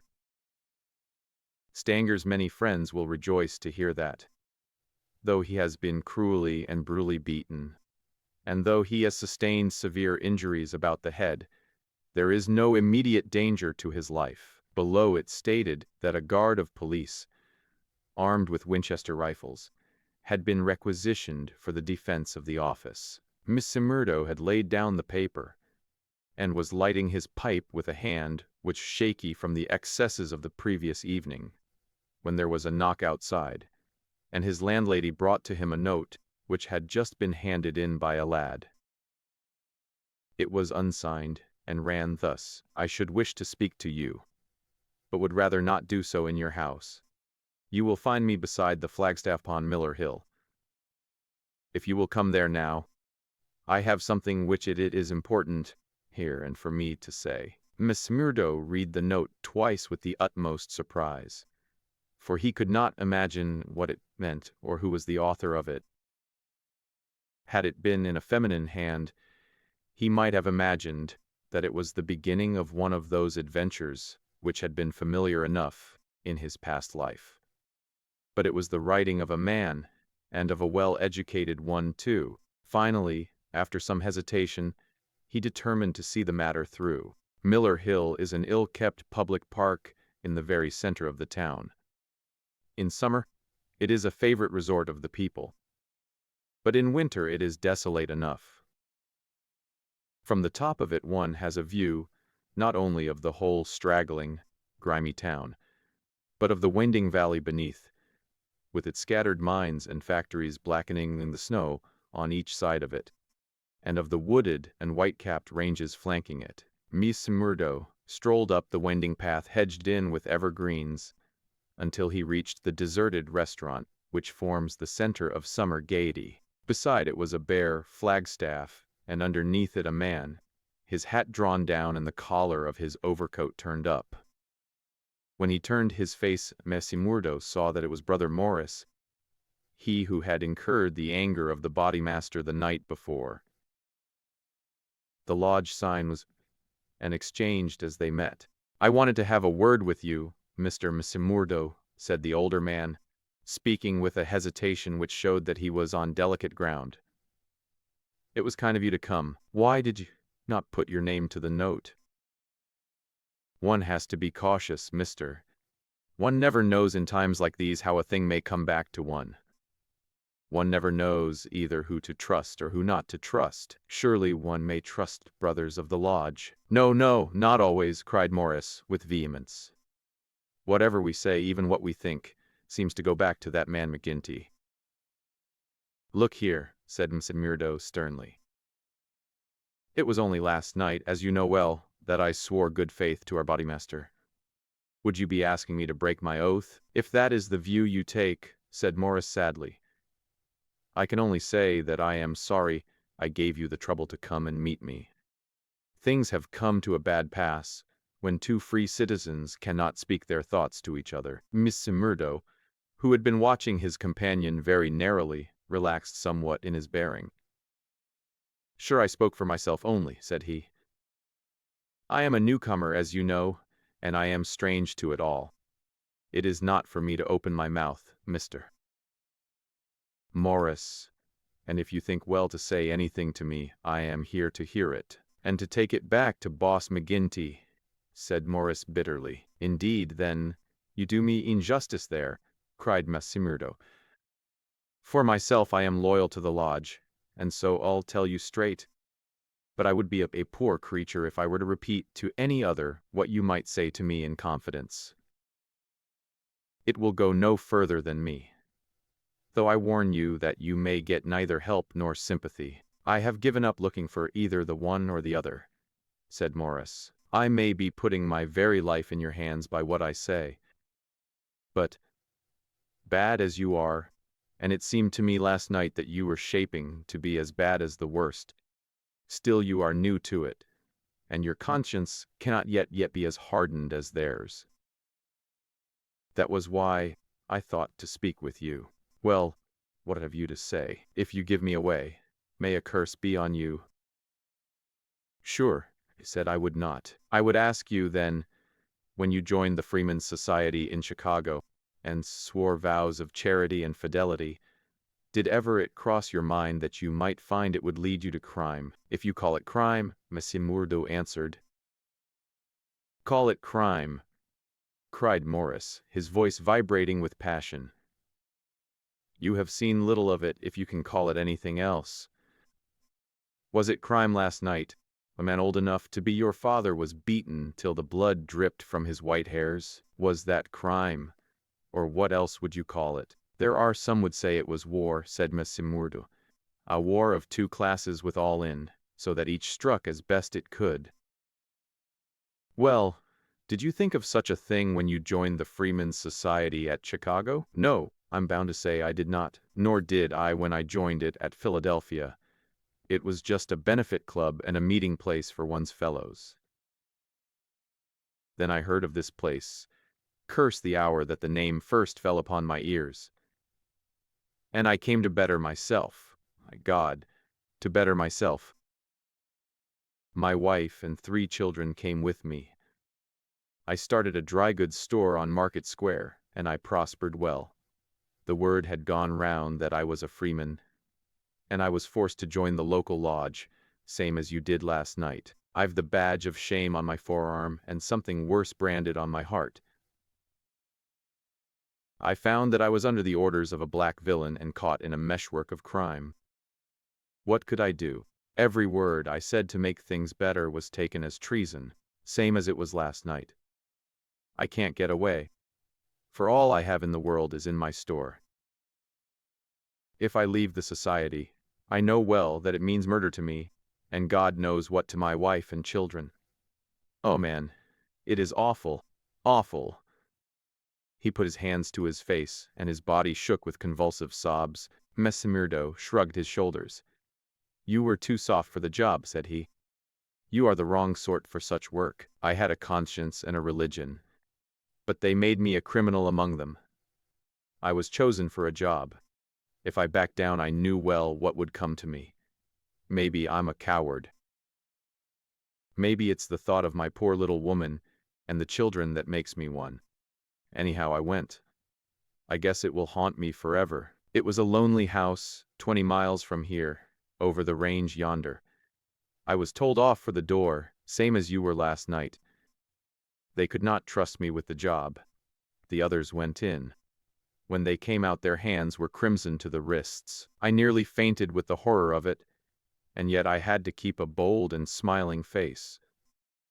For well I knew that if I did not, it would be out of my house that they would come next with their bloody hands, and it would be my little Fred that would be screaming for his father. But I was a criminal then, part sharer in a murder, lost forever in this world, and lost also in the next.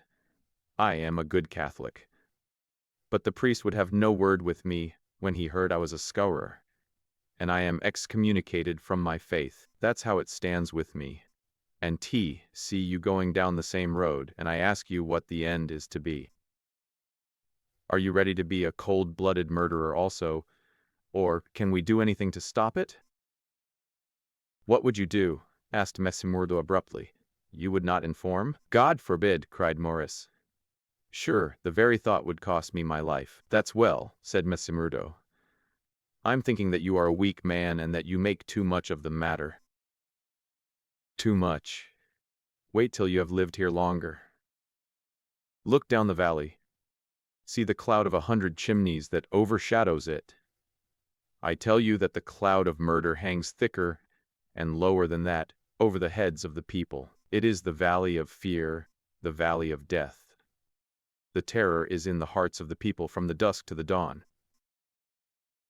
Young man, and you will learn for yourself. Well, I'll let you know what I think when I have seen more, said Messimurdo carelessly. What is very clear is that you are not the man for the place, and that the sooner you sell out, if you only get a dime a dollar for what the business is worth, the better it will be for you. What you have said is safe with me. But, by gar, if I thought an informer— No, no, cried Morris piteously. Well, let it rest at that. I'll bear what you have said in mind, and maybe some day I'll come back to it. I expect you meant kindly by speaking to me like this. Now I'll be getting home. One word before you go, said Morris. We may have been seen together. They may want to know what we have spoken about. Ah, that's well thought of. I offer you a clerkship in my store, and I refuse it. That's our business. Well, so long, Brother Morris, and may you find things go better with you in the future. That same afternoon, as Messimurdo sat smoking, lost in thought beside the stove of his sitting room, the door swung open, and its framework was filled with the huge figure of Boss McGinty. He passed the sign, and then seating himself opposite to the young man, he looked at him steadily for some time, a look which was as steadily returned. I'm not much of a visitor, Brother Messimurdo, he said at last. I am too busy over the folk that visit me. But I thought I'd stretch a point and drop down to see you in your own house. I'm proud to see you here, counselor, Messimurdo answered heartily, bringing his whiskey bottle out of the cupboard. It's an honor that I had not expected. How's the arm? Asked the boss. Messimurdo made a wry face. Well, I'm not forgetting it, he said. But it's worth it. Yes, it's worth it, the other answered. To those that are loyal and go through with it and are a help to the lodge. What were you speaking to Brother Morris about on Miller Hill this morning?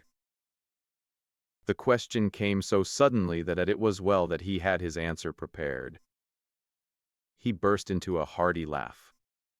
Morris didn't know I could earn a living here at home. He shan't know either, for he has got too much conscience for the likes of me, but he's a good-hearted old chap.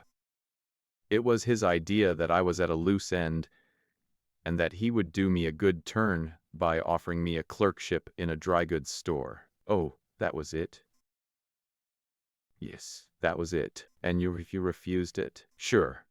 Couldn't I earn 10 times as much in my own bedroom with 4 hours' work? That's so, but I wouldn't get about too much with Morris. Why not? Well, I guess because I tell you not. That's enough for most folk in these parts. It may be enough for most folk, but it ain't enough for me, counselor, said Messimurdo boldly. If you are a judge of men, you'll know that. The swarthy giant glared at him, and his hairy paw closed for an instant round the glass as though he would hurl it at the head of his companion. Then he laughed in his loud, boisterous, insincere fashion. "You're a queer card for sure," said he. "Well, if you want reasons, I'll give them. Did Morris say nothing to you against the lodge?" "No, nor against me. No, see. Well, that's because he daren't trust you. But in his heart he is not a loyaler. We know that well. So we watch him and we wait for the time to admonish him. I'm thinking that the time is drawing near. There's no room for scabby sheep in our pen. But if you keep company with a disloyal man, we might think that you were disloyal too. See, there's no chance of my keeping company with him, for I dislike the man," Monsieur Murdo answered. "As to being disloyal, if it was any man but you he would not use the word to me twice." "Well, that's enough," said McGinty, draining off his glass. "I came down to give you a word in season, and you've had it." "I'd like to know," said Murdo, "how you ever came to learn that I had spoken with Morris at all?" McGinty laughed. "It's my business to know what goes on in this township," said he. "I guess you'd best reckon on my hearing all that passes. Well, time's up, and I'll just say—" But his leave-taking was cut short in a very unexpected fashion. With a sudden crash the door flew open, and 3 frowning, intent faces glared in at them from under the peaks of police caps. Monsieur Murdo sprang to his feet and half drew his revolver. But his arm stopped midway as he became conscious that 2 Winchester rifles were leveled at his head. A man in uniform advanced into the room, a 6-shooter in his hand. It was Captain Marvin, once of Chicago, and now of the Mine Constabulary. He shook his head with a half-smile at Monsieur Murdo. "I thought you'd be getting into trouble, Mr. Crooked Monsieur Murdo of Chicago," said he. "Can't keep out of it, can you? Take your hat and come along with us." "I guess you'll pay for this, Captain Marvin," said McGinty. "Who are you, I'd like to know, to break into a house in this fashion and molest honest, law-abiding men? You're standing out in this deal, Counselor McGinty," said the police captain. "We are not out after you, but after this man, Monsieur Murdo. It is for you to help, not to hinder us in our duty. He is a friend of mine, and I'll answer for his conduct," said the boss. "By all accounts, Mr. McGinty, you may have to answer for your own conduct some of these days," the captain answered. "This man Monsieur Murdo was a crook before ever he came here, and he's a crook still. Cover him, patrolman, while I disarm him." "There's my pistol," said Monsieur Murdo coolly. "Maybe, Captain Marvin, if you and I were alone and face to face you would not take me so easily." "Where's your warrant?" asked McGinty.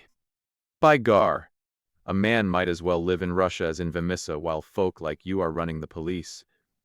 It's a capitalist outrage, and you'll hear more of it, I reckon. You do what you think is your duty the best way you can. We'll look after ours." "What am I accused of?" asked Monsieur Murdo. "Of being concerned in the beating of old editor Stanger at the Herald office. It wasn't your fault that it isn't a murder charge." "Well, if that's all you have against him," cried McGinty with a laugh, "you can save yourself a deal of trouble by dropping it right now. This man was with me in my saloon playing poker up to midnight, and I can bring a dozen to prove it. That's your affair, and I guess you can settle it in court tomorrow. Meanwhile, Monsieur Murdo, and come quietly if you don't want a gun across your head. You stand wide, Mr. McGinty, for I warn you I will stand no resistance when I am on duty." So determined was the appearance of the captain that both Monsieur Murdo and his boss were forced to accept the situation. The latter managed to have a few whispered words with the prisoner before they parted. "What about—" He jerked his thumb upward to signify the coining plant. "All right," whispered Monsieur Murdo, who had devised a safe hiding place under the floor. "I'll bid you goodbye," said the boss, shaking hands. "I'll see Rayleigh the lawyer and take the defense upon myself. Take my word for it that they won't be able to hold you." "I wouldn't bet on that." "Guard the prisoner. you two, and shoot him if he tries any games. I'll search the house before I leave." He did so, but apparently found no trace of the concealed plant. When he had descended, he and his men escorted Moriarty to headquarters. Darkness had fallen, and a keen blizzard was blowing so that the streets were nearly deserted. But a few loiterers followed the group, and emboldened by invisibility shouted imprecations at the prisoner. "Lynch the cursed scorer!" they cried. "Lynch him!" They laughed and jeered as he was pushed into the police station. After a short, formal examination from the inspector in charge, he was put into the common cell. Here he found Baldwin and 3 other criminals of the night before, all arrested that afternoon and waiting their trial next morning. But even within this inner fortress of the law, the long arm of the freeman was able to extend. Late at night, there came a jailer with a straw bundle for their bedding, out of which he extracted 2 bottles of whiskey, some glasses, and a pack of cards. They spent a hilarious night, without an anxious thought as to the ordeal of the morning. On the one hand, the compositors and pressmen were forced to admit that the light was uncertain, that they were themselves much perturbed, and that it was difficult for them to swear to the identity of the assailants, although they believed that the accused were among them. Cross-examined by the clever attorney who had been engaged by McGinty, they were even more nebulous in their evidence. The injured man had already deposed that he was so taken by surprise by the suddenness of the attack that he could state nothing beyond the fact that the first man who struck him wore a mustache. On the other hand, it was clearly shown by the united and unfaltering evidence of 6 citizens, including that high municipal official, Councillor McGinty, that the men had been at a card party at the Union House until an hour very much later than the commission of the outrage. Needless to say that they were discharged with something very near to an apology from the bench for the inconvenience to which they had been put, together with an implied censure of Captain Marvin and the police for their officious zeal. The verdict was greeted with loud applause by a court in which Moriarty saw many familiar faces. Brothers of the lodge smiled and waved, but there were others who sat with compressed lips and brooding eyes as the men filed out of the dock. One of them, a little, dark-bearded, resolute fellow, put the thoughts of himself and comrades into words as the ex-prisoners passed him. "You damned murderers," he said. "We'll fix you yet." Chapter 5. The Darkest Hour. If anything had been needed, an impetus to Jack Moriarty's popularity among his fellows, it would have been his arrest and acquittal. That a man on the very night of joining the lodge should have done something which brought him before the magistrate was a new record in the annals of the society. Already he had earned the reputation of a good boon companion, a cheery reveller, and withal a man of high temper, who would not take an insult even from the all-powerful boss himself.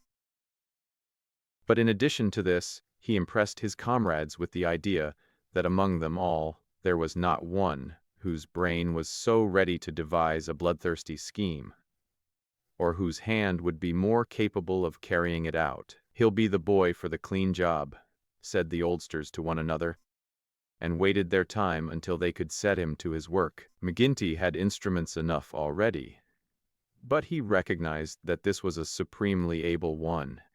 He felt like a man holding a fierce bloodhound in leash. There were curs to do the smaller work, but some day he would slip this creature upon its prey. A few members of the lodge, Ted Baldwin among them, resented the rapid rise of the stranger and hated him for it.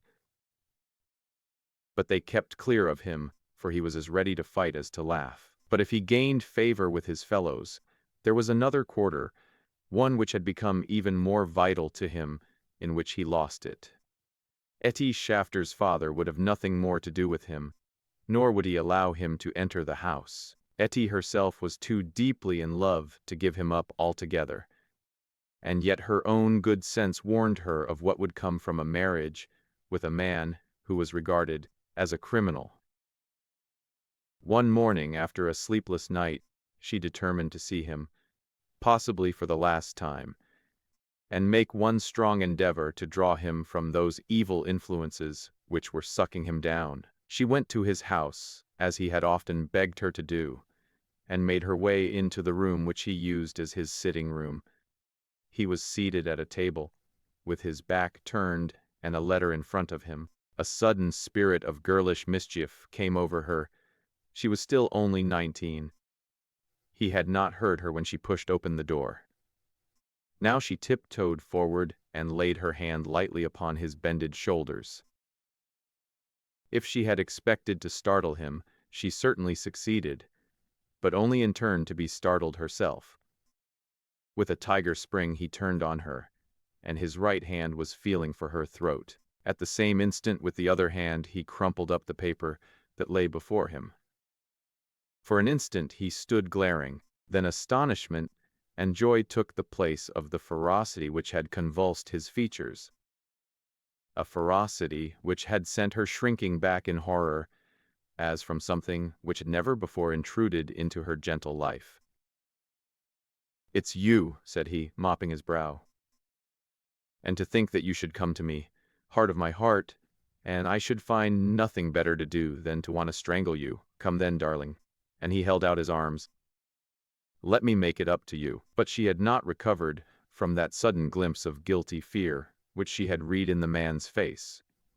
All her woman's instinct told her that it was not the mere fright of a man who is startled. Guilt, that was it. Guilt and fear. "What's come over you, lack?" she cried. "Why were you so scared of me? Oh, Jack, if your conscience was at ease, you would not have looked at me like that." "Sure, I was thinking of other things, and when you came tripping so lightly on those fairy feet of yours. No, it was more than that, Jack." Then suspicion seized her. "Let me see that letter you were writing." "Ah, Etty, I couldn't do that." Her suspicions became certainties.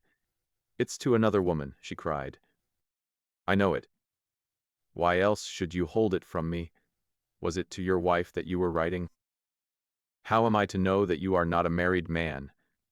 You, a stranger, that nobody knows. I am not married, Etty. I swear it. You're the only one woman on earth to me. By the cross of Christ, I swear it." He was so white with passionate earnestness that she could not but believe him. "Well then," she cried, "why will you not show me the letter?" "I'll tell you, Akushla," said he. "I'm under oath not to show it, and just as I wouldn't break my word to you, so I would keep it to those who hold my promise. It's the business of the lodge, and even to you it's secret, and if I was scared when a hand fell on me, can't you understand it when it might have been the hand of a detective?" She felt that he was telling the truth. He gathered her into his arms and kissed away her fears and doubts. "Sit here by me, then. It's a queer throne for such a queen, but it's the best your poor lover can find. He'll do better for you some of these days, I'm thinking.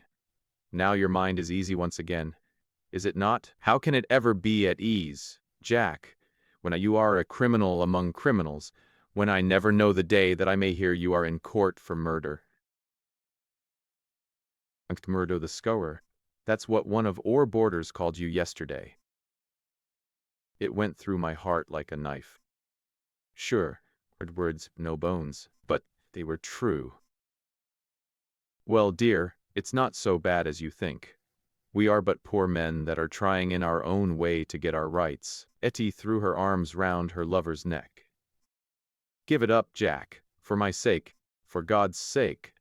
It was to ask you that I came here today." "Oh, Jack, I beg it of you on my bended knees, kneeling here. I implore you to give it up." He raised her and soothed her with her head against his breast. "Sure, my darling, you don't know what it is you are asking. How could I give it up when it would be to break my oath and to desert my comrades? If you could see how things stand with me, you could never ask it of me. Besides, if I wanted to, how could I do it? You don't suppose that the lodge would let a man go free with all its secrets? I've thought of that, Jack. I've planned it all. Father has saved some money. He is weary of this place where the fear of these people darkens our lives. He is ready to go. We would fly together to Philadelphia or New York, where we would be safe from them. Miss Murdo laughed. The lodge has a long arm. Do you think it could not stretch from here to Philadelphia or New York? Well, then, to the west, or to England, or to Germany, where Father came from. Anywhere to get away from this valley of fear. Miss Murdo thought of old Brother Morris. Sure, it is the second time I have heard the valley so named, said he. The shadow does indeed seem to lie heavy on some of you. It darkens every moment of our lives. Do you suppose that Ted Baldwin has ever forgiven us? If it were not that he fears you, what do you suppose our chances would be? If you saw the look in those dark, hungry eyes of his when they fall on me. By gar! Teach him better manners if I caught him at it. But see here, little girl, I can't leave here. I can't take that from me once and for all. But if you will leave me to find my own way, I will try to prepare a way of getting honorably out of it. There is no honor in such a matter. Well, it's just how you look at it. But if you'll give me 6 months, I'll work it so that I can leave without being ashamed to look others in the face. The girl laughed with joy. 6 months, she cried. Is it a promise? Well, it may be 7 or 8. But within a year at the furthest, we will leave the valley behind us. It was the most that Itty could obtain, and yet it was something. There was this distant light to illuminate the gloom of the immediate future. She returned to her father's house, more light-hearted than she had ever been since Jack Murdo had come into her life. It might be thought that as a member, all the doings of the society would be told to him. But he was soon to discover that the organization was wider and more complex than the simple lodge.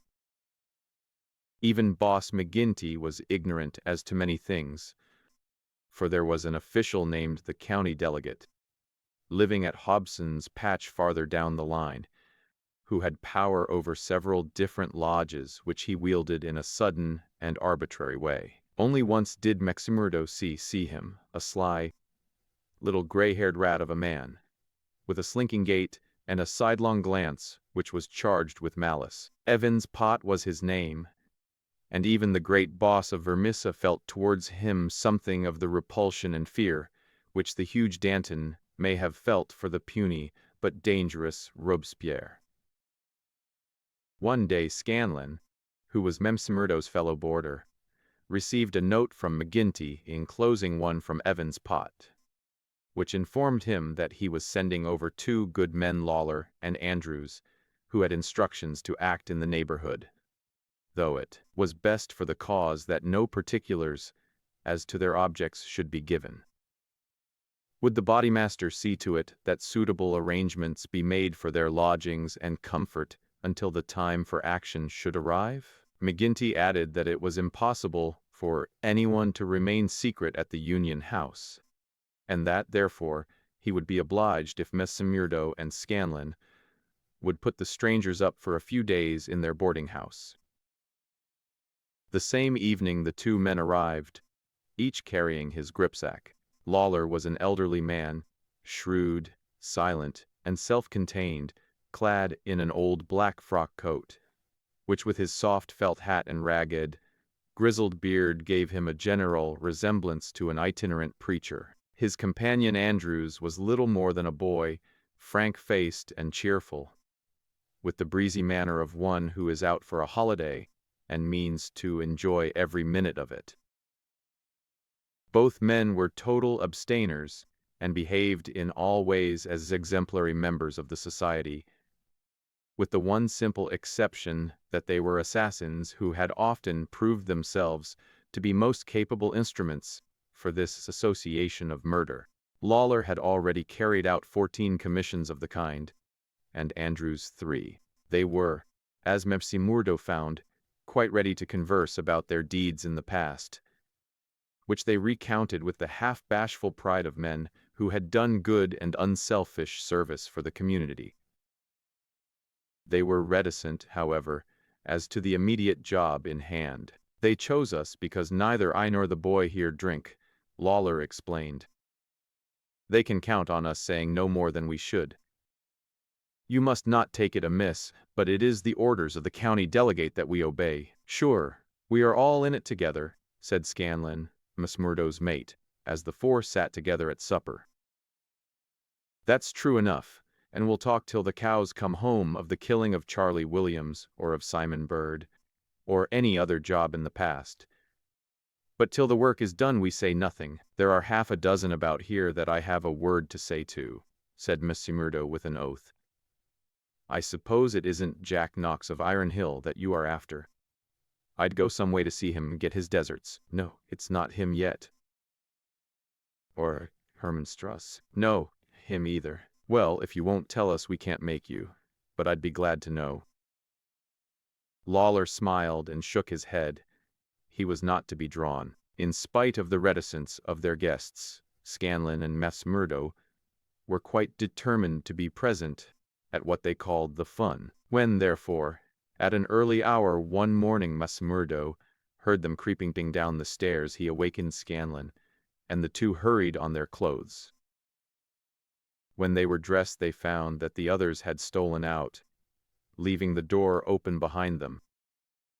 It was not yet dawn, and by the light of the lamps they could see the two men some distance down the street. They followed them warily, treading noiselessly in the deep snow. The boarding house was near the edge of the town. Soon they were at the crossroads, which is beyond its boundary. Here 3 men were waiting, with whom Lawler and Andrews held a short, eager conversation. Then they all moved on together. It was clearly some notable job which needed numbers. At this point there are several trails which lead to various mines. The strangers took that which led to the Crow Hill, a huge business which was in strong hands, which had been able, thanks to their energetic and fearless New England manager, Josiah H. Dunn, to keep some order and discipline during the long reign of terror. Day was breaking now, and a line of workmen were slowly making their way, singly and in groups, along the blackened path. Murdo and Scanlon strolled on with the others, keeping in sight of the men whom they followed. A thick mist lay over them, and from the heart of it there came the sudden scream of a steam whistle. It was the 10-minute signal before the cages descended and the day's labor began. When they reached the open space round the mine shaft, there were 100 miners waiting, stamping their feet and blowing on their fingers. For it was bitterly cold. The strangers stood in a little group under the shadow of the engine house. Scanlon and Murdo climbed a heap of slag from which the whole scene lay before them. They saw the mine engineer, a great bearded Scotchman named Menzies, come out of the engine house and blow his whistle for the cages to be lowered. At the same instant a tall, loose-framed young man with a clean-shaved, earnest face advanced eagerly towards the pit head. As he came forward his eyes fell upon the group, silent and motionless, under the engine house. The men had drawn down their hats and turned up their collars to screen their faces. For a moment the presentiment of death laid its cold hand upon the manager's heart. At the next he had shaken it off, and saw only his duty towards intrusive strangers. "Who are you?" he asked as he advanced. "What are you loitering there for?" There was no answer, but the lad Andrews stepped forward and shot him in the stomach. The 100 waiting miners stood as motionless and helpless as if they were paralyzed. The manager clapped his 2 hands to the wound and doubled himself up. Then he staggered away.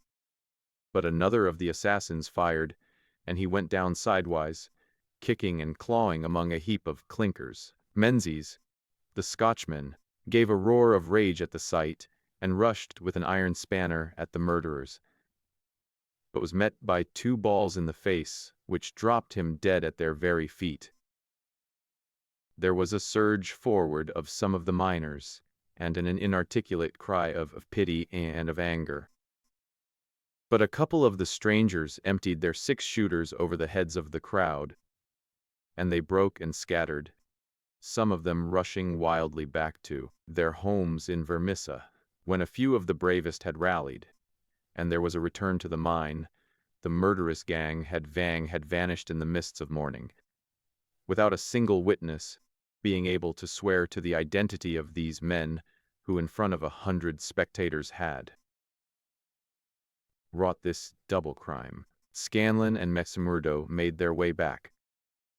Scanlon, somewhat subdued, for it was the first murder job that he had seen with his own eyes, and it had appeared less funny than he had been led to believe. The horrible screams of the dead manager's wife pursued them as they hurried to the town. Messimurdo was absorbed and silent, but he showed no sympathy for the weakening of his companion. "Sure, it is like a war," he repeated.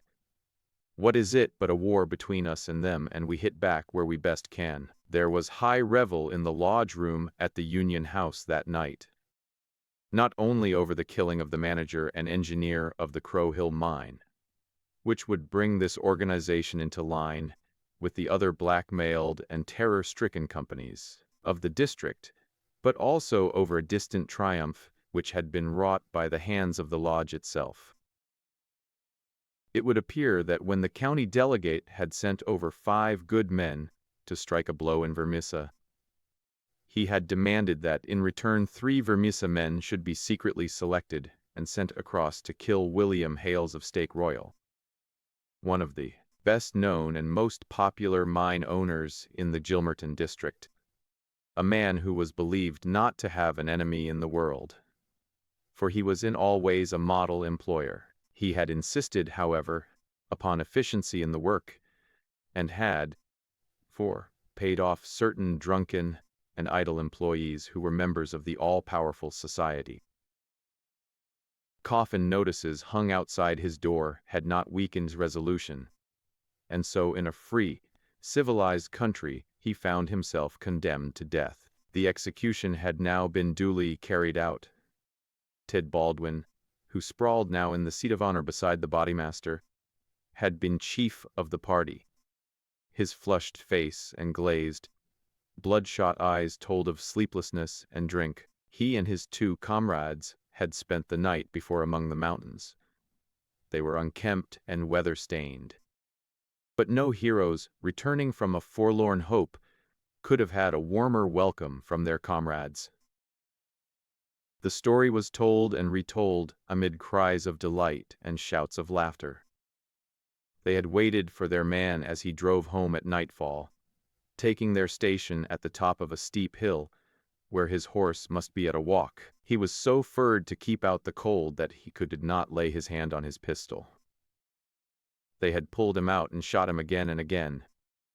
He had screamed for mercy. The screams were repeated for the amusement of the lodge. "Let's hear again how he squealed," they cried. None of them knew the man. But there is eternal drama in a killing, and they had shown the scourers of Gilmerton that the Vermissa men were to be relied upon. There had been one contretemps, for a man and his wife had driven up while they were still emptying their revolvers into the silent body. It had been suggested that they should shoot them both. But they were harmless folk who were not connected with the mines, so they were sternly bidden to drive on and keep silent, lest a worse thing befall them. And so the blood-mottled figure had been left as a warning to all such hard-hearted employers. And the 3 noble avengers had hurried off into the mountains, where unbroken nature comes down to the very edge of the furnaces and the slag heaps. Here they were, safe and sound, their work well done, and the plaudits of their companions in their ears. But as the wise general chooses the moment of victory in which to redouble his efforts, so that his foes may have no time to steady themselves after disaster, so Boss McGinty, looking out upon the scene of his operations with his brooding malicious eyes, had devised a new attack upon those who opposed him. That very night, as the half-drunken company broke up, he touched Murdo on the arm and led him aside into that inner room where they had their first interview. "See here, my lad," said he, "I've got a job that's worthy of you at last. You'll have the doing of it in your own hands." "Proud I am to hear it," Murdo answered. "You can take 2 men with you, Manders and Reilly. They have been warned for service. We'll never be right in this district until Chester Wilcox is battled. And you'll have the thanks of every lodge in the coal fields, if you can down him." "I'll do my best. Anyhow, who is he, and where shall I find him?" McGinty took his eternal half-chewed, half-smoked cigar from the corner of his mouth, and proceeded to draw a rough diagram on a page torn from his notebook. "He's the chief foreman of the Iron Dike Company. He's a hard citizen, an old color sergeant of the war, all scars and grizzle. We've had 2 tries at him, but no luck, and Jim Carnaway lost his life over it. Now it's for you to take it over. That's the house, all alone at the Iron Dike crossroad, same as you see here on the map, without another within earshot. It's no good by day. He's armed and shoots quick and straight, with no questions asked. But at night, well, there he is with his wife, 3 children, and a hired help. You can't pick or choose. It's all or none. If you could get a bag of blasting powder at the front door with a slow match to it." "What's the man done? Didn't I tell you he shot Jim Carnaway? Why did he shoot him?" "What in thunder has that to do with you?" "Carnaway was about his house at night and he shot him. That's enough for me and you. You've got to settle the thing right. There's these 2 women and the children. Do they go up too? They have to. Else how can we get him? It seems hard on them, for they've done nothing." "What sort of fool's talk is this? Do you back out?" "Easy, counselor, easy. What have I ever said or done that you should think I would be after standing back from an order of the bodymaster of my own lodge? If it's right or if it's wrong, it's for you to decide." "You'll do it, then?" "Of course, I will do it." "When?" "Well, you had best give me a night or 2, that I may see the house and make my plans." "Then, very good," said McGinty, shaking him by the hand. "I leave it with you. It will be a great day when you bring us the news. It's just the last stroke that will bring them all to their knees." Miss Murdo thought long and deeply over the commission which had been so suddenly placed in his hands. The isolated house in which Chester Wilcox lived was about 5 miles off in an adjacent valley. That very night he started off all alone to prepare for the attempt. It was daylight before he returned from his reconnaissance. Next day he interviewed his 2 subordinates, Manders and Reilly, reckless youngsters who were as elated as if it were a deer hunt. 2 nights later they met outside the town, all 3 armed, and one of them carrying a sack stuffed with the powder which was used in the quarries. It was 2 in the morning before they came to the lonely house. The night was a windy one, with broken clouds drifting swiftly across the face of a 3/4 moon. They had been warned to be on their guard against bloodhounds, so they moved forward cautiously, with their pistols cocked in their hands, but there was no sound save the howling of the wind, and no movement but the swaying branches above them. When it was well alight he and his 2 companions took to their heels, and were some distance off, safe and snug in a sheltering ditch, before the shattering roar of the explosion, with the low, deep rumble of the collapsing building, told them that their work was done. No cleaner job had ever been carried out in the blood-stained annals of the society, but alas, that work, so well organized and boldly carried out, should all have gone for nothing. Warned by the fate of the various victims, and knowing that he was marked down for destruction, Chester Wilcox had moved himself and his family only the day before to some safer and less known quarters, where a guard of police should watch over them. It was an empty house which had been torn down by the gunpowder, and the grim old color sergeant of the war still teaching discipline to the miners of Iron Dike. "Leave him to me," said Murdo. "He's my man, and I'll get him sure if I have to wait a year for him." A vote of thanks and confidence was passed in full lodge, and so for the time the matter ended.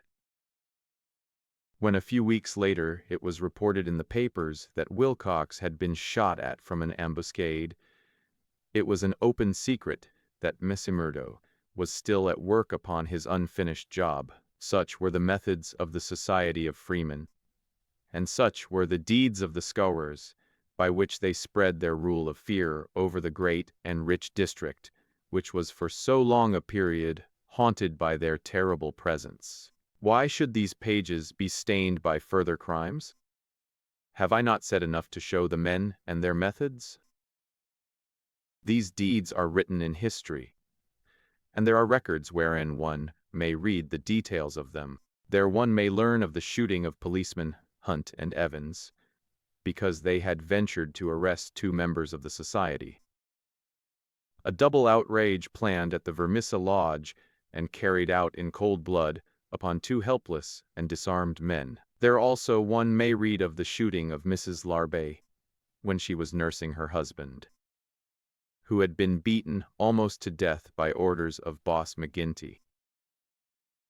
The killing of the elder Jenkins, shortly followed by that of his brother, the mutilation of James Murdoch, the blowing up of the Staffhouse family, and the murder of the Stendals all followed hard upon one another in the same terrible winter.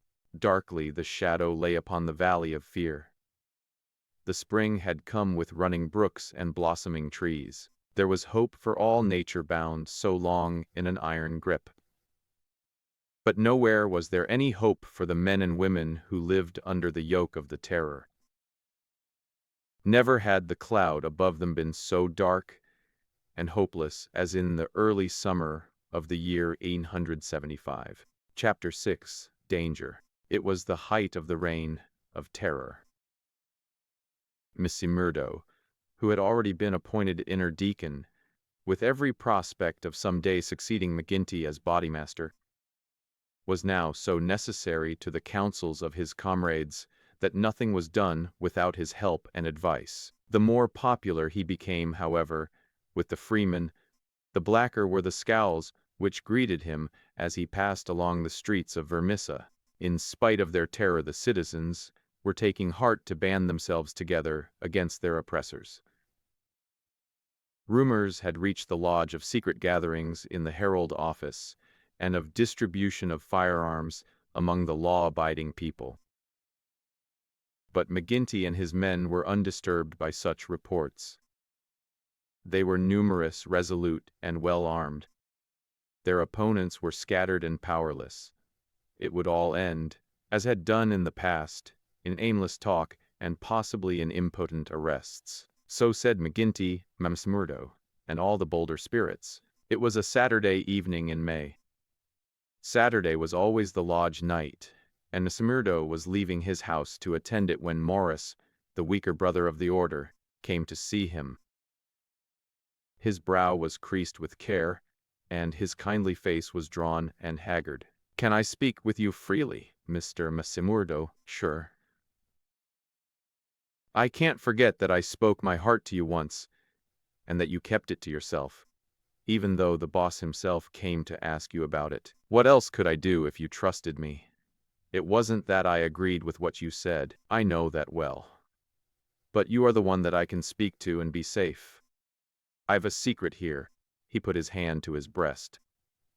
"And it is just burning the life out of me. I wish it had come to any one of you but me. If I tell it, it will mean murder, for sure.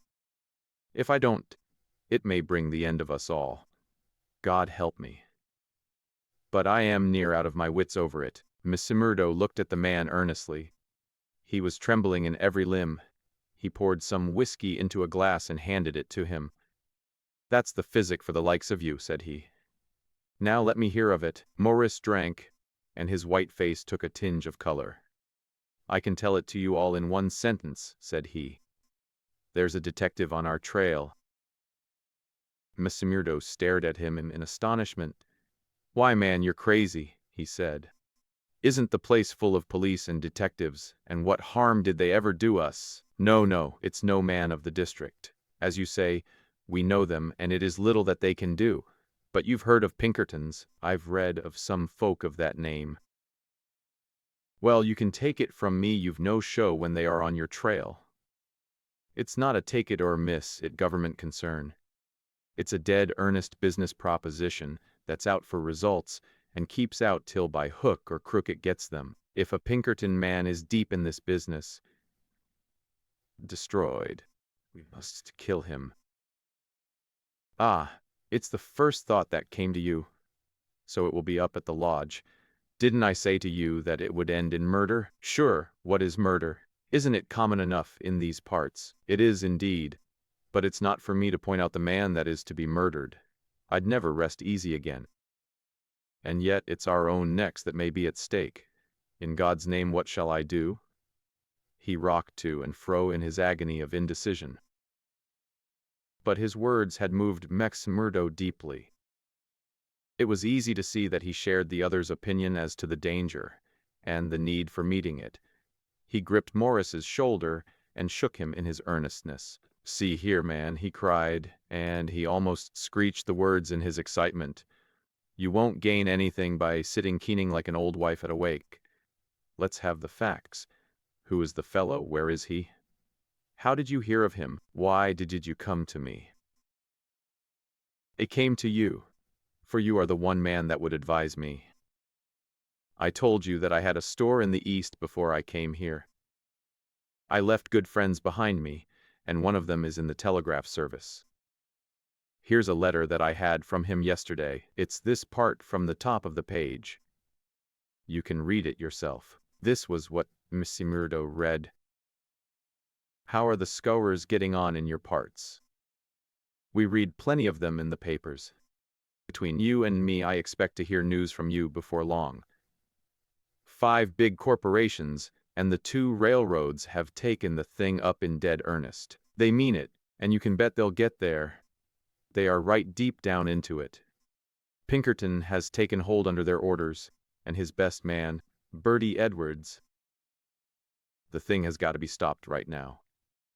Now read the postscript. Of course, what I give you is what I learned in business, so it goes no further. It's a queer cipher that you handle by the yard every day, can get no meaning from. Mesmerdo sat in silence for some time, with the letter in his listless hands. The mist had lifted for a moment, and there was the abyss before him. Does anyone else know of this? He asked. I have told no one else. But this man, your friend, has he any other person that he would be likely to write to? Well, I dare say, knows 1 or 2 more. The lodge? It's likely enough. I was asking, because it is likely that he may have given some description of this fellow Bertie Edwards. Then we could get on his trail. Well, it's possible. But I should not think he knew him. He is just telling me the news that came to him by way of business. How would he know this Pinkerton man? Mesmerdo gave a violent start. By gar, he cried, I've got him. What a fool I was not to know it. Lord, we will fix him before he do any harm. See here, Morris, will you leave this thing in my hands? Sure, if you will only take it off mine. I'll do that. You can stand right back and let me run it. Even your name need not be mentioned. I'll take it all on myself, as if it were to me that this letter has come. Will that content you? That's just what I would ask. Then leave it at that and keep your head shut. Now I'll get down to the lodge, and we'll soon make old man Pinkerton sorry for himself. You wouldn't kill this man. The less you know, friend Morris, the easier your conscience will be, and the better you will sleep. Ask no questions, and let these things settle themselves. I have hold of it now. Morris shook his head sadly as he left. I feel that his blood is on my hands, he groaned. Self-protection is no murder. Anyhow, said Mesmerdo, smiling grimly. It's him or us. I guess this man would destroy us all if we left him long in the valley. Why, Brother Morris, we'll have to elect you bodymaster yet. For you've surely saved the lodge. It may have been his guilty conscience. It may have been the reputation of the Pinkerton organization. It may have been the knowledge that great, rich corporations had set themselves the task clearing out the scours. But, whatever his reason, his actions were those of a man who is preparing for the worst. Every paper which would incriminate him was destroyed before he left the house. After that he gave a long sigh of satisfaction, for it seemed to him that he was safe, and yet the danger must still have pressed somewhat upon him. For on his way to the lodge he stopped at old man Shafter's. The house was forbidden him. But when he tapped at the window, Etty came out to him. The dancing Irish deviltry had gone from her lover's eyes. She read his danger in his earnest face. "Something has happened," she cried. "Oh, Jack, you are in danger. Sure, it is not very bad, my sweetheart, and yet may be wise that we make a move before it is worse." "Make a move?" "Promised you once that I would go some day. I think the time is coming. I had news tonight, bad news, and I see trouble coming." "The police?" "Well, a Pinkerton. But, sure, you know what that is. A cushla, nor what it may mean to the likes of me. I'm too deep in this thing, and I may have to get out of it quick. You said you would come with me if I went." "Oh, Jack, it would be the saving of you. I'm an honest man in some things. I wouldn't hurt a hair of your bonny head for all that the world can give, nor ever pull you down 1 inch from the golden throne above the clouds where I always see you. Would you trust me?" She put her hand in his without a word.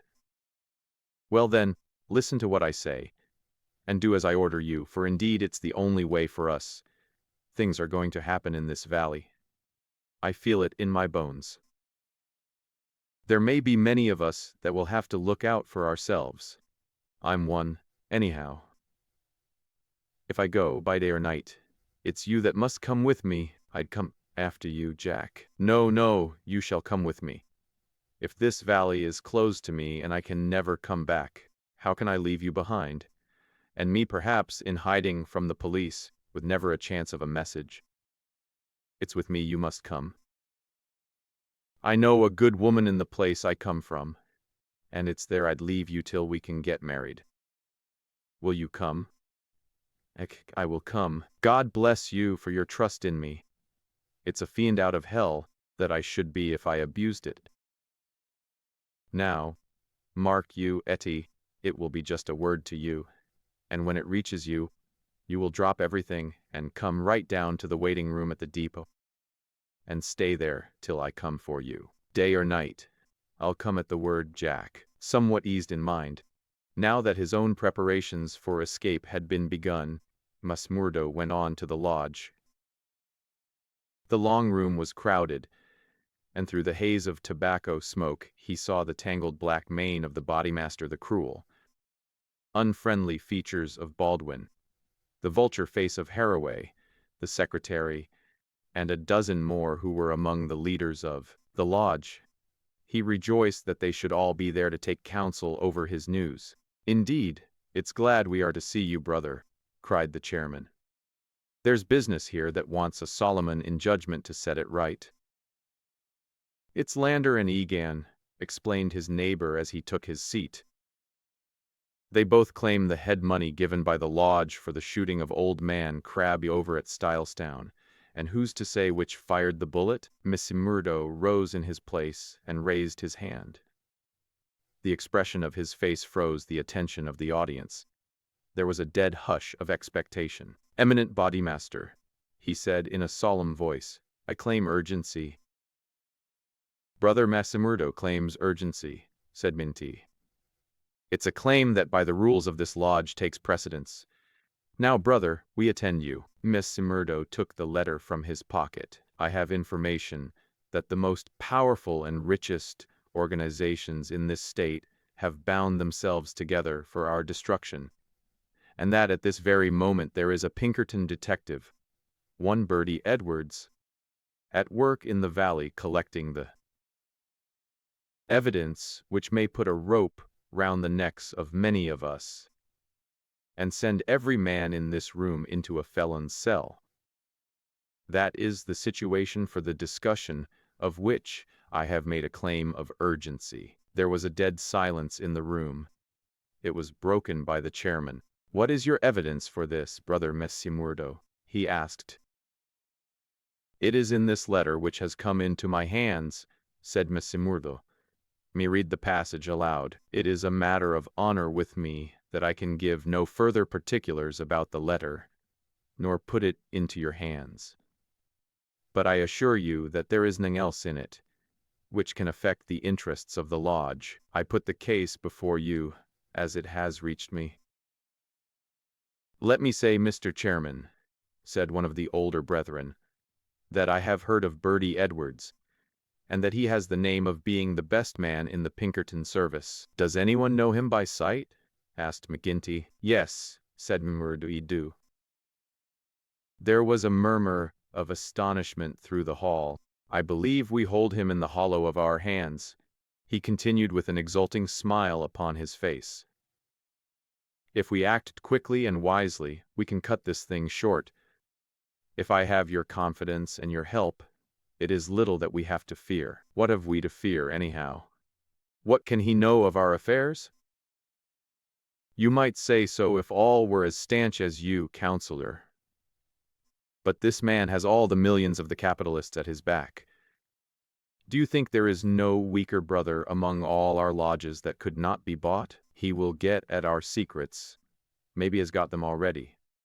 There's only one sure cure, that he never leaves the valley," said Baldwin. Messimurdo nodded.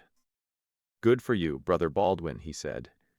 "You and I have had our differences, but you have said the true word tonight. Where is he, then? Where shall we know him?" "Eminent bodymaster," said Messimurdo earnestly, "I would put it to you that this is too vital a thing for us to discuss in open lodge.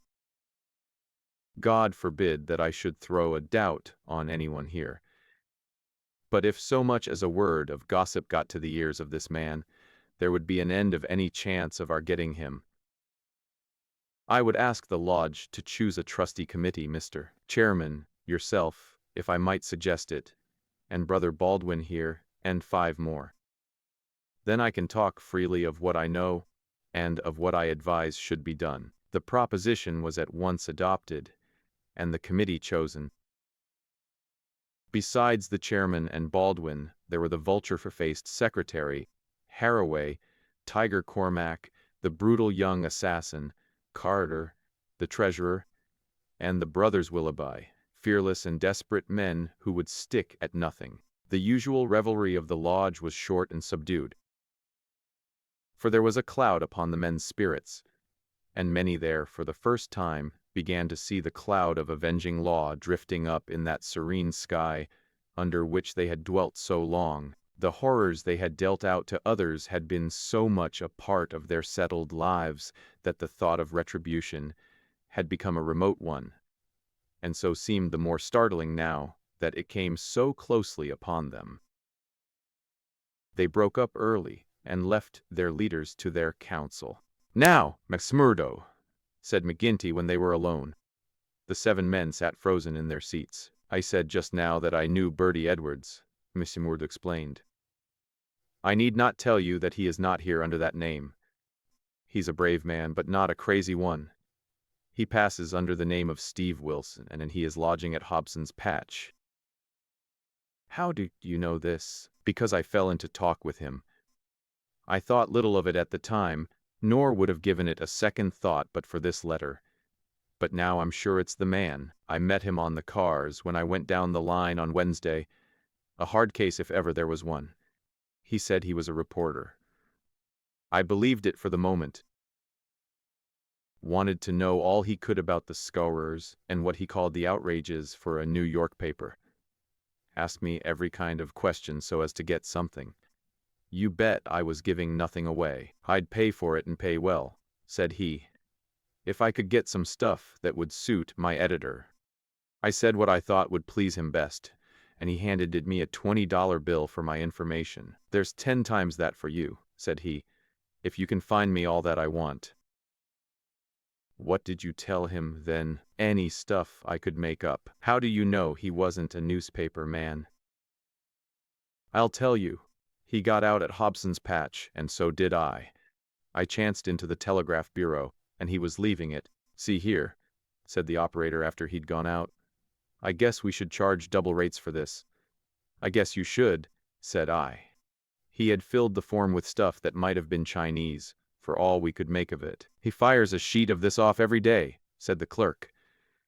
"Yes," said I, "it's special news for his paper, and he's scared that the others should tap it." That was what the operator thought, and what I thought at the time. But I think differently now. "By gar, I believe you are right," said McGinty. "But what do you allow that we should do about it?" "Why not go right down now and fix him?" someone suggested. "Aye, the sooner the better." "I'd start this next minute if I knew where we could find him," said Mr. Murdo. "He's in Hobson's Patch. But I don't know the house. I've got a plan, though, if you'll only take my advice." "Well, what is it?" "I'll go to the patch tomorrow morning. I'll find him through the operator. He can locate him, I guess. Well, then I'll tell him that I'm a freeman myself. I'll offer him all the secrets of the lodge for a price. You bet he'll tumble to it. I'll tell him the papers are at my house, and that it's as much as my life would be worth to let him come while folk were about. He'll see that that's horse sense. Let him come at 10 o'clock at night, and he shall see everything. That will fetch him sure. Well, you can plan the rest for yourselves. Widow McNamara's is a lonely house. She's as true as steel and as deaf as a post. There's only Scanlon and me in the house, if I get his promise. And I'll let you know if I do. I'd have the whole 7 of you come to me by 9 o'clock. We'll get him in. If ever he gets out alive, well, he can talk of Bertie Ords's luck for the rest of his days. There's going to be a vacancy at Pinkerton's, or leave it at that, Murdo. At 9 tomorrow we'll be with you. You once get the door shut behind him, and you can leave the rest with us." Chapter 7. The Trapping of Bertie Edwards. In any other case, the conspirators would have simply called out their man, as they had many a time before, and emptied their pistols into his body. But in this instance it was very necessary to find out how much he knew how he knew it, and what had been passed on to his employers. It was possible that they were already too late, and that the work had been done. If that was indeed so, they could at least have their revenge upon the man who had done it, but they were hopeful that nothing of great importance had yet come to the detective's knowledge, as otherwise, they argued, he would not have troubled to write down and forward such trivial information as Mr. Murdo claimed to have given him. However, all this they would learn from his own lips. Once in their power, they would find a way to make him speak. It was not the first time that they had handled an unwilling witness. Mr. Murdo went to Hobson's Patch as agreed. The police seemed to take particular interest in him that morning, and Captain Marvin, he who had claimed the old acquaintance with him at Chicago, actually addressed him as he waited at the station. Mr. Murdo turned away and refused to speak with him. He was back from his mission in the afternoon, and saw McGinty at the Union House. "He is coming," he said. "Good," said McGinty. The giant was in his shirt sleeves, with chains and seals athwart his ample waistcoat, and a diamond twinkling through the fringe of his bristling beard. Drink and politics had made the boss a very rich as well as powerful man. The more terrible, therefore, seemed that glimpse of the prison or the gallows which had risen before him the night before. "Do you reckon he knows much?" he asked anxiously. Mr. Murdo shook his head gloomily. "He's been here some time, 6 weeks at the least. I guess he didn't come into these parts to look at the prospect. If he has been working among us all that time with the railroad money at his back, I should expect that he has got results. and that he has passed them on. "There's not a weak man in the lodge," cried McGinty. "True as steel, every man of them, and yet, by the Lord, there is that skunk Morris. What about him? If any man gives us away, it would be he. I've a mind to send a couple of the boys round before evening to give him a beating up and see what they can get from him." "Well, there would be no harm in that," Mr. Murdo answered. "I won't deny that I have a liking for Morris, and would be sorry to see him come to harm. He has spoken to me once or twice over lodge matters, and though he may not see them the same as you, he never seemed the sort that squeals. But still it is not for me to stand between him and you." "I'll fix the old devil," said McGinty with an oath. "I've had my eye on him this year past." "Well, you know best about that," Miss Murdo answered. "But whatever you do must be tomorrow, for we must lie low until the Pinkerton affair is settled up. We can't afford to set the police buzzing today of all days." "True for you," said McGinty. "And we'll learn from Bertie Edwards himself where he got his news if we have to cut his heart out first." "Did he seem to scent a trap?" Messer Murdo laughed. "I guess I took him on his weak point," he said. "If he could get on a good trail of the scours, he's ready to follow it into hell. I took his money." Mr. Murdo grinned as he produced a wad of dollar notes. "And as much more when he has seen all my papers." "What papers?" "Well, there are no papers. But I filled him up about constitutions and books of rules and forms of membership. He expects to get right down to the end of everything before he leaves." "Faith, he's right there," said McGinty grimly. "Didn't he ask you why you didn't bring him the papers?" "As if I would carry such things, and me a suspected man. Captain Marvin, after speaking to me this very day at the depot—" "Aye, I heard of that," said McGinty. "I guess the heavy end of this business is coming on to you. We could put him down an old shaft when we've done with him. But however we work it, we can't get past the man living at Hobson's Patch, and you being there today." Mr. Murdo shrugged his shoulders. "If we handle it right, they can never prove the killing," said he. "No one can see him come to the house after dark, and I'll lay to it that no one will see him go. Now see here, counselor, you my plan, and I'll ask you to fit the others into it. You will all come in good time. Very well. He comes at 10. He is to tap 3 times, and me to open the door for him. Then I'll get behind him and shut it. He's our man then." "That's all easy and plain." "Yes, but the next step wants considering. He's a hard proposition. He's heavily armed. I've fooled him proper, and yet he is likely to be on his guard. Suppose I show him right into a room with 7 men in it, where he expected to find me alone. There is going to be shooting, and somebody is going to be hurt." "That's so. And the noise is going to bring every damned copper in the township on top of it. I guess you are right. This is how I should work it. You will all be in the big room, same as you saw when you had a chat with me. I'll open the door for him, show him into the parlor beside the door, and leave him there while I get the papers that will give me the chance of telling you how things are shaping. Then I will go back to him with some fake papers. As he is reading them, I will jump for him and get my grip on his pistol arm. You'll hear me call, and in you will rush. The quicker the better, for he is as strong a man as I, and I may have more than I can manage. But I allow that I can hold him till you come." "It's a good plan," said McGinty. "The lodge will owe you a debt for this. I guess when I move out of the chair, I can put a name to the man that's coming after me." "Sure, counselor, I am little more than a recruit," said Mr. Murdo. But his face showed what he thought of the great man's compliment. When he had returned home, he made his own preparations for the grim evening in front of him. First he cleaned, oiled, and loaded his Smith & Wesson revolver. Then he surveyed the room in which the detective was to be trapped. It was a large apartment, with a long deal table in the center, and the big stove at one side. At each of the other sides were windows. There were no shutters on these, only light curtains which drew across. Messimurdo examined these attentively. No doubt it must have struck him that the apartment was very exposed for so secret a meeting. Yet its distance from the road made it of less consequence.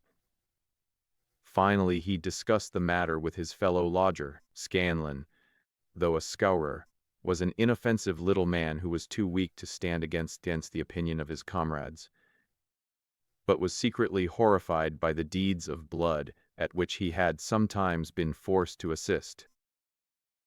Messimurdo told him shortly what was intended, and if I were you, Mike Scanlan, I would take a night off and keep clear of it. There will be bloody work here before morning. Well, indeed then, Mac, Scanlan answered. It's not the will but the nerve that is wanting in me. When I saw Manager Durdun go down at the colliery yonder, it was just more than I could stand. I'm not made for it, same as you or McGinty.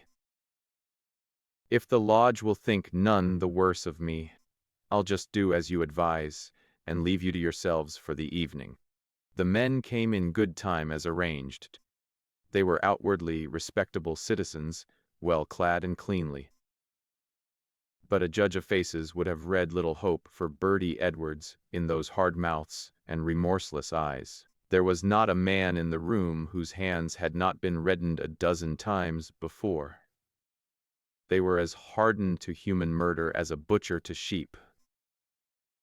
Foremost, of course, both in appearance and in guilt, was the formidable boss.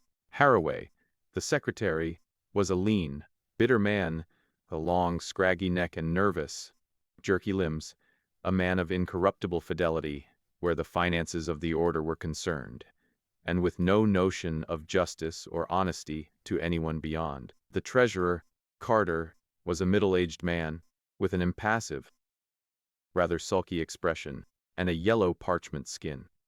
He was a capable organizer, and the actual details of nearly every outrage had sprung from his plotting brain. The two Willoughbys were men of action, tall, lithe young fellows with determined faces, while their companion, Tiger Cormac, a heavy, dark youth, was feared even by his own comrades for the ferocity of his disposition. These were the men who assembled that night under the roof of Messimurdo for the killing of the Pinkerton detective. Their host had placed whiskey upon the table, and they had hastened to prime themselves for the work before them. Baldwin and Cormac were already half drunk, and the liquor had brought out all their ferocity. Cormac placed his hands on the stove for an instant. It had been lighted, for the nights were still cold. "That will do," said he, with an oath. "Aye," said Baldwin, catching his meaning. "If he is strapped to that, we will have the truth out of him." "We'll have the truth out of him, never fear," said Messimurdo. He had nerves of steel, this man. For though the whole weight of the affair was on him, his manner was as cool and unconcerned as ever. The others marked it and applauded. "You are the one to handle him," said the boss approvingly. "Not a warning will he get till your hand is on his throat. It's a pity there are no shutters to your windows." Messimurdo went from one to the other and drew the curtains tighter. "Sure no one can spy upon us now. It's close upon the hour. Maybe he won't come. Maybe he'll get a sniff of danger," said the secretary. "He'll come, never fear," Messimurdo answered. "He is as eager to come as you can be to see him." Hark to that! They all sat like wax figures, some with their glasses arrested halfway to their lips. 3 loud knocks had sounded at the door. "Hush!" Messimurdo raised his hand in caution. An exulting glance went round the circle, and hands were laid upon hidden weapons. "Not a sound, for your lives!" Messimurdo whispered, as he went from the room, closing the door carefully behind him. With strained ears the murderers waited. They counted the steps of their comrade down the passage. Then they heard him open the outer door. There were a few words as of greeting. Then they were aware of a strange step inside and an unfamiliar voice. An instant later came the slam of the door and the turning of the key in the lock. Their prey was safe within the trap. Tiger Cormac laughed horribly, and Boss McGinty clapped his great hand across his mouth. "Be quiet, you fool," he whispered. "You'll be the undoing of us yet." There was a mutter of conversation from the next room. It seemed interminable. Then the door opened, and McMurdo appeared, his finger upon his lip. He came to the end of the table and looked round at them. A subtle change had come over him. His manner was as of one who has great work to do. His face had set into granite firmness. His eyes shone with a fierce excitement behind his spectacles. He had become a visible leader of men. They stared at him with eager interest, but he said nothing. Still with the same singular gaze, he looked from man to man. "Well," cried Boss McGinty at last, "is he here? Is Bertie Edwards here?" "Yes," Messimurdo answered slowly. "Bertie Edwards is here." "I am Bertie Edwards." There were 10 seconds after that brief speech during which the room might have been empty. So profound was the silence. The hissing of a kettle upon the stove rose sharp and strident to the ear. 7 white faces, all turned upward to this man who dominated them, were set motionless with utter terror. Then, with a sudden shivering of glass, a bristle of glistening rifle barrels broke through each window, while the curtains were torn from their hangings. At the sight, Boss McGinty gave the roar of a wounded bear and plunged for the half-opened door. A leveled revolver met him there, with the stern blue eyes of Captain Marvin of the Mine Police gleaming behind the sights. The boss recoiled, fell back into his chair. "You're safer there, counselor," said the man whom they had known as Messimurdo.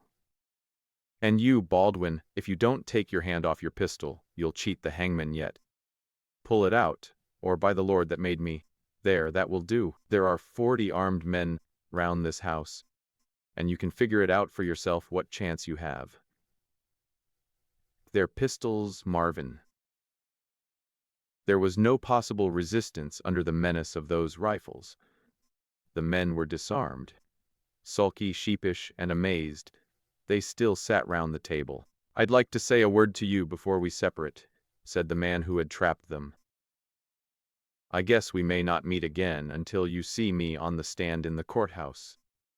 I'll give you something to think over between now and then. You know me now for what I am. At last, I can put my cards on the table. I am Bertie Edwards of Pinkerton's. I was chosen to break up your gang. I had a hard and dangerous game to play. Not a soul, not one soul, not my nearest and dearest, knew that I was playing it. Only Captain Marvin here and my employers knew that. But it's over tonight, thank God, and I am the winner." The 7 pale, rigid faces looked up at him. There was unappeasable hatred in their eyes. He read the relentless threat. "Maybe you think that the game is not over yet. Well, I take my chance of that. Anyhow, some of you will take no further hand, and there are 60 more besides yourselves that will see a jail this night. I'll tell you this, that when I was put upon this job, I never believed there was such a society as yours. I thought it was paper talk, and that I would prove it so. They told me it was to do with the freemen. So I went to Chicago and was made one. Then I was surer than ever that it was just paper talk, for I found no harm in the society, but a deal of good. Still, I had to carry out my job, and I came to the coal valleys. When I reached this place, I learned that I was wrong, and that it wasn't a dime novel after all. So I stayed to look after it. I never killed a man in Chicago. I never minted at $1 in my life. Those I gave you were as good as any others. But I never spent money better.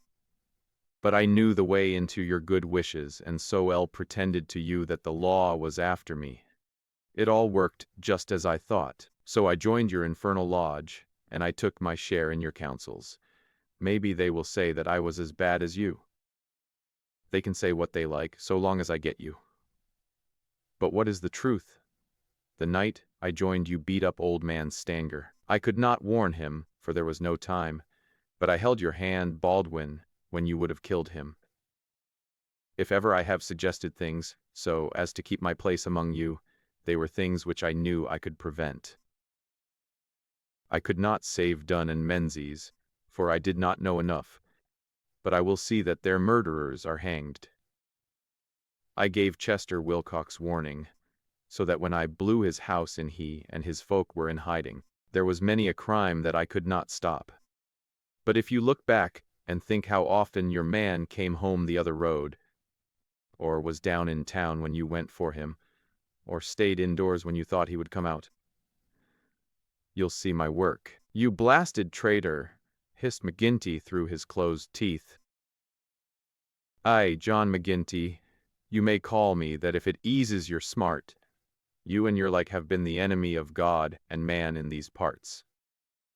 It took a man to get between you and the poor devils of men and women that you held under your grip. There was just one way of doing it, and I did it.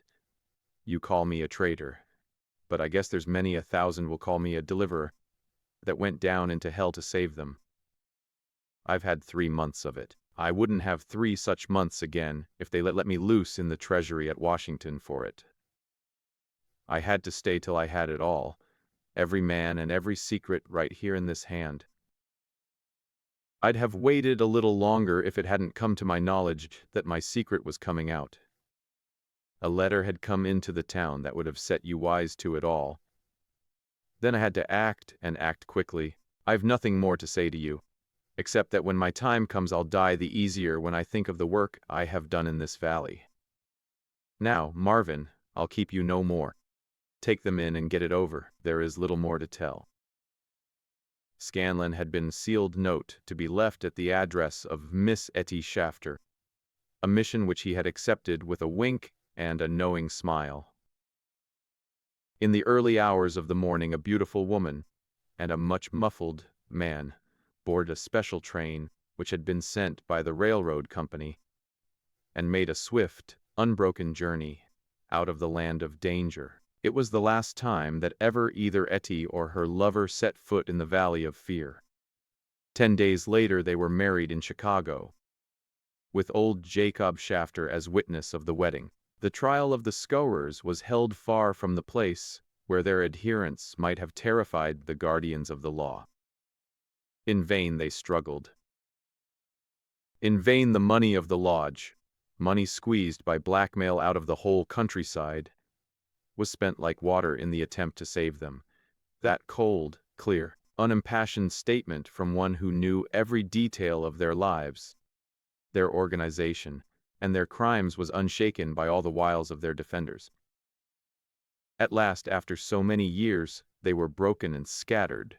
The cloud was lifted forever from the valley. McGinty met his fate upon the scaffold, cringing and whining when the last hour came.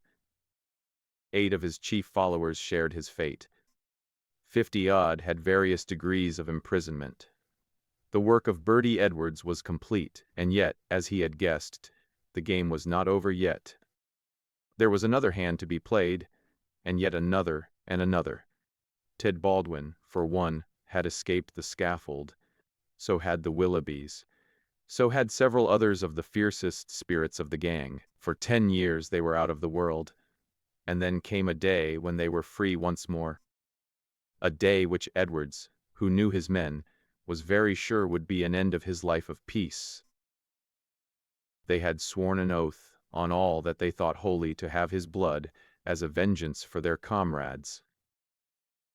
And well they strove to keep their vow. From Chicago he was chased, after 2 attempts so near success that it was sure that the third would get him. From Chicago he went under a changed name to California, and it was there that the light went for a time out of his life, when Eddie Edwards died. Once again he was nearly killed, and once again under the name of Douglas he worked in a lonely cannon, where with an English partner named Barker he amassed a fortune. At last there came a warning to him that the bloodhounds were on his track once more, and he cleared, only just in time, for England. And thence came the John Douglas, who for a second time married a worthy mate, and lived for 5 years as a Sussex County gentleman, a life which ended with the strange happenings of which we have heard.